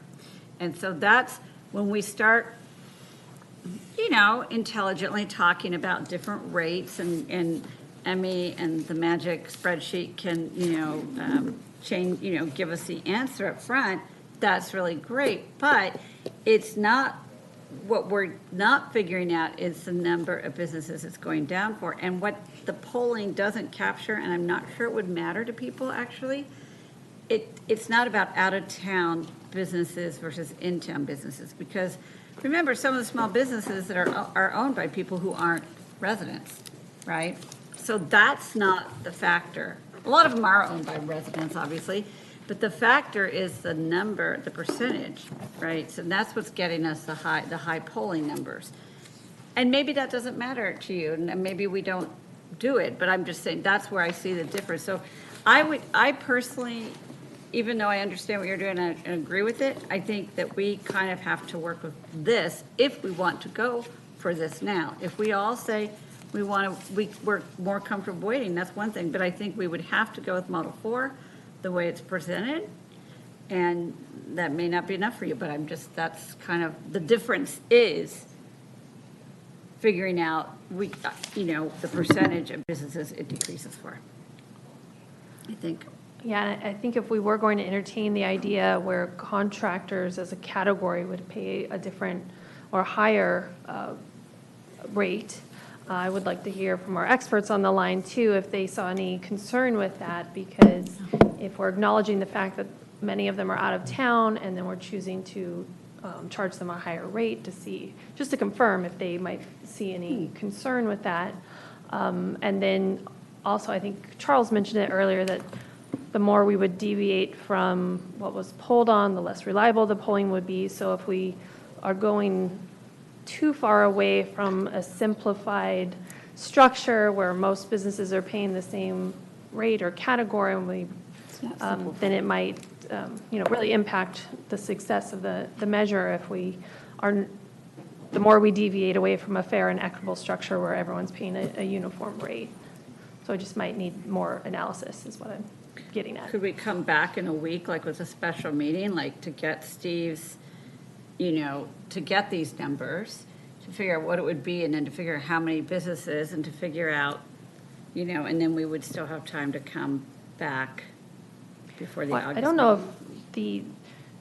if the model is what it is. Yeah. So if it's, portraying that 65% of businesses at what was stated a few minutes ago with the $150 base tax, the $260 for most categories, the $2 per thousand for the general retail, if that's indicating 65%, then that would be the best estimate we could do at this time. That's still 65% of the business is about going down. It's 2/3. lowering a tax of 2.6 for some. Yes, Mayor Pro Tem Tarnay. Okay, thank you. So I think all these discussions lead me to the same kind of conclusion, which is the Model 4, which was that $2, and then and I'm okay. I'm open to 260 or 280. I'm leaning towards 280. My one thing that Councilmember Cerulean brought up is the cap. So I just have a question for you to try to get us all on the same page, Councilmember Cerulean, because you want the cap to be at $75,000. That goes up to what I see is you can make up to roughly a little bit under $30 million and get to that $75,000 amount. There are only 12 businesses, maybe 13, that go beyond that. And even at those rates, they're paying a disproportionately lower rate still than what our small businesses are. So as far as equity, I'm like trying to figure out, I know that you're trying to protect local small businesses, but that's not what those categories are. Those are the big businesses. And so that's why I think we have two different segments that we're discussing here. One is what that whether it's $2.60 or $2.80. I think most of us have agreed, or it sounds like, on the $2 for the retail businesses. But to get us to the cap, I really, would like for you to just articulate and consider keeping the cap at 100,000, because I don't see us protecting small businesses by reducing that cap to 75,000. I get it, and thanks for allowing me to answer. Yeah, it is about 10 businesses. I guess, we're lowering this for the majority of the businesses in town. I think through our dialogue, it's important for just even general optics to be able to see that, we had a dialogue and we lowered the cap. I think that's important. It's a little something, for the bigger businesses. And I'm all about protecting the small businesses. It looks like we're going to protect all the contractors as well. But I'm just concerned about just because the businesses that you just mentioned, and if they have multiple businesses, their business license is going to go from $12,000 to $75,000, which is 6 times. Yeah, but they're making $40 million, $30 million. I understand. Yeah. Money's money. I Yeah, understand. no, but I'm saying that's proportional percentage. See, that's the perception I see is like, as a small business owner, I'm looking at it saying, why are you taxing me at a way higher rate? So even with the cap, they're still paying less than what a small business person is paying. So, that's the consideration I'm having. And have we heard from any of those, $35 million, $40 million plus businesses? I have not. I believe the Chamber of Commerce has, but when Jill tried to connect me via email, I never heard anything back to have a personal discussion. Yeah, so, for me, I'm more interested in protecting our small local businesses, the brick and mortars who, at the end of the day, the revenues that come from this, and we're not trying to increase it, but it's everyone paying their fair share of what it costs to do business in our town, right? And that's the crux of why do we even charge a business license tax? It's so that we can pay for services, right? And so I don't think a small business should have to pay more than a big business Percentage-wise. has to pay to do for the same type of services. So to me, the equity part seems really off when we're talking about paying for services, because they're getting the same exact services. So that's, my 2 cents there. Okay, and to bring it to a close, Councilmember. I don't think that's not me. No, and just again, reiterate, I'm all for the small businesses. I would advocate for them, not a problem. But again, it's just lowering it a little bit for the big guys to make it, make the measure, even though we're increasing it. I mean, we're talking about like very small number, but it's just, again, the optics that we had this dialogue and, we did something for them. Yeah, but I mean, sorry if I can answer that. I mean, we haven't heard from them, so we're actually not doing something that they've asked for. Have they asked for it? And so, I'm just saying we should consider that, because we've had all these opportunities for businesses to come and discuss. And so our job, I think, is not to subsidize the larger businesses, but listen to the businesses that have shown up, that have weighed in and have really been involved in trying to get us to a structure that really works for everybody. And so my position is still, we should focus on the small businesses, and any breaks that we give, I'd rather give the breaks to the small businesses. So, Since I'm still speaking, I want to say that I too would like to support the small businesses and give them the breaks. But since we're putting a ballot measure that increases the business license tax for a small group of people, that we show a small reduction in the cap. That's In all I order ask. to pass it. Yeah. Due to the 75 word limit, the language used is that the cap is raised, but it does not provide a specific number in the ballot measure language, if that helps. so we can still talk about it. Councilmember Lesser? My challenge, as we get closer and closer to August 4th, is I still haven't seen exactly what version of Model 4 we might land on and what sort of revenue implications that would have. We'll study that in a moment. I also really do want to make sure we are in the pocket of what was polled, so that we can still use the arguments that suggested the high favorability that is a sort of assumption that we're relying on here. And then finally, there's no guarantee that some of the members of the community that we're seeking to take on this added work for will be supportive.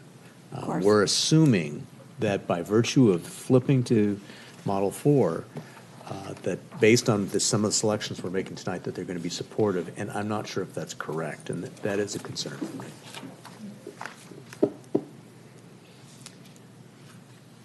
No, you wanted to bring it home. Councilmember Howorth? Thank you, Mr. Mayor. And I know, I think this is worthy of all this discussion. I know it's a lot, right? And I know we're all trying to do something here, like we're trying to true up or, modernize something. We're trying to be responsive to the business community. We're trying to be responsive to each other. I mean, in some way, we are constituents of each other, right? Like, we're trying to respect, the concerns that each of us have. And so I really appreciate my colleagues' patience and discussion. I think, though, that while I'm always happy to compromise and, work on different numbers. What my colleague, Councilmember Lesser, just said is why I don't think we should go tweaking Model 4, because we do see we know what Model 4 is now.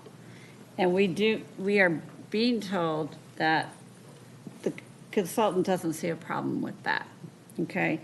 There's that piece of it. To my colleague, Councilmember Sherillian,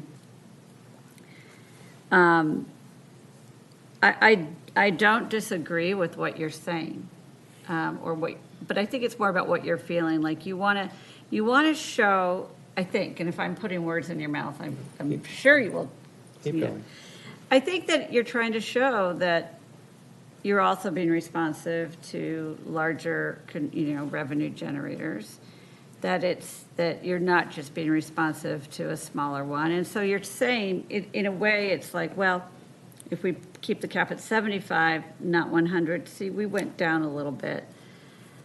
So I get that, but the polling doesn't really even talk about the amount of the cap, and so I don't think that's what we need to worry about. And I don't think for 25,000, they're gonna go against us, whereas they might go against us already, the bigger ones. To my colleague, again, Councilmember Lesser, we do know that a lot more people in the community are gonna support Model 4. And I think there are some that we won't appease with anything, right? And what I would suggest we also consider before we bring this all home, so there's going to have to be some sort of campaign. And I will tell you, I did work on Measure MMB, but it's really going to be an awareness campaign that the city is only able to put out information that's purely factual and educational. The city cannot spend money on campaign activities. But the city can meet with business owners and help them understand what their, onus would be. And a lot of people who have come in to talk and figure out have been surprised that their rate's not going up, and in fact, it's going down or whatnot. So I think if we're not ready, we're not ready. But I don't think my personal opinion is we don't tweak the model, but if I can be outvoted, so that's that. Anyone? Can I jump in there? Can we take this in segments and see what we can get to? So based on the Model 4 as shown, as analyzed, that $2.80 and then the $2 rate for everyone else after the 100 flat rate of up to 100,000 gross receipts. Do my council colleagues have an issue with that? Say it again, please. Just as presented, that Model 4 with those variable rates, just as presented. Can we get there?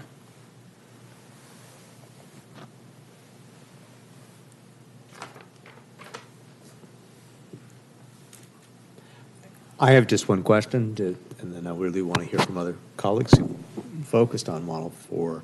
I want to make sure can you go back to the prior page from the May 12th council meeting, just to make sure we're clear on the numbers, the revenue that this would generate, so we're understanding that this. Okay. This slide? Yes. And then there was a comparison of how these models stacked up, because some have alleged that we're doing this because we're doing a money grab, but in fact, again, I stand by what I said when I heard Mayor Pro Tem Tarnay talk about, this was about fairness. This was about getting greater simplicity. I want to make sure we're doing that for the additional revenue, which is not as great as the Model 3 that we began the evening discussing. So I'll make sure that we're still looking at this is the revenue that it would generate. Okay, it's 34, it's slide, like, number 3, yeah, there you go. Are you looking for this slide, maybe? Yeah. Is this still an accurate reflection based on what has don't just been change it. proposed by Mayor Pro Tem Tarnay, who I appreciate trying to break out whether there's a consensus to move forward with Model 4? Yes, so from this version, Model 3, we had modified. So instead of almost 1.2 million in revenue, we had reduced the gross receipts rate to $2.60 per thousand. And so that's what reduced that estimated revenue down to 800,000 for the city. And that's how we landed and pulled on that. Okay. So That's helpful for me. Thank you.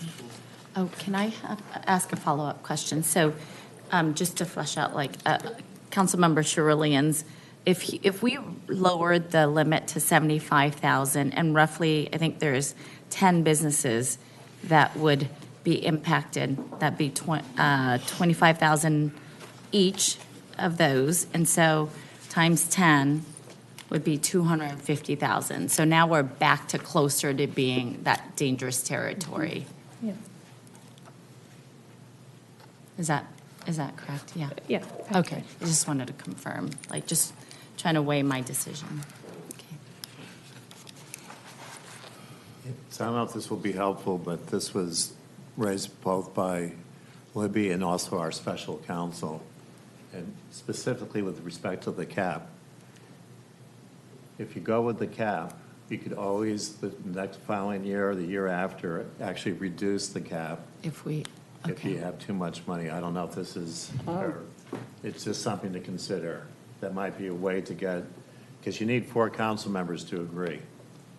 So if that is helpful, that can be done after the election. So we can agree to maybe keeping the cap at 100,000, then all agree that we'll reconsider in 2 years as part of our consideration? Yes. So some history, if you remember the TOT, there was discussions on where to go from 12 to 14. I think it was at 10 at the time. Correct, yeah. And so it was graduated, but you had the cap at 14 that gave the council discretion later on to reduce it. And so it's a similar concept. You get the voters to set the cap, and then later on you can examine the results in subsequent years. So that's a possibility. It's totally up to you. Okay. And then these would kick in for the next business license tax year? Yes. So, okay, so we would know within 1 year what this revenue generated? Yes. Question about, so could we could do a motion on this, and we could also do a motion on the including realtors? Yeah, so we have to remember to do that if we want to, so But aren't realtors included already? we have to make a separate. Separate motion? They're included in the code already. It was council Not policy enforce. direction to not enforce it. Yeah. So we have to reverse that direction. Okay, somebody make a motion.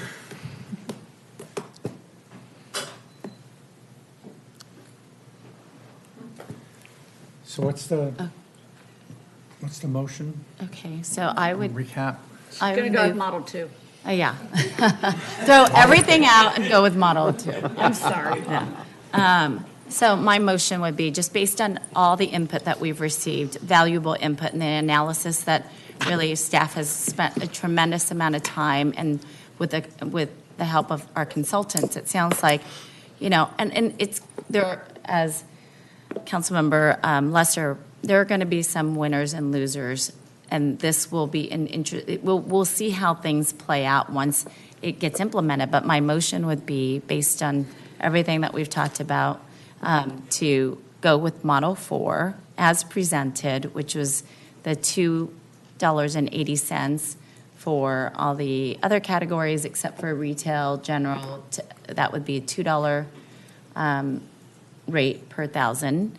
And I would keep the cap at 100,000, and then with the caveat that this all comes back to us within 2 years for us to reconsider. Lowering the cap. Lowering the cap, yeah.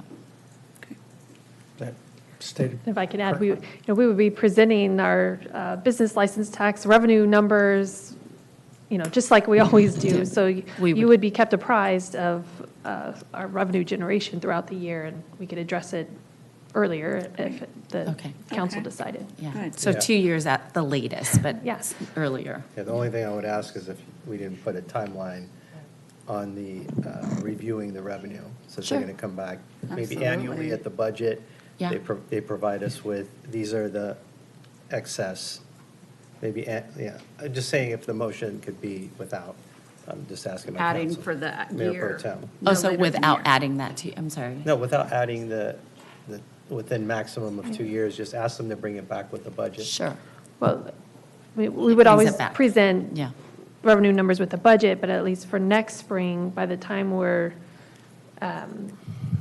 we wouldn't have a full Year. complete tax year by the time we're preparing and presenting the proposed budget in May. Maybe like the mid-year, whatever. Yeah, throughout the year, for sure, but So I you're just saying didn't not want waiting. people to think in May we would have all the numbers, because we wouldn't. A full year. Yeah.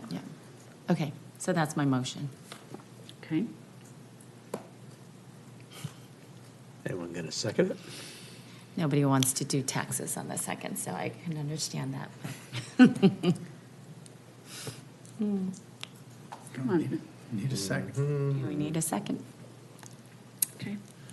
I'll take it. Okay, so we've got a motion by Mayor Pro Tem Tarnay and seconded by Councilmember Howorth, as stated. Call for the vote. And it would be to bring it forward on the 3rd. August 4th. 4th, excuse me. City council meeting On the 4th. with the Thank you. I'm sorry. appropriate resolutions and red line Not ordinance. there yet. They haven't given it to us. Yes, can I also add, I just wanted to make sure that it's clear that we are doing this so that it gets presented to the voters. So this is something that we are not making a decision on, but based on everything that's been presented to us, I, just want to make it clear that my motion is so that the public gets to consider and make the final decision. I would say the same.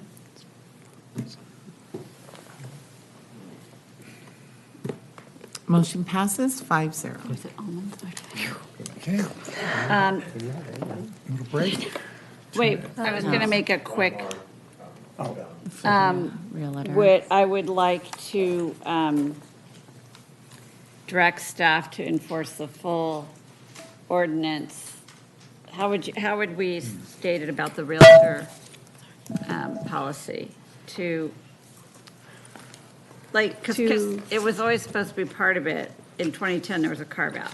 Or not a carve-out, but that we said don't enforce that policy. So I would like to make a motion to directing staff to enforce the policy as written with regards to realtors. Enforce the ordinance, Yeah. sure, yes. Enforce the ordinance, yeah. I have a question. Is that something that must be included in this document, in this direction tonight, or is that something where we can get some I don't think it further- has to be, but if there's something you Why don't we would like bring us to that back further then? That's what I was gonna research, suggest. we can include it in the August 4th That's what would be agenda my item. suggestion. Okay, I accept that, because maybe everyone needs to think, and that's fine. And I then don't we wanna also, be a money grab. because there was that issue, and we didn't know if you wanted to further explore the application of the tax to the rental of single-family and other Right. residential properties.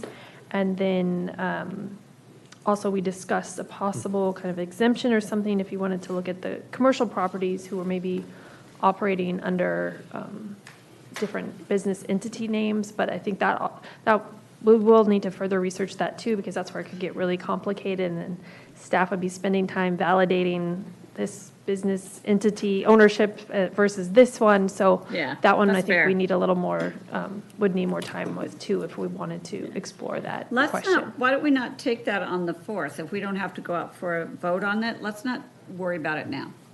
But let's, Yeah, You I'd know- love to get more information on Right, it. it It sounds sounds like like there's there's a lot more different information. categories that require Yeah. different information, so. Yeah, we'll bring back whatever information we can on August 4th. And to Mayor Pro Tem Tarnay's point, we're asking voters to weigh in on this on November if we wanted, but you have the discretion to have further council policies applying a reduction in any taxes, but again, we would never be able to exceed what the voters approve. Is that sufficient to, I'm sorry, I don't want to interrupt the mayor. Is that, Did you have anything else? One thing to add, thank you so much. So just to add to the real estate topic, so in the draft ordinance that's being prepared for the August 4th council meeting, there's draft language in there regarding maintaining the real estate brokers and agents provision of the tax, which is currently in our tax schedule. There's language in there that applies the exemption of funds held for third-party trust and escrow, but there is no current exemption to reduce the commissions from the broker to not factor the commissions paid out to the agent. So if that's a council policy that you would like to include that deduction to the brokers so that agents don't feel that they're being taxed on their commission and that the broker is being taxed on the same commission, then any direction regarding that topic would help us to iron out the language in the draft ordinance that's being presented for the August 4th council meeting. So hope that kind of. Or we can, we'll be presenting a red line version of the ordinance on August 4th. And, you could direct changes at that time on August 4th too. Do we have to do it on August 4th? Because this isn't for the ballot, is it? Well, yes. Oh, it would be, The okay, sorry. ordinance Okay. Would be, Bring that back on August 4th. so, but. Okay. I guess I'm proposing we would bring the red line version of the ordinance on August 4th, give everyone time to think on it too, come up with additional questions, and those could be submitted to us via email in advance, so we can bring as much information back as we can on August 4th, but the city council would still have the opportunity to propose last changes to the ordinance on August 4th. The one observation I would make is I recall that debate back in 2010. It was quite robust. There were very strong opinions on this, and I would hate for this one issue to sink an overall policy objective, and that's why I'm being a little hesitant here. Sure. You mean when it filled up with the realtors, when the. With pitchforks and the equivalent of. Right. of- So that's why I'm Yes. asking, do we need, that doesn't have, the point about, could we wait on this till after all of this goes to the ballot? Because that's a policy by council, that's an ordinance by council. That doesn't have to go to the ballot. So we could. Correct. We don't have to discuss this we don't have to discuss this before going to the ballot. And I think you're right. So that's why I'm saying, let's not even deal with this now. That's because if it's just, talking about our ordinance, that's what I would say. So, And let me just clarify on that. So the first issue, there's three separate issues. So the first one, the realtors, that's already in the existing ordinance. That doesn't have to be changed at all. You could change it after the election. You could change it just like you did back in 2010. Right. The other two, I'm not sure, and that's where you'd have to get from special counsel, whether that is a significant change that needs to be decided by the voters. That's the concern. So So- let's on the figure out residential those two. property. The two other parts that are not in our existing code right now. Yeah. So bring those two back, and then we can deal with the ordinance at a different time. Because if the election, if this doesn't pass, then we won't be, it could affect whether we do that or not. So, but we should come back with those two pieces of information. Right, and I think the only thing I will add to this conversation, I apologize if I'm scaring you all by my head up on the monitor, is that whatever the voters approve needs to be the maximum amount that you would be able to impose, and so you can always adopt a policy to reduce it. But if you have the ordinance, for example, say the current policy, which is that we're allowing a write-off on some of it, and then you wanted to take away that policy and that could be considered an extension. And so the conservative thing would be to have the ordinance say the max amount that you could, but then, clarify via resolution, via motion, whatever, that you are not going to impose, you're going to continue council policy, which means that you are not going to impose that. And then you have plenty of time to do that. You don't have to do that between now and August 4th. Okay. Are we clear as mud? Yep. I was going to suggest. So we're finished, move on? Thank you. Could we actually, I know you want to take a break, but could we actually continue the next item? No, I'm fine.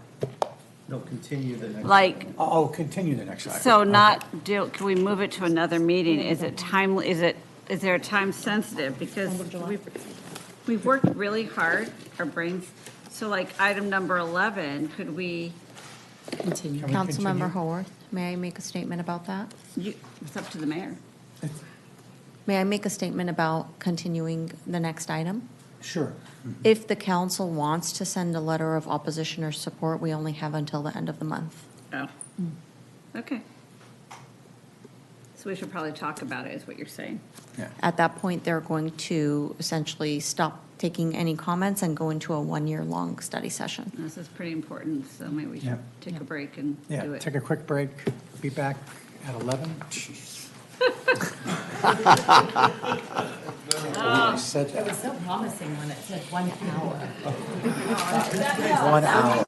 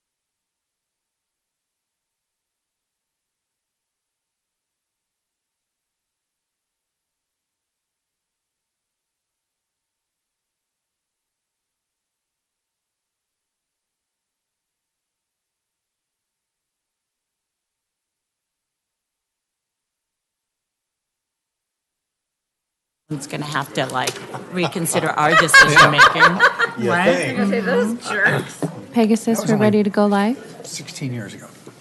Okay, Oh, thank you you. mean on the. Oh, yeah. So proceeding, we are going to item number 11, consideration of taking an official position on the National Park Service's Los Angeles Coastal Area Special Resource Study, and we have Community Development Director Al Kiri. Yeah, good evening, Mayor Franklin and members of the City Council. Masa Alkire, Community Development Director. Yes, this is the less weighty and hopefully quicker matter of does the city want to provide any additional comment beyond what we have already provided to the National Park Service on their coastal area special resource study. Jae-hee Yoon, Senior Planner, will be providing a quick presentation. Thank you. Good evening, Mr. Mayor, council members. I'm Jae-hee Yoon, Senior Planner, and the item before you is to consider taking an official position on the MPS Los Angeles Coastal Area Special Resource Study. As way of background, last month the council requested a future agenda item to consider whether to take an official position on the MPS's Los Angeles Coastal Area Special Resource Study. National Park Service is a bureau within the Department of Interior where they manage more than 400 park units, which comprise the national park system, to preserve natural and cultural resources. And prime examples in and around Los Angeles are the Santa Monica Mountains, Channel Islands, and Joshua Tree National Park, to name a few. The Special Resource Study was congressionally authorized and launched by MPS in February of this year to analyze whether to include the Los Angeles coastal area as highlighted in this map as a new unit as part of the National Park System. In order to be a new unit, the following 4 criteria must all be met. The first is that it must contain a natural or cultural resource that is of national significance. Second, suitability. It must be a resource that's not yet or comparably represented or protected. And number 3 is feasibility in terms of sufficient size and configuration, as well as being able to be managed at a reasonable cost. And lastly, it has to determine that direct MPS management is clearly better than other management approaches for that resource. Currently, the selection process is going through drafting the analysis based on information gathered through their civic engagement process from February to May, in which the city submitted comments in April. They're anticipated to complete their study and submit to the Secretary of Interior in early 2027, and then have it transmitted to Congress, who may or may not act on the recommended findings. And in order to become a new unit, we need to note that it can only be established by act of Congress or a presidential proclamation. If a unit is established, no land acquisition is anticipated unless it's authorized by Congress for willing sellers, and without any ownership changes, the existing regulations as well as the Coastal Act will remain the same. Broadly speaking, the advantage of becoming a new unit is greater opportunity for branding visibility, partnerships, educational programming, and the ability to tap into MPS funds and expertise. On the other hand, there would be much more coordination required to manage the resource, require more time with the added complexity, and there are limitations to MPS funds as well as staffing. As previously mentioned, the city submitted comments back in April, and we noted that MPS management isn't necessary at this time unless financial resources are available to support the city's effort with LA County and Coastal Commission. We also raised concerns that MPS's oversight may add an additional layer of bureaucracy for projects in the coastal zone, and requested an opportunity to review the preliminary findings prior to completing the study. And based on the 4 selection criteria, we do not see that inclusion as a new unit is foreseeable in the future for Manhattan Beach. As an alternative, MPS also administers various technical and financial assistance without becoming a unit. For example, the Land and Water Conservation Fund matches grants for local parks, which we received back in 1976 to further develop Hollywood Park. And the Rivers, Trails, and Conservation Assistance Program provides technical expertise such as planning and designing for conservation and recreation projects. In conclusion, as we already submitted comments in April, the council has two options. Number one is taking no further action if the council is satisfied with the comments already submitted, or option two, provide additional input and authorize the city manager to prepare those comments and submit them on behalf of the council before the end of July in order to be considered into the study. This concludes staff's presentation, and we're available for any questions you may have. Great, thank you. Council, any questions? Seeing none?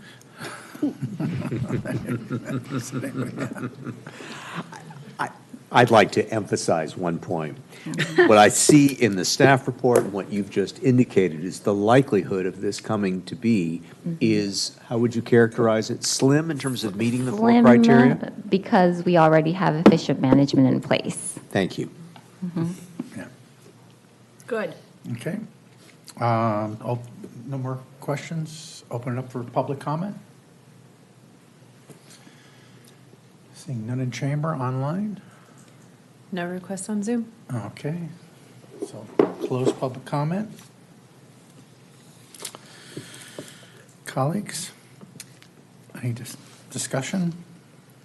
I mean, I think, I appreciate, I just think the only question is, do we want to amplify what staff has said, like, oppose this in any way, shape? I understand it's not likely, but I also really don't want to assume, because I just think it would add such a nightmare.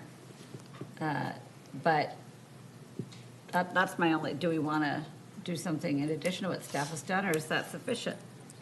Are people looking at me crazy?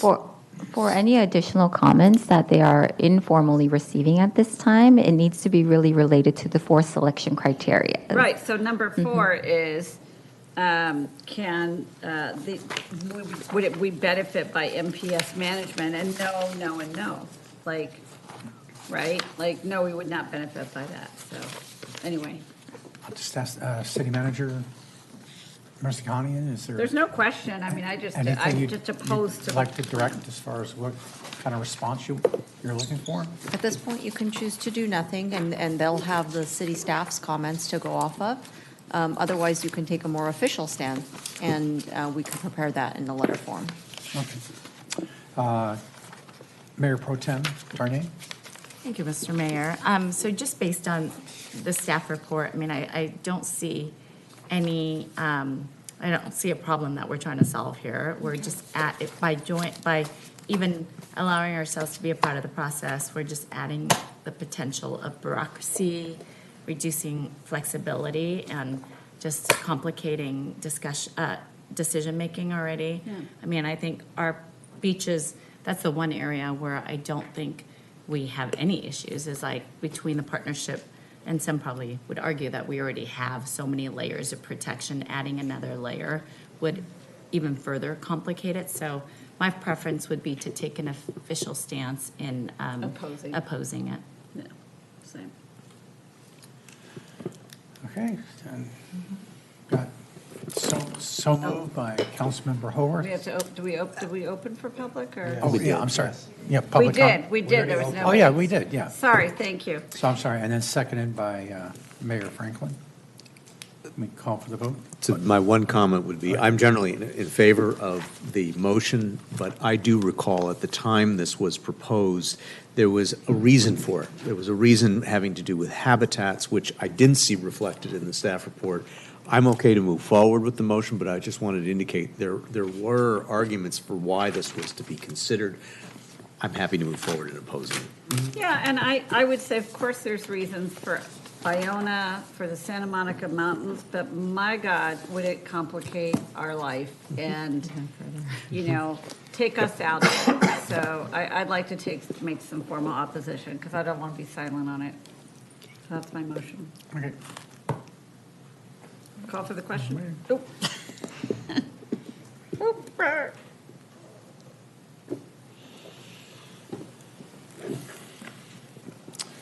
Motion passes 5-0. Okay. Item number 12, City Council, AB 1234 reports. None? Nope. Okay.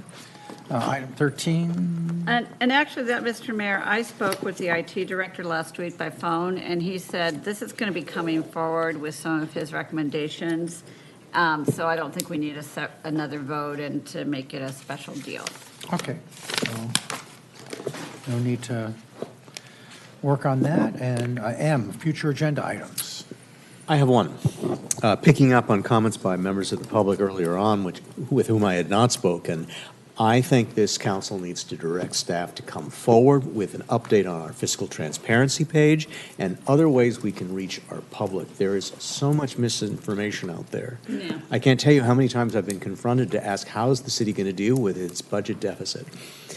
It's $10 million buffer. How did we get that far? Now, granted, it's an election year. This is the media, but I would like council direction that we take seriously the fact that there is an enormous amount of misinformation out there. There were suggestions on how we might engage with the public beyond just a website, but I think we start with the fiscal transparency slides. Oh. Okay. Yeah, first and a second But by, is it two separate things, though? Because there's the strong suggestion, but then there's also, how do we reach out to the community? That by Stefan, that was a different kind of thing. And I'm Yes and yes. interested in that, too. I'm Yes and interested in yes. that, too. Okay. I So welcome great. Yeah, so according to staff, they're taking this to the Finance Subcommittee anyway. I don't think we need to go through the three-vote process. The mayor can direct staff in accordance with your suggestion. okay. Will the mayor so do so? I so do so. But it's not, but again, should we have, I would like to have a report about communications and what are Yes. the metrics? So it's not about finance. This is about what are our goals for increasing engagement and are we doing, so I. Correct. Okay. Yeah, that will come back too. And so just to let you know, I also helped arrange with the city manager's help and consent a meeting with Russ Lesser and Tim Lilligren to discuss the finances and transparency, and I wanted to build on that to make it more public. So we've got some foundation.